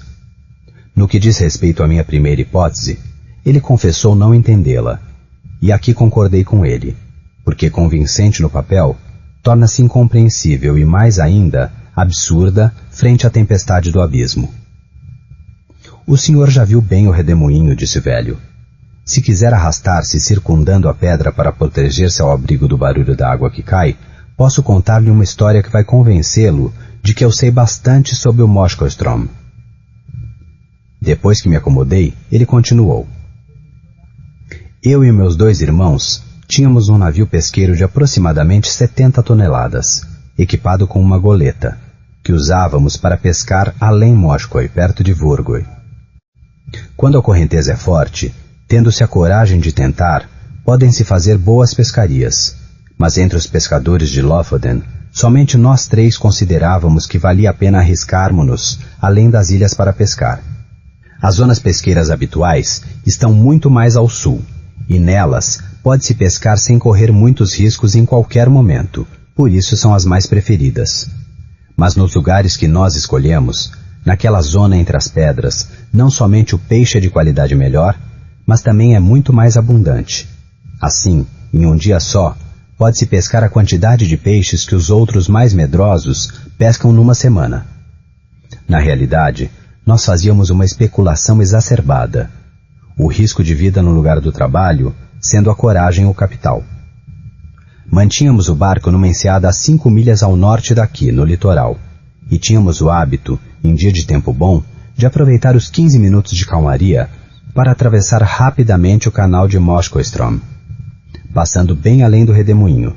Aí jogávamos a âncora em algum lugar perto de Otterholm ou Sandflessen, onde os redemoinhos não são violentos como em outros lugares. Lá permanecíamos até o sucessivo intervalo de calmaria da água, quando então partíamos para voltar a casa. Não saíamos para essas façanhas se não houvesse um vento oblíquo constante que nos empurrasse tanto na ida como na volta, um vento que não nos abandonasse na hora do retorno, e raramente errávamos nossos cálculos nesse ponto. Umas 2 vezes em 6 anos, fomos obrigados a ficar parados a noite toda por causa de uma imprevista bonança, coisa muito rara por essas bandas. Outra vez, tivemos que ficar fundeados, morrendo de fome, durante quase uma semana por causa de uma ventania que soprou sem parar desde o momento da nossa chegada e que tornou o canal perigoso demais para que pudéssemos enfrentá-lo. Nessa ocasião, poderíamos ter sido arrancados a despeito de tudo. Os redemoinhos nos fizeram rodar sobre um eixo com tanta velocidade que afinal a âncora se soltou e começou a arar. Se não tivéssemos tido a sorte de entrar numa das muitas correntezas que se cruzam, hoje aqui e amanhã ali, e esta levou-nos a uma zona de calmaria perto de Flimen, onde por nossa sorte pudemos ancorar novamente. Não posso contar senão a 20ª parte de todas as dificuldades que enfrentávamos no lugar da pescaria. Um lugar difícil mesmo com o tempo bom, mas sempre conseguimos vencer o desafio de Moskostrom sem acidentes, mesmo que algumas vezes o coração tenha saltado pela boca, quando acontecia de chegarmos 1 minuto antes ou 1 minuto depois do intervalo da calmaria.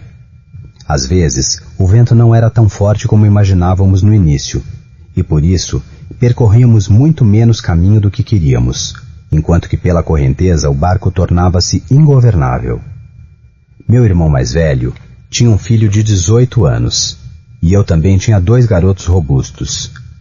Eles poderiam nos ter ajudado muito naqueles tempos, seja ocupando-se dos remos como participando da pescaria. Mas estávamos cientes de que podíamos enfrentar o risco por nós mesmos.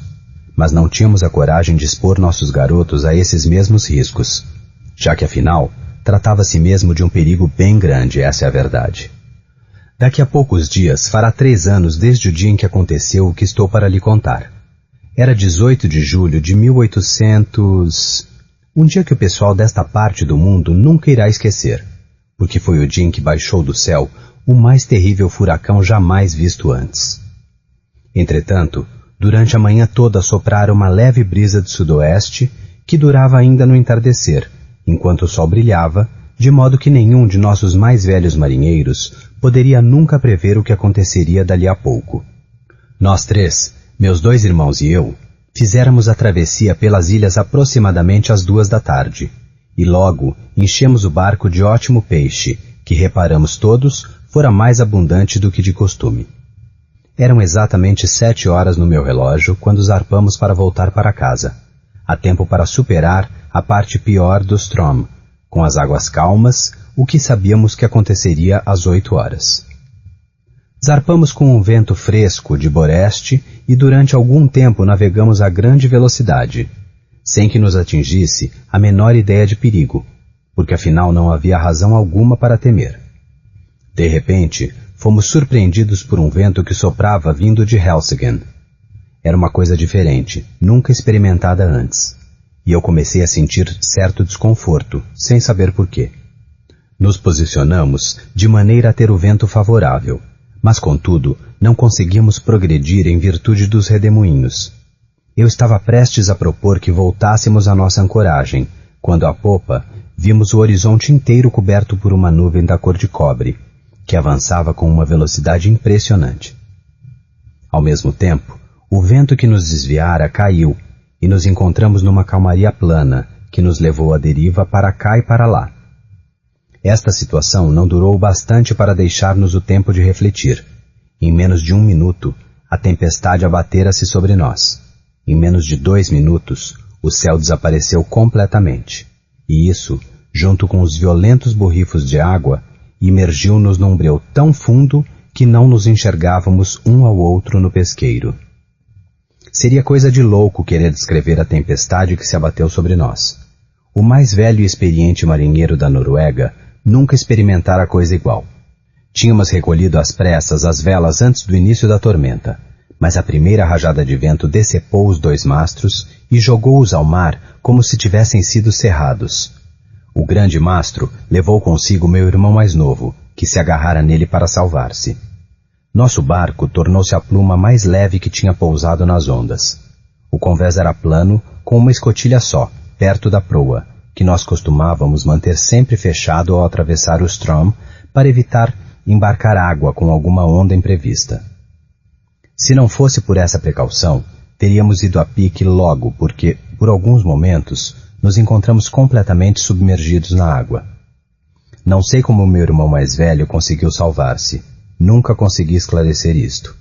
Quanto a mim, assim que arriei a vela de traquete, me estendi no convés, os pés encaixados no estreito espaço da proa, e me agarrei com as mãos numa argola na base do mastro de traquete. Foi o instinto que me sugeriu essa atitude, ou seja, a melhor possível, pois eu estava transtornado demais para refletir. Durante alguns minutos, ficamos completamente submergidos e segurei a respiração, agarrando-me com toda a minha força na argola. Quando não pude mais resistir, levantei-me de joelhos, sempre segurando-me firmemente com as mãos para emergir com a cabeça. Nesse instante, nosso pequeno barco se sacudiu como um cachorro ao sair da água, livrando-se de alguma forma das ondas. Eu estava me esforçando para recuperar-me do aturdimento e recolher minhas forças para refletir sobre o que poderia fazer, quando me senti agarrar pelos braços. Era meu irmão mais velho, e meu coração encheu-se de felicidade, porque eu estava certo que ele tivesse caído no mar. Mas a felicidade logo tornou-se horror, porque ele, aproximando sua boca ao meu ouvido, murmurou a palavra Moskostrom. Ninguém imaginará nunca o que provei naquele instante. Eu tremia no corpo, como por um violento ataque de febre terçã. Sabia muito bem o que ele quis dizer com aquela única palavra. Sabia o que ele queria que eu entendesse. Empurrados pelo vento, íamos retinho na direção do redemoinho de Strom e nada mais poderia salvar-nos. O senhor sabe que quando nós atravessávamos o canal do Strom, nos mantínhamos sempre muito longe do redemoinho, mesmo na maior calmaria, e depois devíamos esperar observando a chegada da pausa. Agora, nos dirigíamos exatamente para dentro do redemoinho, e com aquela terrível tempestade. Na certa, pensei, vamos chegar lá aproximadamente no intervalo da calmaria. Ainda tem alguma esperança. Logo, amaldiçoei-me por ter sido tão estúpido em iludir-me com aquela mínima esperança. Sabia muito bem que estávamos condenados, mesmo se tivéssemos um navio 10 vezes maior do que uma canhoneira com 90 bocas de fogo. Nesse ponto, a tempestade parecia ter se acalmado um pouco. Ou pode ser que a sentíssemos menos porque corríamos na frente dela de vento em popa. Mas de toda maneira, o mar que antes ficara raso pela mesma fúria do vento, agora levantava-se em ondas altas como montanhas. O céu mudara de um jeito singular. Tudo em volta era preto como piche, mas no alto, quase perpendicularmente acima de nossas cabeças, abria-se de repente um buraco circular de céu límpido, tão límpido como nunca o vira antes, de um azul intenso e luminoso.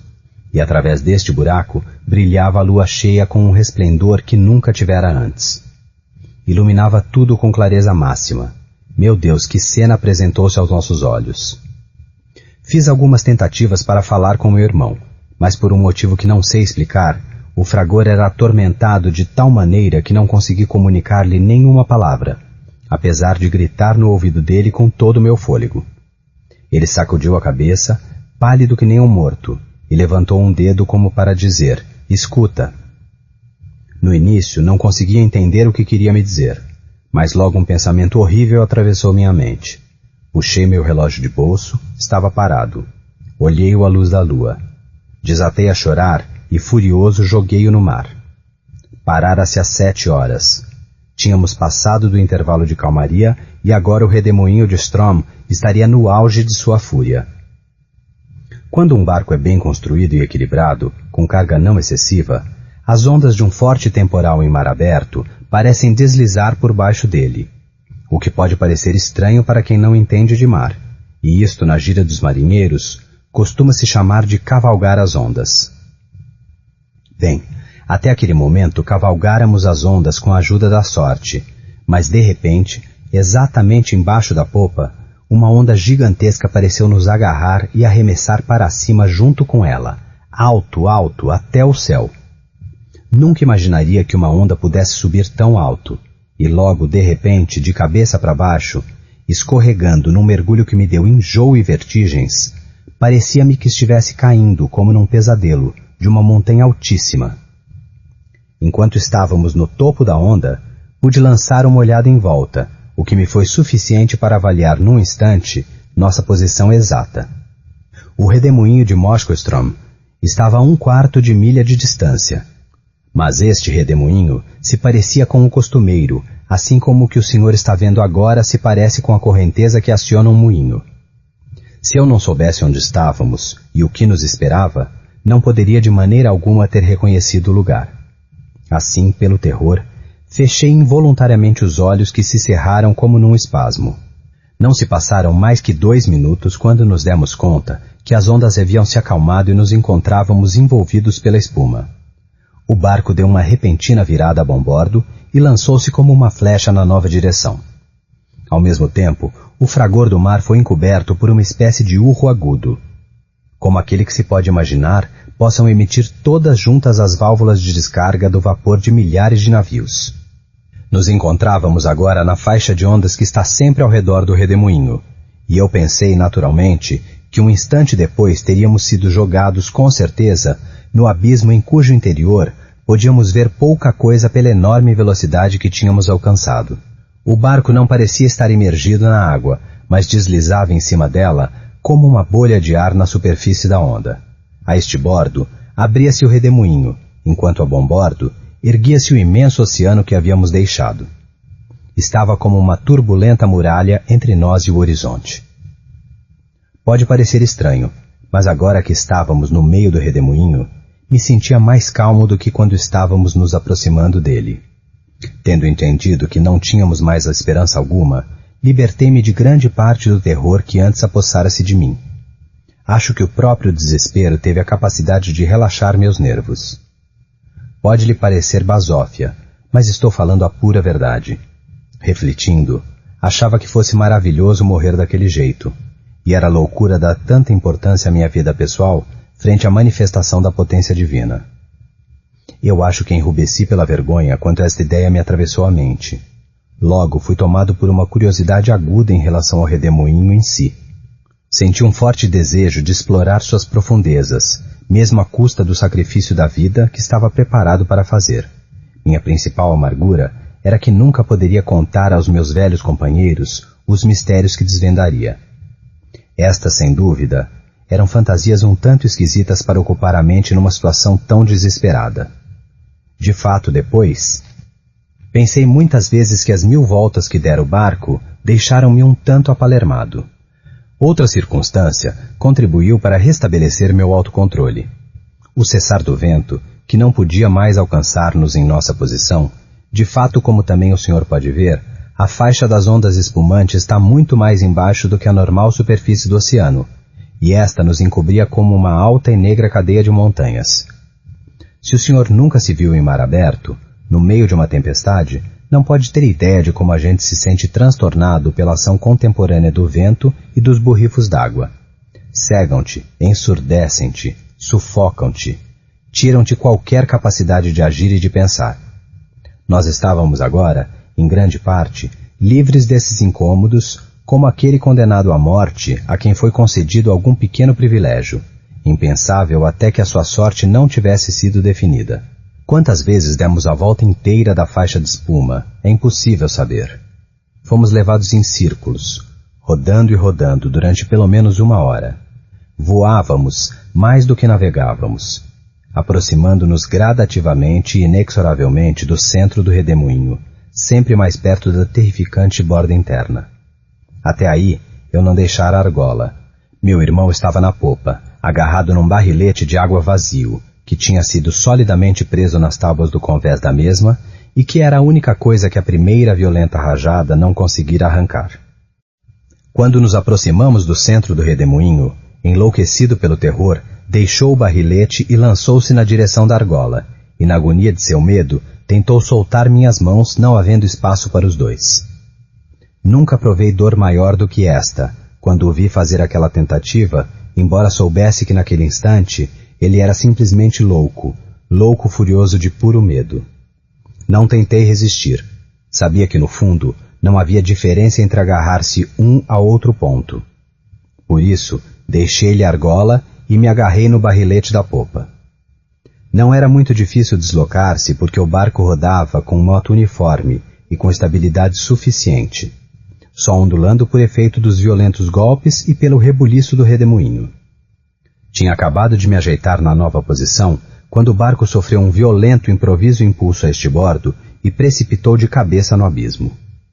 Murmurei uma apressada prece a Deus e pensei que tudo estivesse acabado. Enquanto experimentava o mal-estar da rápida queda, instintivamente apertara as mãos no barrilete e fechara os olhos. Durante alguns segundos, não ousei abri-los, pois esperava o momento da destruição e surpreendia-me por não me encontrar ainda numa luta desesperada contra os vagalhões. Mas passava um segundo atrás do outro e eu permanecia vivo. Havia terminado a sensação de queda e o movimento do barco parecia ter voltado a ser aquele de antes, quando nos encontrávamos na faixa de espuma, com a diferença de que o barco seguia sem rumo. Encontrei a coragem de olhar de novo a cena. Nunca vou esquecer a sensação de terror, de horror e ao mesmo tempo de admiração que experimentei olhando à minha frente. O barco parecia suspenso, como por uma mágica, no meio da superfície interna de um imenso funil. De uma profundeza espetacular e tão liso que poder-se-ia crer que fosse ébano, não fosse a prodigiosa velocidade de rotação e o reflexo límpido e fantástico da lua cheia, que pela janela das nuvens que descrevi antes, jogava uma gloriosa torrente de luz dourada pelas negras paredes e até o fundo, nos últimos recantos do abismo. Num primeiro momento, fiquei perturbado demais para poder observar com atenção. Só percebi a sensação de uma geral explosão de aterradora grandeza. Logo me recuperei e olhei instintivamente para baixo. Conseguia ver sem obstáculo, graças à posição do barco em relação à superfície inclinada do funil. Ele procedia com moto uniforme, o convés paralelo à superfície da água, mas estando ela inclinada a mais de 45 graus, parecia que estivéssemos deitados de lado. Não deixei de observar que não havia mais dificuldade em manter meus 2 pontos de apoio nesta situação, como se me encontrasse num plano vertical em relação a um horizontal. Esse efeito devia-se evidentemente ao forte movimento rotatório. Os raios da lua pareciam querer perscrutar bem no coração do abismo profundo, mas eu não conseguia distinguir nada por causa de um nevoeiro fechado que envolvia tudo, e por cima deste surgia um esplêndido arco-íris semelhante àquela fina, oscilante pontezinha que os muçulmanos acreditam ser a única passagem entre o tempo e a eternidade. Este nevoeiro, ou melhor, esta névoa úmida, sem dúvida era o resultado do choque entre as paredes do funil e o fundo, mas o uivo que subia ao céu vindo das entranhas dessa neblina era indescritível. Nosso primeiro escorregão no abismo a partir da faixa de espuma nos havia levado muito embaixo, mas a sucessiva descida não acontecia nas mesmas proporções.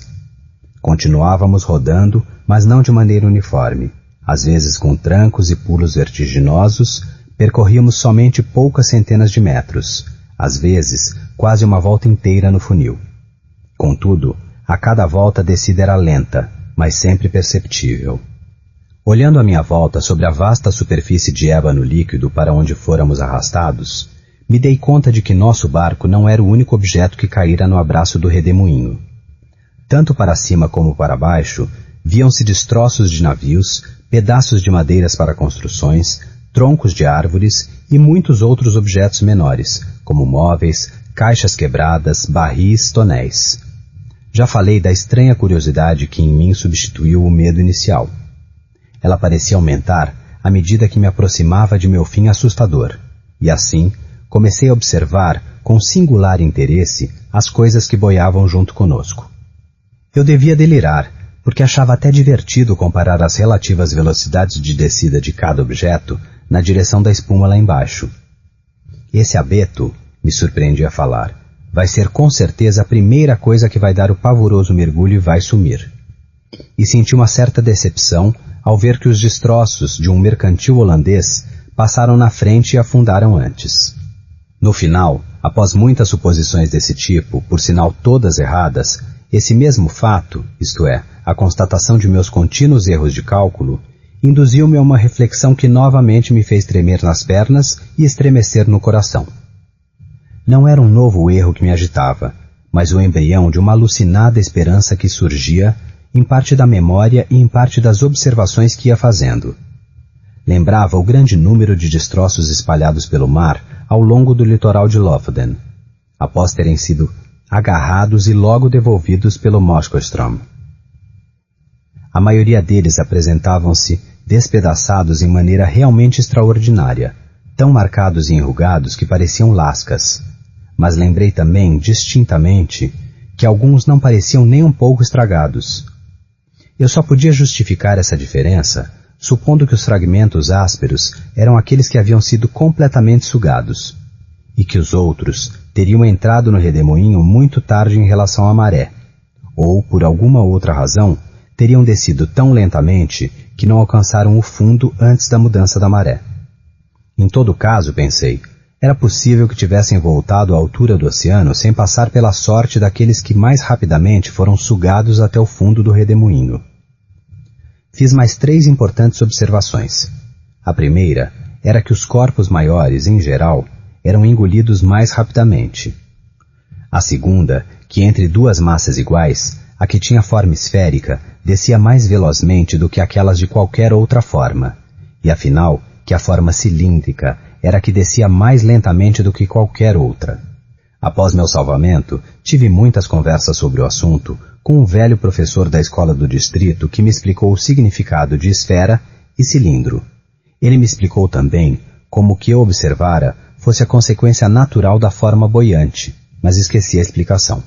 Demonstrou-me como acontece que um cilindro, pego por um redemoinho, oferece maior resistência ao ser sugado e afunda com uma dificuldade muito maior em relação ao objeto de volume igual, mas de forma diferente. Nota de rodapé 1. Veja-se Arquimedes. De Incidentibus in Fluido. Livro 1. Nota do autor. Outra circunstância surpreendente deu mais peso a estas observações e me induziu a levá-las em consideração. Foi que a cada volta na descida, passávamos à frente de objetos como um barril ou o mastro de um navio, enquanto que muitos destes destroços estavam ao nosso mesmo nível quando eu pela primeira vez abrira os olhos sobre o horror do redemoinho. Agora, eles encontravam-se muito acima de nós e pareciam ter se afastado pouca coisa desde a posição inicial. Aí não tive mais dúvidas sobre o que iria fazer. resolvi me amarrar firmemente ao barrilete onde estava me segurando, desencaixá-lo da armação e jogar-me ao mar. Acenei para meu irmão para atrair sua atenção e mostrei-lhe alguns barris que boiavam à nossa volta, esforçando-me para fazer-lhe entender o que me propunha fazer. Eu acho que afinal ele me entendeu, mas seja como for, sacudiu a cabeça desesperadamente e recusou-se a deixar a argola. Era-me impossível alcançá-lo, nem havia mais tempo a perder.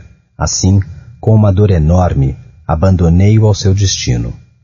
Com as mesmas cordas que o mantinham preso à estrutura do barco, me amarrei ao barrilete e me lancei nas ondas sem mais pensar. O resultado foi exatamente o que havia esperado. Sendo eu mesmo quem está lhe contando esta história, como pode ver, eu me salvei. E pois que já conhece a maneira como escapei, e pode prever o que ainda me falta dizer, vou concluir logo meu relato. Havia-se passado aproximadamente 1 hora desde que deixara o barco, quando este, tendo descido muito mais embaixo, deu 3 ou 4 repentinas viradas em rápida sucessão, e logo levando consigo meu amado irmão, afundou, improvisamente e para sempre, no caos da espuma lá embaixo. O barrilete ao qual estava amarrado percorrera pouco mais do que a metade da distância entre o fundo do abismo e o ponto em que deixara o barco, antes que verificasse uma grande mudança na situação do redemoinho. A pendência das paredes do funil ia diminuindo sempre mais rapidamente.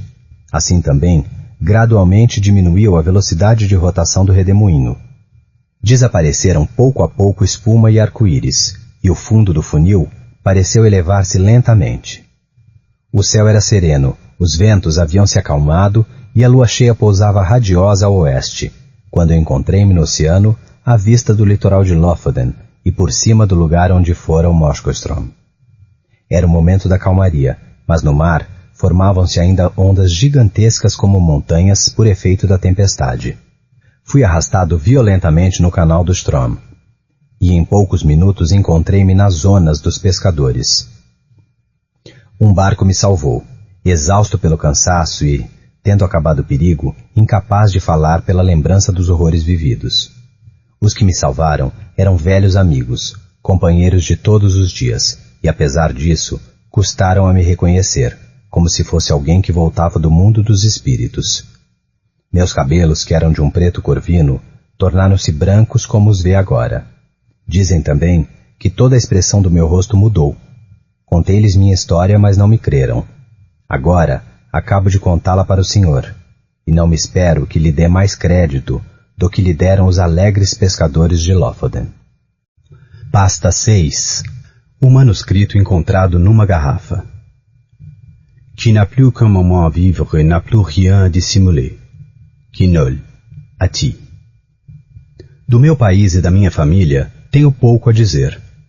Os anos de uma vida desregrada afastaram-me do primeiro e me fizeram estranhar a segunda. As riquezas herdadas consentiram-me uma educação fora do comum, e minha índole contemplativa me induziu a dar ordem aos conhecimentos que meus primeiros estudos haviam diligentemente acumulado. Principalmente as obras dos moralistas alemães davam-me grande prazer, não por uma incondicional admiração pela eloquente loucura deles, mas ao contrário, pela facilidade devida ao meu hábito com o pensamento rigoroso em revelar todas as suas falsidades. Muitas vezes fui censurado pela aridez de meu talento. Minha falta de imaginação me foi apontada como crime, e o pirronismo de minhas opiniões tornou-me famoso. Na verdade, minha grande atração para as ciências físicas expôs minha mente, temo, a um erro comum neste século, isto é, a tendência a conduzir os eventos, mesmo os que menos poderiam ser expostos a esta relação, aos princípios desta ciência. Para concluir, ninguém menos do que eu poderia estar sujeito a deixar-se desviar dos severos limites da verdade pelos ignis fatui da superstição. Achei oportuno fazer essa premissa antes de mais nada, para que a incrível história que vou contar não seja considerada como o delírio de uma imaginação imatura, mas a experiência positiva de uma mente para a qual os sonhos da fantasia foram sempre iguais ao nada. Após muitos anos vividos em viagens no exterior, em 1800 zarpei do porto de Jacarta, na rica e populosa ilha de Java, numa viagem em direção às ilhas do arquipélago, levado somente por uma nervosa inquietude que me perseguia como um demônio. O nosso era um lindo navio de aproximadamente 400 toneladas, reforçado com cobre e construído em Bombaim com madeiras de teca do Malabar. Transportava algodão cru e óleo das ilhas Lacadivas. A bordo havia também fibra de coco, açúcar de palmeira, manteiga de búfala, cocos e algumas caixas de ópio. A estivagem dessas mercadorias foi feita sem capricho e, por consequência, o navio derrapava. Saímos ao mar aberto com um vento leve e durante muitos dias costeamos o litoral oriental de Java, sem incidentes a interromper a monotonia da viagem, encontrando só alguns daqueles pequenos barcos pesqueiros típicos das ilhas do arquipélago para onde nos dirigíamos. Certa noite, ao entardecer, apoiado no parapeito da popa, observei na direção do noroeste uma nuvem solitária muito singular. O que chamava a atenção era a sua cor e o fato de que era a primeira que encontrávamos desde que deixáramos Jacarta. Observei-a com atenção até o pôr do sol, quando alargou-se de repente na direção leste e oeste, abraçando todo o horizonte com uma faixa fina de vapor que se parecia com o longo perfil de uma costa plana. Minha atenção foi logo atraída pela aparição da lua, de um vermelho escuro, e pelo aspecto estranho do mar. Este estava mudando assim de repente, e a água parecia-me mais transparente do que nunca. Apesar de conseguir ver até o fundo, ao jogar o prumo vi que o navio navegava em águas de uma profundidade de cerca de 30 metros. A atmosfera tornava-se insuportavelmente quente, saturada por exalações que subiam em espiral, semelhantes àquelas que saem de um ferro superaquecido. Ao cair da noite, desapareceu qualquer sopro de vento, e era impossível simplesmente imaginar uma calma mais total. A chama de uma vela iluminava a popa sem oscilar, e um longo fio de cabelo suspenso pelo polegar e indicador pendia sem que se percebesse a menor vibração. No entanto, o capitão disse que não havia nenhum sinal de perigo, e como íamos à deriva na direção da costa, deu ordem de arriar as velas e de jogar a âncora. Não foi organizada vigilância alguma, e a tripulação, composta na maioria por maleses, deitou no convés sem nenhuma preocupação. Desci para o convés de baixo, levando comigo um claro pressentimento de desgraça. Na realidade, todas as aparências confirmavam-me o risco de um Simon. Falei com o capitão dos meus temores, mas ele sequer me escutou e afastou-se sem se dignar a me responder. Mas a ansiedade impedia-me o sono e à meia-noite aproximadamente voltei para o convés. Ao posar o pé no último degrau da escadinha de bordo, fui atingido por um som forte, um zumbido, como aquele de uma pedra de moinho, e antes de conseguir adivinhar a origem, percebi que o navio vibrava no centro. Num instante, um turbilhão de espuma passando por cima da murada, desabou sobre nós e varreu todo o convés de popa à proa. A salvação do navio aconteceu exatamente pela extrema violência da rajada. De fato, apesar de ter ficado completamente encoberto pela água e ter tido os mastros quebrados, após 1 minuto, voltou pesadamente à tona. Cambaleou um pouco pela imensa pressão da tempestade e finalmente endireitou-se. Não sei absolutamente dizer graças a qual milagre eu escapei da destruição. Aturdido pelo impacto da água, quando recobrei os sentidos, encontrei-me encaixado entre o leme e o castelo de popa. Com grande dificuldade, me levantei e, um tanto atordoado, olhei à minha volta. Pareceu-me estar ainda no meio do demoinho do oceano. Com grande dificuldade me levantei, e um tanto atordoado, olhei à minha volta. Pareceu-me estar ainda no meio do turbilhão, tão terrível, além da mais acesa imaginação. Era o redemoinho do oceano, com vagalhões de espuma altos como montanhas, no qual tínhamos precipitado. Logo escutei a voz de um velho sueco que embarcara conosco ao momento de zarpar. Chamei-o em voz alta, e logo ele me alcançou cambaleando. Logo nos demos conta que éramos os 2 únicos sobreviventes a bordo. Todos os que se encontravam no convés, além de nós 2, foram varridos para fora do navio. O capitão e seus imediatos deviam ter morrido no sono, já que os camarotes foram invadidos pela água. Sem ajuda, tínhamos pouca coisa a fazer para a segurança do navio, e num primeiro momento ficamos paralisados à espera de acabarmos, também nós, no fundo do mar. O cabo da âncora, no primeiro impacto com o furacão, devia ter se arrebentado como um barbante ou teríamos ido imediatamente a pique. Deslizávamos em cima das ondas a uma velocidade assustadora, e os vagalhões passavam sem nos atingir. A estrutura da popa fora muito danificada, e também em outras partes sofremos avarias graves, mas para nosso alívio, constatamos que as bombas não estavam obstruídas e também o lastro não se deslocara muito. Ora, a violência do furacão acalmara-se bastante e a força do vento não era muito perigosa. Apesar disso, nos preocupava que pudesse parar completamente, achando, e com razão, que em nossas desastradas condições teríamos inevitavelmente sucumbido aos terríveis vagalhões de Mar Morto que se seguiriam. Mas em pouco tempo vimos que isto não aconteceria. Durante 5 dias e 5 noites seguidas, em que nosso único sustento foi uma pequena quantidade de açúcar de palmeira que recuperamos com muita dificuldade no castelo de proa, a carcaça do navio correu sobre as ondas a uma velocidade que desafiava qualquer cálculo. Empurrada por rajadas de vento, que mesmo sem atingir novamente a violência de um símon, eram, no entanto, mais fortes do que qualquer tempestade com que tivesse me deparado antes. Nossa rota, exceto por variações insignificantes, manteve-se nos primeiros 4 dias na direção de sudeste a sul. Deveríamos chegar às costas da Nova Holanda.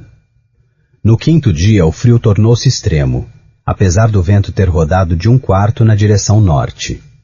Apareceu o sol, que difundiu uma luz amarelada fraca. Subiu poucos graus no horizonte, sem nunca se tornar realmente luminoso. Não se viam nuvens, mas o vento crescia, soprando com fúria rajadas desiguais. Aproximadamente ao meio-dia, segundo nossos cálculos imprecisos, nossa atenção foi novamente atraída pelo aspecto do sol. Não emitia exatamente uma luz, mas uma luminescência opaca, sem vida, sem reflexos, como se fossem raios de luz completamente polarizada.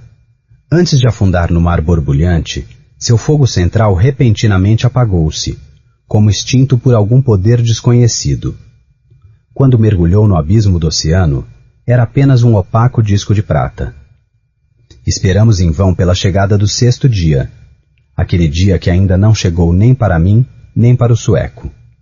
A partir daquele momento, fomos envolvidos por uma escuridão de piche, tal que não se podia ver um objeto a 20 passos de distância do navio. Uma noite eterna envolveu-nos ininterruptamente, sem sequer aquela luz fosforescente própria dos mares tropicais. Reparamos ainda que, apesar da tempestade continuar com toda a sua força, não podíamos ver algum rastro dos vagalhões ou da espuma que nos haviam acompanhado até ali. Tudo à nossa volta era horror, escuridão, breu. Um negro, oprimente deserto de ébano. Um terror supersticioso penetrou gradativamente na alma do velho sueco e também na minha alma caiu nas garras de um silencioso desalento. Não nos preocupamos mais com o navio. A esta altura, mais do que perdido, e segurando-nos como podíamos na base do mastro da mezena, observávamos com amargura o vasto oceano. Não tínhamos nenhum meio para calcular o tempo, nem podíamos ter alguma ideia da nossa posição. Contudo, estávamos convencidos de ter percorrido muito mais caminho na direção sul do que possam ter percorrido precedentemente outros navegantes, e nos surpreendia muito não encontrar a barreira do gelo. E cada momento parecia ser o último. Cada vagalhão, alto como montanha, parecia que nos engoliria. As ondas gigantescas superavam qualquer imaginação, e o não ser, submersos a cada instante, parecia um milagre. Meu companheiro falava da leveza da carga e lembrava-me das excelentes qualidades do navio. Mas eu não conseguia evitar um sentimento de extremo desespero em minha esperança. E tetricamente me preparava para a morte, que em minha mente não poderia demorar mais do que 1 hora, porque a cada nó que o navio percorria, as ondas daquele mar negro e surpreendente tornavam-se sempre mais lúgubres e terrificantes. Em certos momentos, arremessados mais alto do que o voo dos albatrozes, faltava-nos o fôlego, e em outros ficávamos aturdidos pela velocidade do mergulho num inferno líquido, onde o ar estagnava e som nenhum incomodava o sono do Kraken. Nota de rodapé. Kraken, fabuloso monstro marinho da tradição escandinava. Encontrávamos no fundo de um desses abismos quando um grito repentino e assustado de meu companheiro rompeu o silêncio da noite. "Olhe, olhe!" gritou ao meu ouvido. "Onipotente Deus, olhe, olhe!" Assim que ele falou, me dei conta de um cavo fulgor, uma luz vermelha que descia ao longo das paredes do profundo abismo onde nos encontrávamos, lançando uma luz oscilante no convés. Olhando para cima, vi um espetáculo que gelou o sangue em minhas veias. Numa altura terrificante, exatamente em cima de nós, na sumidade do precipício, estava suspenso um navio gigantesco de umas 4.000 toneladas. Embora se encontrasse no topo de uma onda 100 vezes maior do que ele próprio, o seu tamanho parecia ainda maior que aquele de qualquer navio de linha ou da Companhia das Índias Orientais. Seu enorme casco era preto opaco, sem nenhum daqueles enfeites que normalmente encontram-se nas paredes dos navios.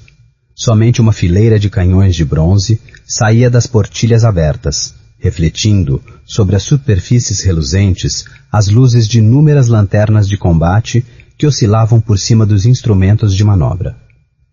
Mas o que mais inspirou-nos, um misto de horror e surpresa, era que todas as suas velas estivessem abertas, apesar do pavoroso estado do mar e da terrível tempestade. Quando o avistamos pela primeira vez, podíamos ver somente sua proa surgindo lentamente do escuro e horrível abismo além dele. Por um instante cheio de terror, parou no cume da onda, como que contemplando sua mesma altura. Então tremeu, vacilou e afinal precipitou lá embaixo. Nesse ponto, não sei qual autocontrole tomou conta do meu espírito. Deslocando-me o mais que pude na direção da popa, esperei sem medo a ruína que nos submergiria. Nosso navio terminara a luta e estava prestes a abismar-se com a proa no mar. O choque da massa que caía em cima de nós atingiu a embarcação naquela parte da estrutura que se encontrava quase embaixo da água, e o resultado inevitável aconteceu. Fui arremessado com violência inimaginável em cima do navio desconhecido. Assim que eu caí, o navio virou de proa e mudou direção, e as consequentes confusões atribuí o fato de ninguém da tripulação ter reparado em minha presença. Sem dificuldade e sem ser visto, dirigi-me para a escotilha principal que estava parcialmente aberta, e logo encontrei a maneira de esconder-me no porão. Não sei explicar por que agi desse modo. O indefinido sentido de medo que se apossou de mim ao ver a tripulação do navio era provavelmente a razão de minha ânsia em esconder-me. Não queria me deparar com uma raça de pessoas que me atingiram, num primeiro rápido olhar, com tantos motivos de vaga surpresa, dúvida e preocupação. Pensei então de providenciar um esconderijo adequado no porão, tirando uma parte dos tabiques da parede, de maneira a assegurar-me um bom refúgio entre as espessas vigas do navio. Mal tinha acabado o trabalho, quando um barulho de passos obrigou-me a utilizá-lo. Um homem passou perto do meu esconderijo com passo incerto e cambaleante. Não pude ver seu rosto, mas tive a oportunidade de observar o aspecto geral, que era aquele de alguém muito velho e doente. Seus joelhos dobravam-se e todo o seu corpo tremia sob o peso dos anos. Murmurava entre si, com voz baixa e entrecortada, algumas palavras numa língua que eu não conhecia, e começou a remexer num canto, num amontoado de coisas de aspecto singular e de cartas náuticas muito maltratadas. Suas maneiras eram uma mistura de birrenta infantilidade senil e da solene dignidade de um deus. Logo voltou para o convés e não o vi mais. Um sentimento sem nome apossou-se da minha alma, uma sensação que não admite análise, para a qual os ensinamentos do passado são inadequados, e da qual mesmo o futuro, temo, não me dará solução. Para uma mente que fora moldada como a minha, essa constatação é uma desgraça. Nunca estarei satisfeito, eu sei, pela natureza de minhas ideias. Por outro lado, não me surpreende que estas ideias sejam um quanto vagas, porque se originam de fatos absolutamente novos. Um novo sentido, uma nova entidade, acrescentou-se à minha alma. Passou-se muito tempo desde que coloquei meu pé no convés deste terrível navio, e os raios do meu destino acho que estejam convergindo sobre seu foco. Homens incompreensíveis, imersos em meditações de um gênero que não tenho condição de entender, passam ao meu lado sem reparar em mim. Esconder-me não faz mais sentido, porque esta gente não quer ver-me. Há pouco, passei na frente do imediato e não faz muito tempo que entrei até no camarote do capitão para pegar material para escrever e escrevi. Continuarei mantendo de vez em quando este diário. É verdade que não consigo imaginar como vou transmiti-lo ao mundo, mas tentarei fazê-lo. No final, fecharei a mensagem numa garrafa e a jogarei no mar. Aconteceu um acidente que me forneceu nova matéria de meditação. Seriam estas coisas obra de um acaso incontrolado? Aventurara-me no convés e deitei-me, sem que ninguém prestasse atenção em mim, entre uma pilha de cordas e velhas lonas, no fundo de uma chalupa.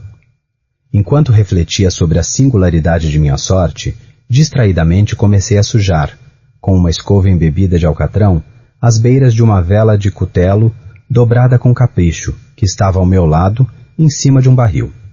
Este cutelo agora foi içado no mastro e aqueles riscos feitos sem pensar estenderam-se revelando a escrita Discovery. Recentemente fiz minhas observações sobre a estrutura do navio.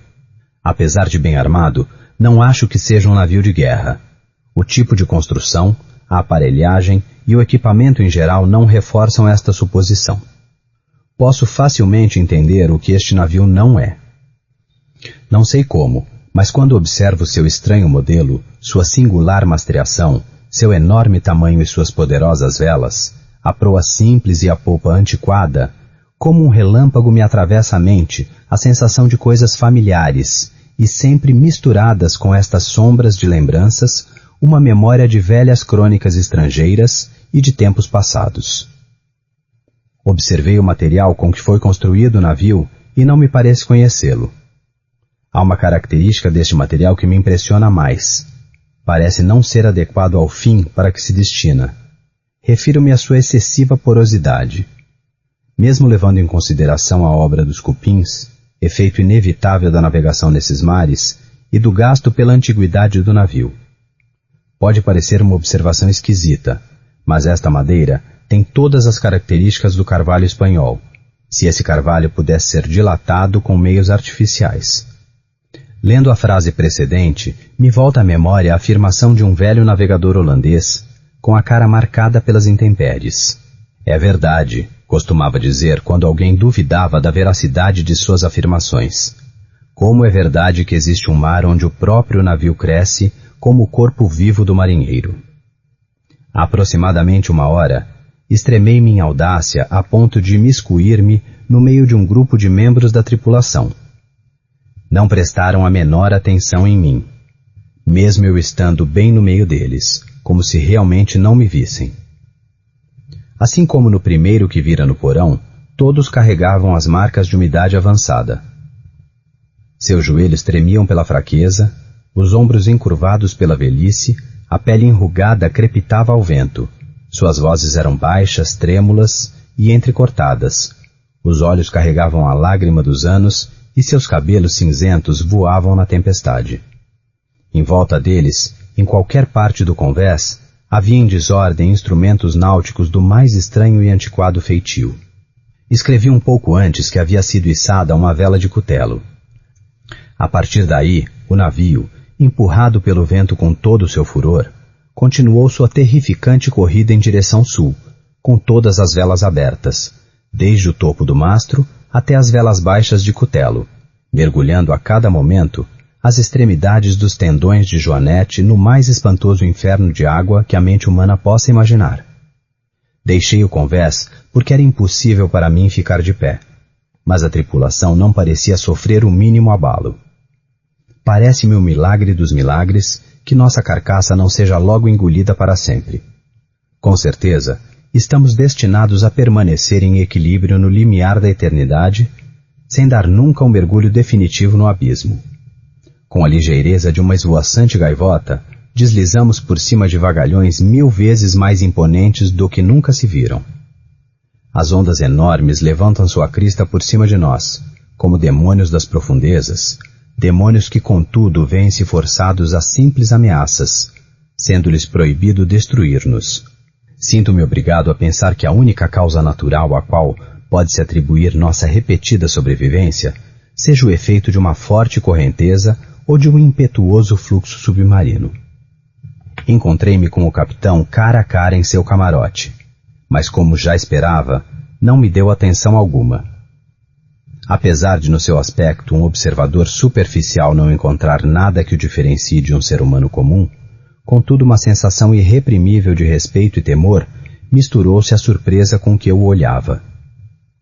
Tem mais ou menos minha altura, aproximadamente 1,75 m, uma constituição sólida e harmônica, mas em seu aspecto não há nada particularmente robusto ou relevante por qualquer detalhe. Contudo, o que desperta em mim um sentimento indescritível é a expressão de seu rosto, que revela com impressionante evidência sua idade avançada, tão extrema. Seu rosto, mesmo sem ser muito enrugado, parece carregar a marca de milhares de anos. Seus cabelos cinzentos, o testemunho do passado. Seus olhos ainda mais cinzentos, as sibilas do futuro. O chão era coberto por estranhos em fólio segurados junto com fechos de ferro, por velhos instrumentos científicos, belíssimas cartas náuticas esquecidas há muito tempo. Estava com a cabeça apoiada nas mãos e olhava com um olho flamejante e inquieto um papel que acho fosse uma patente e que, em todo caso, levava embaixo a assinatura de um monarca. Murmurava consigo, assim como o primeiro marinheiro que vira no porão, lentamente, sílabas birrentas numa língua desconhecida. Apesar de estarmos encostados um ao outro, sua voz parecia chegar aos meus ouvidos, provindo de 1 milha de distância. O navio e todas as coisas estão impregnadas pelo espírito do passado. Os homens da tripulação deslizam para cima e para baixo iguais a fantasmas sepultados há séculos. Seus olhos têm uma expressão áspera e inquieta. E quando cruzam meu caminho na luz trêmula de suas lanternas de combate, eu me sinto como nunca me senti antes, apesar de eu mesmo ser um esperto em antiguidades e de já ter absorvido as sombras das colunas caídas a Baalbek, Tadmor e Persépolis, até deixar que minha própria alma se tornasse uma ruína. Olhando à minha volta, sinto vergonha de meus precedentes medos. Se tremi pela tempestade que nos acompanhara antes, não deveria agora estar aterrorizado pela fúria deste vento para o qual os termos de tornado e simum são inadequados? Tudo em volta do navio é obscuridade da noite eterna e caos de água sem espuma. Mas a uma distância de 1 légua de cada lado, podem-se, confusamente e a grandes intervalos, enxergar impressionantes paredes de gelo que se erguem desoladamente na direção do céu, iguais às paredes do universo. Assim como imaginava, o navio encontra-se numa correnteza, se assim se pode chamar uma maré, que, uivando sobre o branco gelo, precipita-se na direção do sul com a velocidade de uma catarata. Acho impossível imaginar o horror de minhas sensações, mas a curiosidade de descobrir os mistérios destas regiões pavorosas supera meu espanto e me reconciliará também com o aspecto hórrido da morte. É evidente que estamos nos precipitando na direção de algum conhecimento hesitante, um segredo a não ser nunca revelado para ninguém, cuja descoberta coincide com a própria morte. Pode ser que esta correnteza nos leve diretamente ao Polo Sul. Uma suposição aparentemente tão inverossímil há, pelo contrário, toda a possibilidade de realizar-se. A tripulação movimenta-se no convés com seu passo inquieto e trêmulo, mas em seus rostos há mais uma expressão de impaciente esperança do que de resignada apatia. No entanto, temos o vento à popa, e como há uma infinidade de velas, o casco às vezes é literalmente levantado para cima do mar. Oh, horror e mais horror! O gelo abre-se à direita e à esquerda, e nós rodamos vertiginosamente em imensos círculos concêntricos, tudo em volta das margens de um gigantesco anfiteatro, a sumidade de cujas paredes perde-se longe na escuridão. Mas sobra-me bem pouco tempo para refletir sobre minha sorte. Os círculos fecham-se rapidamente, Estamos precipitando a uma velocidade louca para a parte mais estreita do redemoinho, e no meio de boatos, bramidos, trovões do oceano e da tempestade, o navio estremece todo e, ó Deus, afunda. Nota: o manuscrito encontrado numa garrafa foi originalmente publicado em 1831. Somente vários anos depois, tomei conhecimento das Cartas de Mercator, nas quais é representado o oceano que precipita através de 4 bocas, no Golfo Polar Setentrional, desaparecendo nas vísceras da Terra. O mesmo polo é representado como uma rocha negra torreante a uma altura prodigiosa. Nota de rodapé 2. Gerard Mercator, cartógrafo flamingo do século XVI. Pasta 7. O Poço e o Pêndulo. Impia torturum longas hic turba furores. Sanguinis innocui non satiata aluit. Sospite nunc patria, fracto nunc funeris antro. Mors ubi, dira fuit vitas salusque patent. Quadra composta para os portões de um mercado a ser construído num lugar onde surgira o Clube dos Jacobinos em Paris. Estava extenuado, mortalmente extenuado no fim daquela longa agonia, e quando me soltaram, foi-me concedido sentar. Percebi que meus sentidos estavam me abandonando. A sentença, a terrível sentença de morte, foi a última frase distinta que meus ouvidos perceberam. Depois, o som das vozes dos inquisidores pareceu transformar-se num murmúrio confuso, como num sonho. Trazia-me à mente a ideia de rotação, talvez porque em minha fantasia associava-o ao rangido de uma roda de moinho, mas durou pouco, porque logo não escutei mais nada. Por mais alguns instantes eu vi, mas com quais terríveis distorções, os lábios dos juízes vestidos de preto. Pareciam-me brancos, mais brancos que o papel onde escrevo estas palavras, finos na intensidade de sua expressão impiedosa, da irremovível decisão, do absoluto desprezo pelo sofrimento humano. Vi que o decreto do que para mim representava o destino ainda saía daqueles lábios. Vi-os torcerem-se num veredito de morte. Vi-os silabar meu nome e estremeci porque não saía deles som nenhum. Vi ainda, durante poucos instantes de horror delirante, a leve, quase imperceptível ondulação dos negros planejamentos que revestiam as paredes da sala. Depois, meu olhar pousou-se sobre as 7 longas velas em cima da mesa. A princípio, tomaram o aspecto da caridade e pareciam brancos e esbeltos anjos que me levariam a salvo. Mas logo, de repente, penetrou em meu espírito uma náusea mortal e senti cada fibra do meu corpo atravessada por um choque, como se tivesse tocado os fios de uma pilha elétrica, enquanto os vultos angelicais tornavam-se espectros sem sentido, com cabeça de chama, e entendi que nunca teriam me socorrido. Então minha mente foi invadida por algo que parecia uma rica nota musical. O pensamento de como seria doce o repouso numa sepultura. O pensamento chegou devagarinho, furtivamente, e pareceu que passasse muito tempo antes de poder apreciá-lo. Mas exatamente quando meu espírito, por fim, conseguiu percebê-lo e fixá-lo da maneira certa, as figuras dos juízes esvaneceram da minha frente, quase que por magia. As longas velas afundaram no nada, suas chamas extinguiram-se de improviso e sobreveio a escuridão das trevas. Todas as sensações foram engolidas numa louca, precipitada descida, como aquela da alma no Hades. Então, silêncio, imobilidade e noite tornaram-se o universo. Eu tinha desmaiado, mas não diria que toda a consciência estivesse perdida. Não tentarei definir o que sobrou dela nem descrevê-lo.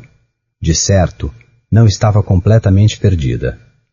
No sono mais profundo, não. No delírio, não. No desmaio, não. Na morte, não. Até na sepultura, não está tudo perdido. De outra forma, não haveria imortalidade para o homem. Ao acordar do sono mais profundo, dilaceramos o tecido da teia de algum sonho. E, no entanto, um instante após, tão frágil pode ter sido aquela teia, não lembramos de ter sonhado. Ao voltar à vida depois de um desmaio, há 2 estágios. O primeiro é a sensação de nossa existência mental e espiritual. O segundo é a sensação da existência física. Parece provável que se, após ter alcançado o segundo estágio, pudéssemos evocar as impressões do primeiro, encontraríamos essas impressões ricas das memórias do abismo do além. E o que é esse abismo? Como podemos, pelo menos, distinguir suas sombras daquelas do túmulo? Se as impressões daquilo que chamei de primeiro estágio não podem ser evocadas à vontade, não vêm elas mesmas sem serem chamadas, após um longo intervalo enquanto nos perguntamos maravilhados de onde poderiam ter vindo? Quem nunca perdeu os sentidos é aquele que não descobre estranhos palácios e vultos singularmente familiares nas brasas ardentes, nem vê flutuar, no ar, visões tristes que outros não percebem. Não é aquele que medita sobre o perfume de alguma flor desconhecida, nem sua mente perde-se à procura do significado de algumas melodias que nunca atraíram antes sua atenção.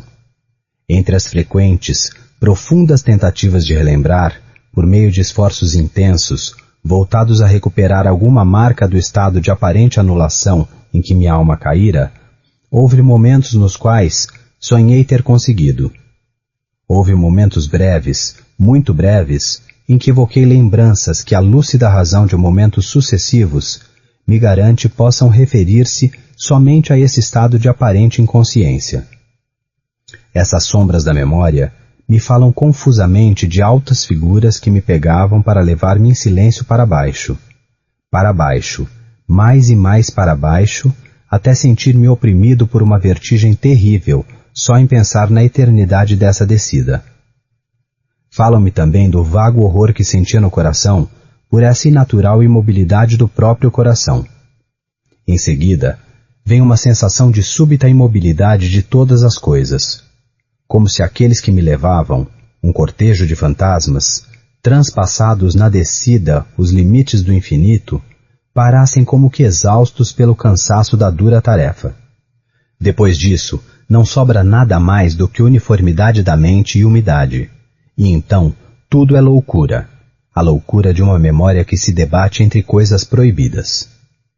De repente voltaram à minha alma movimento e som. O som tumultuoso do meu coração e nos ouvidos o barulho de suas pulsações. E mais uma pausa de vácuo total. Depois de novo som e movimento e tato, um arrepio em todo o corpo. Depois a pura consciência de existir sem pensamento algum, uma condição que durou muito tempo. E de repente, o pensamento e um terror fremente de calafrios e um desesperado esforço para entender meu verdadeiro estado. Então um forte desejo de abandono à insensibilidade, e uma precipitada revivescência da alma e uma bem-sucedida tentativa de mover-me. Enfim, uma memória total do processo, dos juízes, dos panos negros, da sentença, do mal-estar, do desmaio.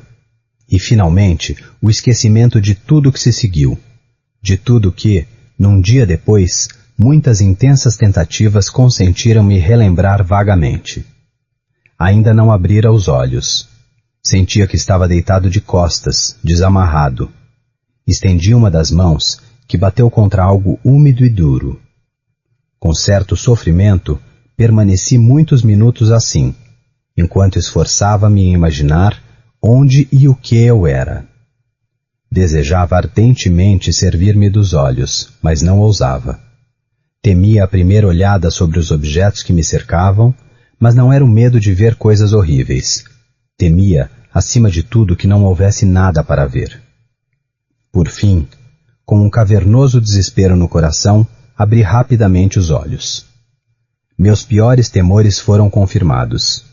Envolvia-me a escuridão mais profunda da noite eterna. Esforcei-me para respirar. A intensidade da escuridão parecia oprimir-me, sufocar-me. A atmosfera era insuportavelmente pesada. Permaneci ainda quietamente deitado, tentando raciocinar.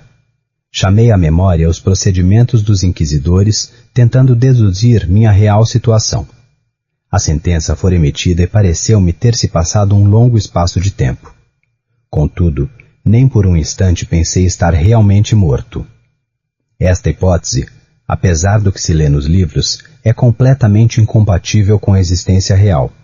Mas onde e em qual estado me encontrava?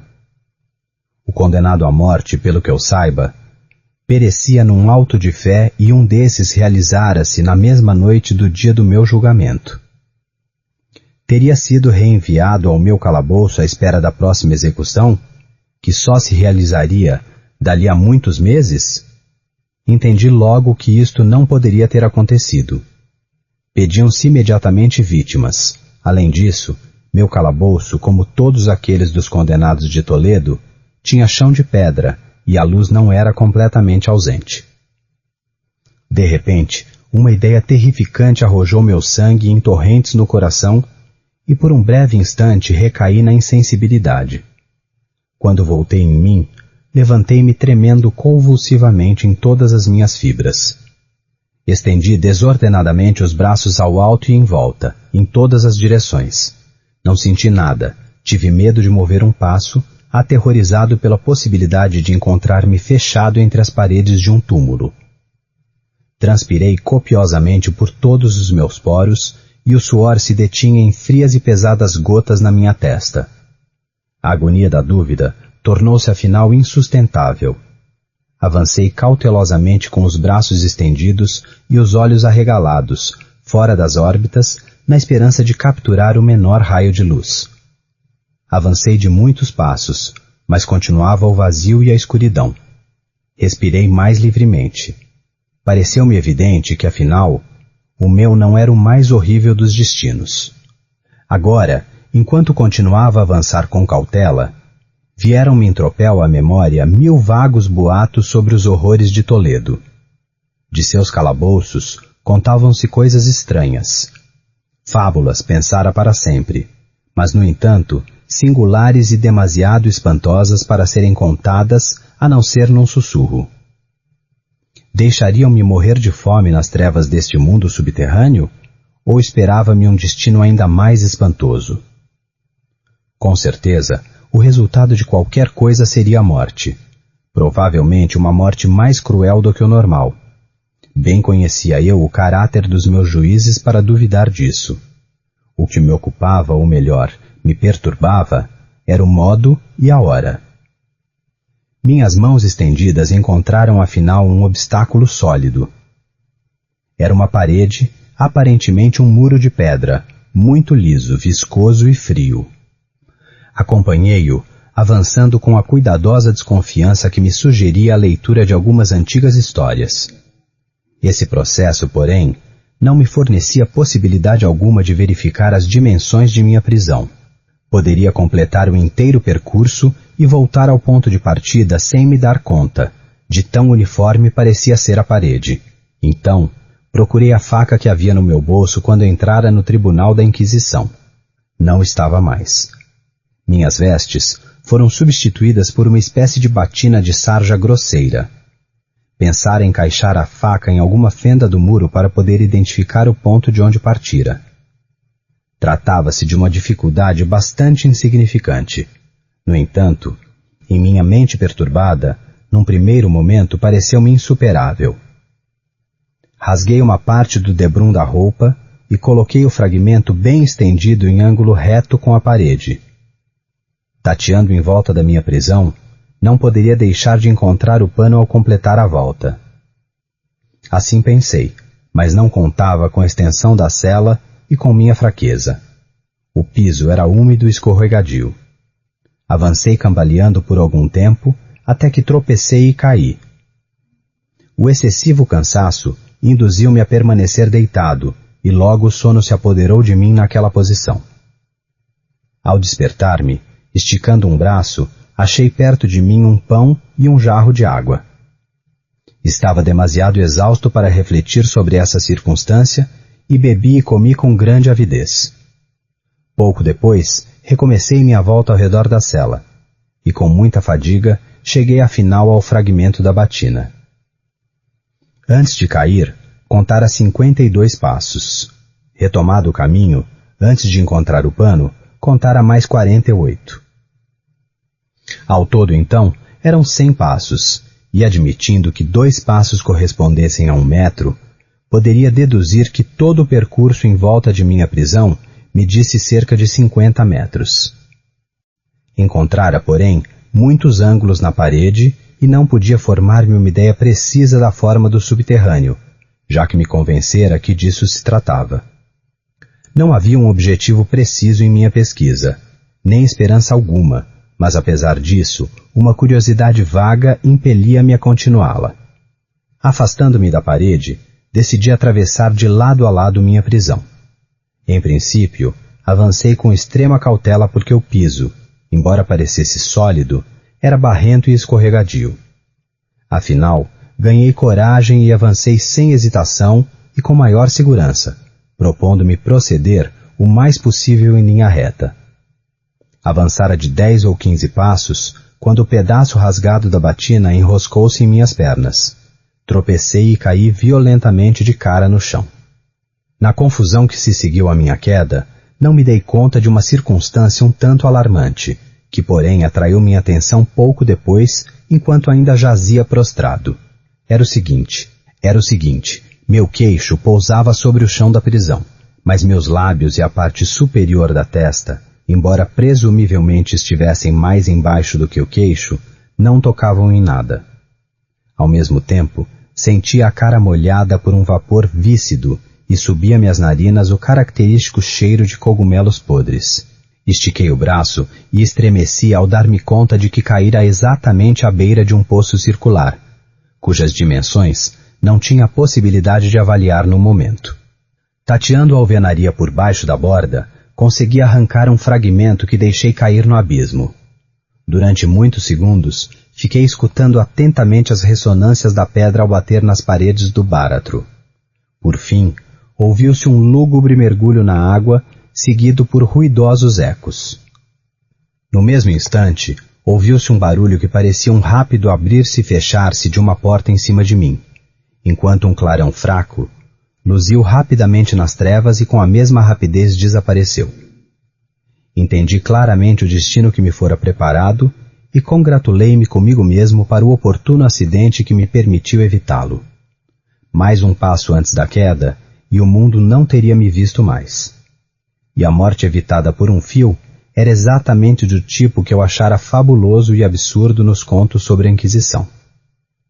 Às vítimas de sua tirania, oferecia-se a escolha entre a morte pelas mais horrendas torturas físicas ou pelas piores torturas morais. Para mim, fora reservada esta última. O longo sofrimento destruíra meus nervos, a tal ponto que estremecia ao som de minha própria voz, e tornara-me, a todos os efeitos, a vítima ideal para as torturas que me esperavam. Tremendo como folha, voltei tateando a parede, resolvido a perecer lá antes que enfrentar o terror do poço, que agora minha imaginação achava fossem muitos, espalhados por toda a parte no subterrâneo. Em outras condições mentais, encontraria a coragem de acabar com meu sofrimento mergulhando num daqueles abismos. Mas naquele momento, eu era o último dos covardes. Nem podia, tampouco, esquecer o que lera a respeito daqueles poços, que a súbita perda da vida não fazia parte de seus horrendos planos. A agitação me manteve acordado por muitas longas horas, mas afinal mergulhei de novo no sono. Ao despertar, assim como antes, encontrei ao meu lado um pão e um jarro de água. Sentia-me queimar de sede e esvaziei o jarro num trago só. A água devia ter sido drogada, porque assim que bebi, fui tomado por um torpor invencível. Caí num sono profundo, um sono parecido com a morte. Quanto tempo durou isso, não posso saber. Mas quando reabri os olhos, os objetos à minha volta eram visíveis. Um clarão alucinante e sulfúreo, cuja origem não consegui determinar logo, consentia-me de ver a extensão e a forma de minha prisão. Muito me enganara sobre as dimensões desta. O perímetro inteiro de suas paredes não passava de uns 25 metros. Não sei por que esta constatação causou-me um mundo de inúteis perturbações. Absolutamente inúteis. Nas terríveis condições em que me encontrava, o que poderia ter menor importância do que as simples dimensões de minha prisão? Em minha primeira tentativa de exploração, contara 52 passos até o momento do tombo. Provavelmente, eu estava a 1 ou 2 passos do pedaço de pano. Praticamente, sem ter como percebê-lo, devia ter completado a volta do subterrâneo. Depois dormira, e ao acordar, é provável que tivesse percorrido meus passos no sentido contrário, o que me levou à conclusão de que o percurso era o dobro do que é na realidade. Meu estado de confusão mental impedira-me de observar que começara minha volta com a parede à minha esquerda e a concluíra com a parede à minha direita. Também enganara-me no que diz respeito à forma da prisão. Ao tatear meu caminho, encontrara muitos ângulos que me deram a impressão de muita irregularidade, tão forte é o efeito do breu total ao sair do letargo do sono. Os ângulos nada mais eram do que leves depressões ou nichos a intervalos irregulares. A forma da prisão em geral era quadrada. O que me parecera alvenaria revelava-se agora ser ferro ou outro metal em grandes chapas, cujas junções formavam as depressões e os nichos. Toda a superfície dessa prisão metálica era grosseiramente brochada com os horríveis e repugnantes símbolos que se originam na macabra superstição dos monges. Figuras de demônios em atitudes ameaçadoras, formas de esqueletos e outras imagens ainda mais realisticamente assustadoras encobriam e deturpavam as paredes. Reparei que os contornos destas monstruosidades eram bastante nítidos, mas as cores pareciam desbotadas e manchadas, como consequência de um ambiente úmido. Notei também que o piso era de pedra. No centro, abria-se o poço circular de cujas fauces havia eu escapado, mas era o único no calabouço. Vi tudo isto indistintamente e com muito esforço, pois minha situação mudara muito durante o sono. Encontrava-me agora de costas, todo esticado em cima de uma espécie de estrutura de madeira, a qual estava amarrado por uma longa faixa que parecia uma cilha, dando várias voltas em torno das articulações e do corpo, deixando livre apenas a cabeça e o braço esquerdo, de um jeito que só com muito esforço podia alcançar a comida em um prato de barro que estava ao meu lado no chão. Vi com horror que o jarro d'água fora retirado, com horror porque continuava atormentado por uma sede intolerável, uma sede que por uma precisa intenção de meus perseguidores era exacerbada pela comida, carne com molho picante. Olhando para cima, examinei o teto de minha prisão. Era alto uns 12 metros e era construído de maneira semelhante às paredes. Minha atenção foi atraída pela figura singular pintada em um de seus painéis. Representava o tempo, segundo a iconografia corrente, só que no lugar da foice segurava na mão algo que a uma primeira olhada me pareceu um enorme pêndulo, como aqueles dos relógios antigos. Havia, porém, alguma coisa no desenho daquela máquina que me induziu a olhá-lo com mais atenção. Enquanto olhava diretamente para ele, pois sua posição era imediatamente acima da minha cabeça, tive a impressão que se mexesse.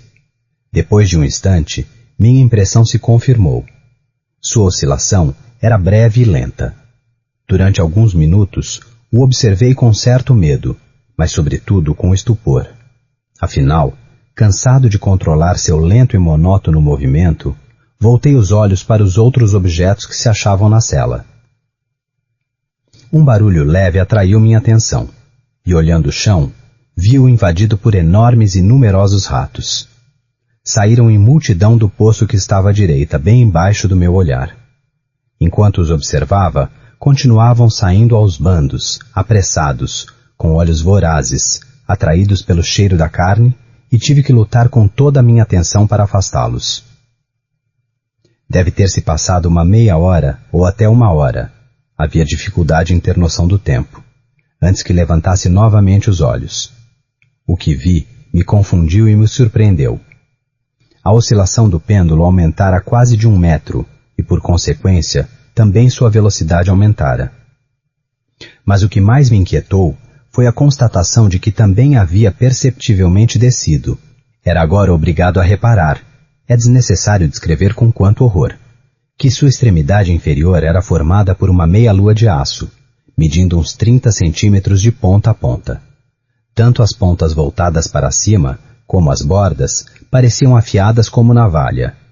E como navalha, parecia maciço e pesado, com um corte que ia se afinando nas extremidades, por cima de uma estrutura larga e sólida. Estava pendurado a uma pesada haste de bronze, e o conjunto assobiava ao balançar no ar. Não tive mais dúvidas sobre a sorte que me fora preparada pela pérfida engenhosidade dos monges em assunto de torturas. Os inquisidores souberam que eu descobrira o poço cujos horrores eram a justa punição para um dissidente audacioso como eu. O poço, com evidente referência ao inferno, era considerado, na opinião de todos, a última tule de todos os castigos. Evitara o mergulho nesse poço por puro acaso, e sabia que a surpresa ou a queda na armadilha do suplício constituíam a parte mais importante da variedade grotesca das mortes nestas prisões. Tendo escapado à queda, não fazia parte do plano demoníaco jogar-me à força no abismo. Então, não havia alternativa. Esperava-me uma destruição diferente e mais suave. Mais suave. Fazia-me sorrir, mesmo em minha condição de agonia, pensar no uso desta palavra naquelas circunstâncias. De que serve falar das longas, infindáveis horas de horror, mais que mortal, durante as quais contei as oscilações do aço que aumentavam centímetro a centímetro, milímetro a milímetro, numa descida perceptível somente a intervalos que pareciam séculos. Descia sempre, cada vez mais baixo. Passaram-se dias. Pode ser que se tenham passado muitos dias antes que o pêndulo oscilasse tão perto acima de mim a abanar-me com seu cheiro acre. O odor da lâmina afiada entrava-me pelas narinas. Rezei até cansar o céu para que descesse mais rápido. Uma fúria frenética apossou-se de mim e lutei com todas as minhas forças para levantar-me ao encontro da oscilação do poderoso alfange. Afinal, fui invadido por uma improvisa calma e deitei-me, sorrindo à morte oscilante como um menino frente a um raro brinquedo. Seguiu-se outro intervalo de completa insensibilidade. Foi breve, porque quando voltei de novo à vida, não pude perceber alguma maior aproximação do pêndulo. Mas o intervalo poderia também ter sido longo. Sabia que havia demônios que tomavam nota de meus desmaios e que poderiam deter à vontade as oscilações. Voltando a mim, senti-me também muito, inexprimivelmente doente e fraco, como se viesse de um longo período de inanição. Até na extrema agonia daquela hora, minha natureza humana pedia desesperadamente comida. Com um esforço enorme, estendi o braço esquerdo até onde permitam-me meus laços, e apossei-me do pequeno resíduo de comida que sobrara do assalto dos ratos. Ao colocar um bocado entre os lábios, correu-me na mente, somente esboçado, um pensamento de alegria, de esperança. Mas o que tinha eu a ver com a esperança? Como disse, foi um pensamento formulado somente pela metade. O homem tem muitos desses pensamentos que nunca chegam a definir-se.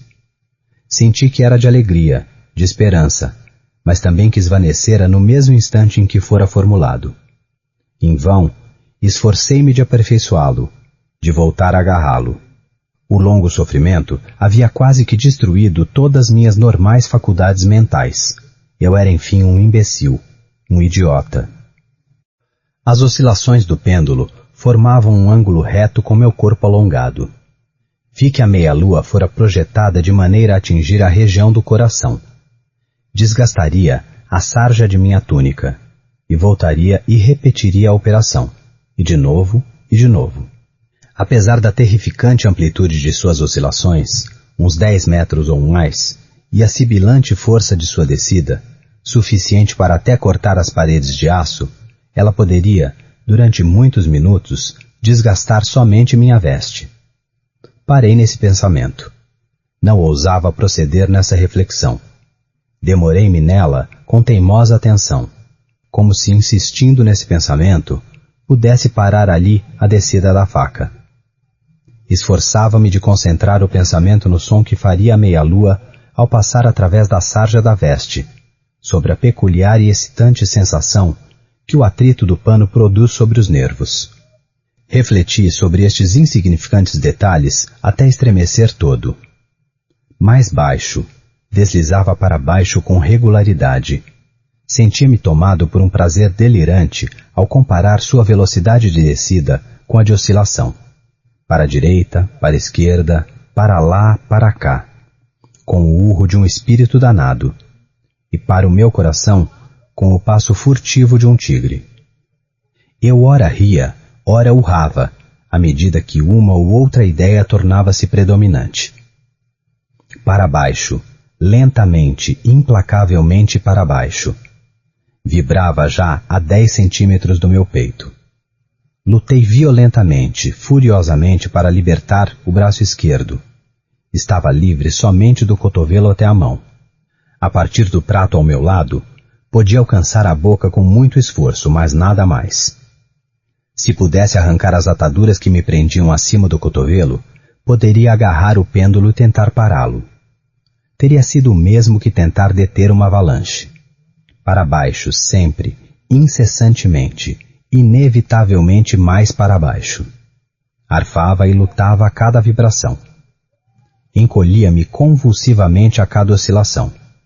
Meus olhos seguiam suas evoluções para fora e para o alto com a ânsia do mais indescritível desespero.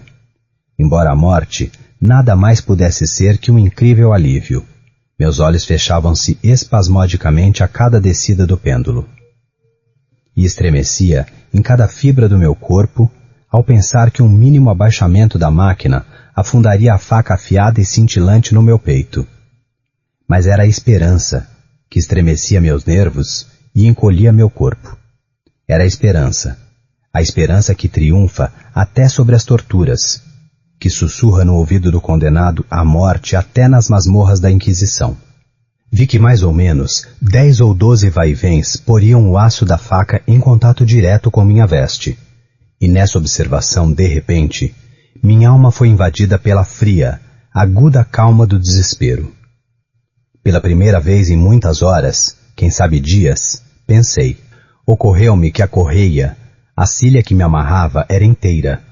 Eu não estava amarrado por cordas separadas.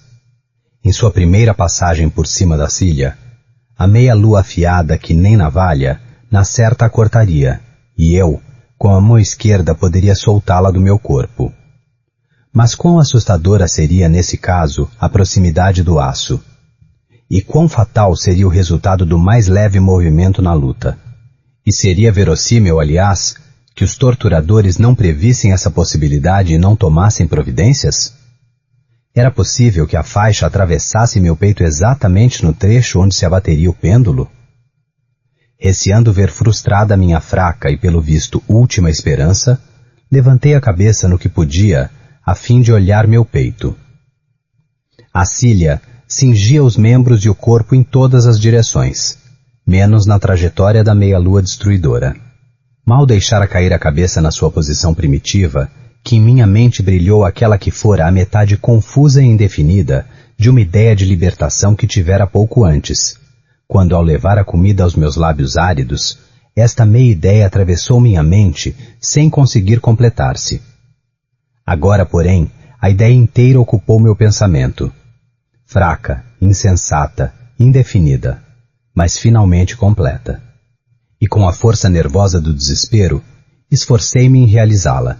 Há muitas horas, o breve espaço por debaixo da armação onde estava deitado, literalmente fervilhava de ratos.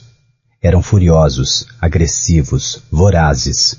Seus olhos vermelhos fitavam-me à espera do momento em que minha imobilidade me transformaria em presa. A que espécie de alimento, pensei, devem estar acostumados nesse poço? A despeito dos meus esforços para impedi-lo, devoraram todo o conteúdo do prato, menos um restinho de nada.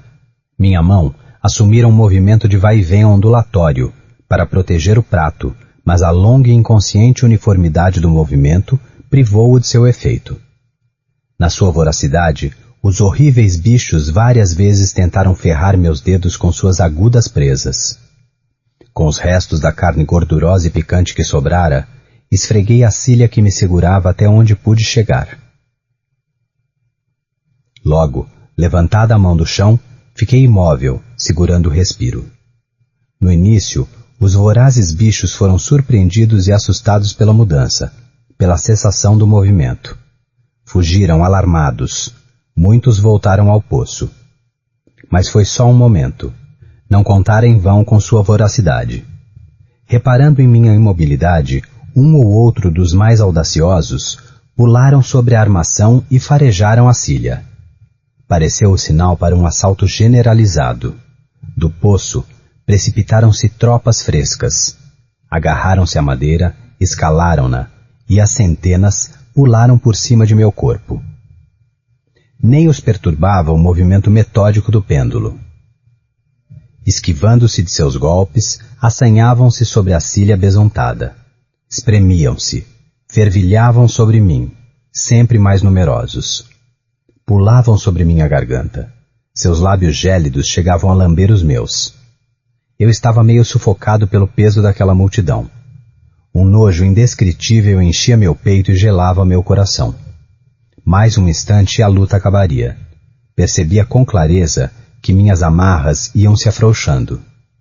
Sabia que em mais de um lugar elas já deviam estar cortadas. Mas numa resolução sobre-humana permaneci imóvel.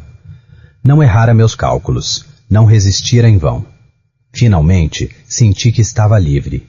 A cilha pendia aos pedaços do meu corpo, mas o pêndulo já atingira meu peito.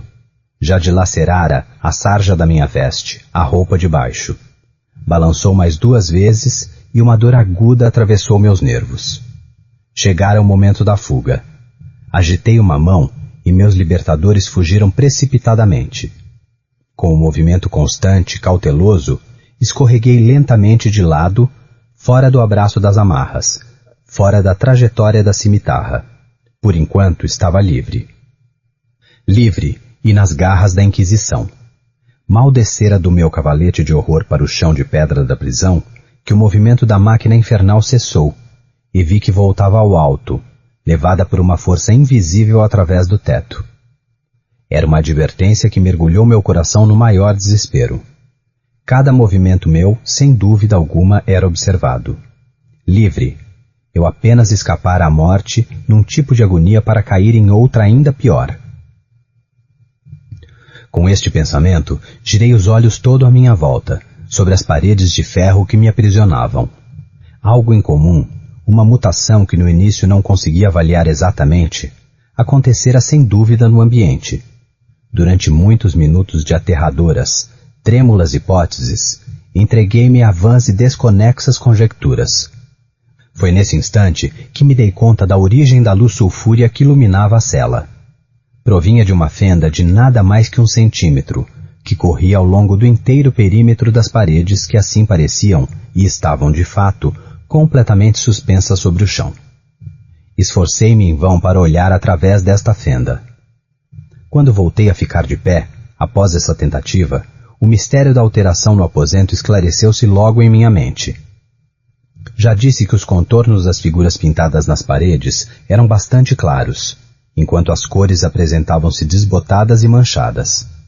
Agora, estas cores tomaram e iam tomando um resplendor intenso e apavorante, que dava às diabólicas e espectrais imagens um aspecto que aterrorizaria até nervos bem mais firmes que os meus. Olhos demoníacos, de vivacidade selvagem e assustadora, fitavam-me das 1000 direções antes invisíveis, lançando sinistros clarões de chama que não conseguia imaginar como irreais. Irreais, ao respirar, entrava-me pelas narinas o bafo do vapor do ferro aquecido. Um cheiro sufocante invadiu a prisão. Um clarão, sempre mais ameaçador, incendiava os olhos que contemplavam minha agonia. Um carmesim mais intenso difundia-se sobre os horrores pintados com sangue. Ofegava, sufocava. Não havia mais dúvida alguma sobre os desígnios de meus atormentadores. Oh, os mais inflexíveis, os mais demoníacos dos homens. Afastei-me do metal ardente para o centro da cela. Frente à ideia da terrível destruição que incumbia sobre mim, a do frescor do poço invadiu minha alma como um bálsamo. Aproximei-me de sua margem mortal, esforçando-me em enxergar seu fundo. O clarão do teto incandescente iluminava cada seu recesso. Mas por um momento tempestuoso, meu espírito ainda recusou-se a entender o significado do que estava vendo. Afinal, penetrou em mim pela força, violentou minha alma, gravou-se com letras de fogo em minha razão transtornada. Oh, ter voz para falar, oh horror, qualquer horror fora disto. Berrando, corri longe do poço, escondi o rosto nas mãos e amargamente chorei. O calor aumentava rapidamente. Olhei de novo para cima, estremecendo como por ataque de febre. Verificara-se na cela outra mutação, e desta vez a alteração era na forma. Como antes, tentei em vão, no início, de avaliar ou definir o que acontecera.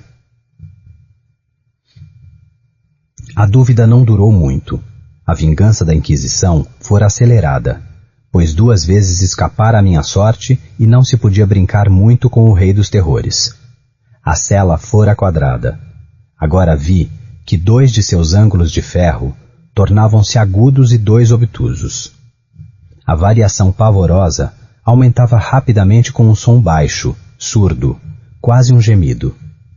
Num instante, o ambiente tornou-se romboidal. Mas a alteração não se limitava a isso. Nem eu esperava nem desejava mais que parasse.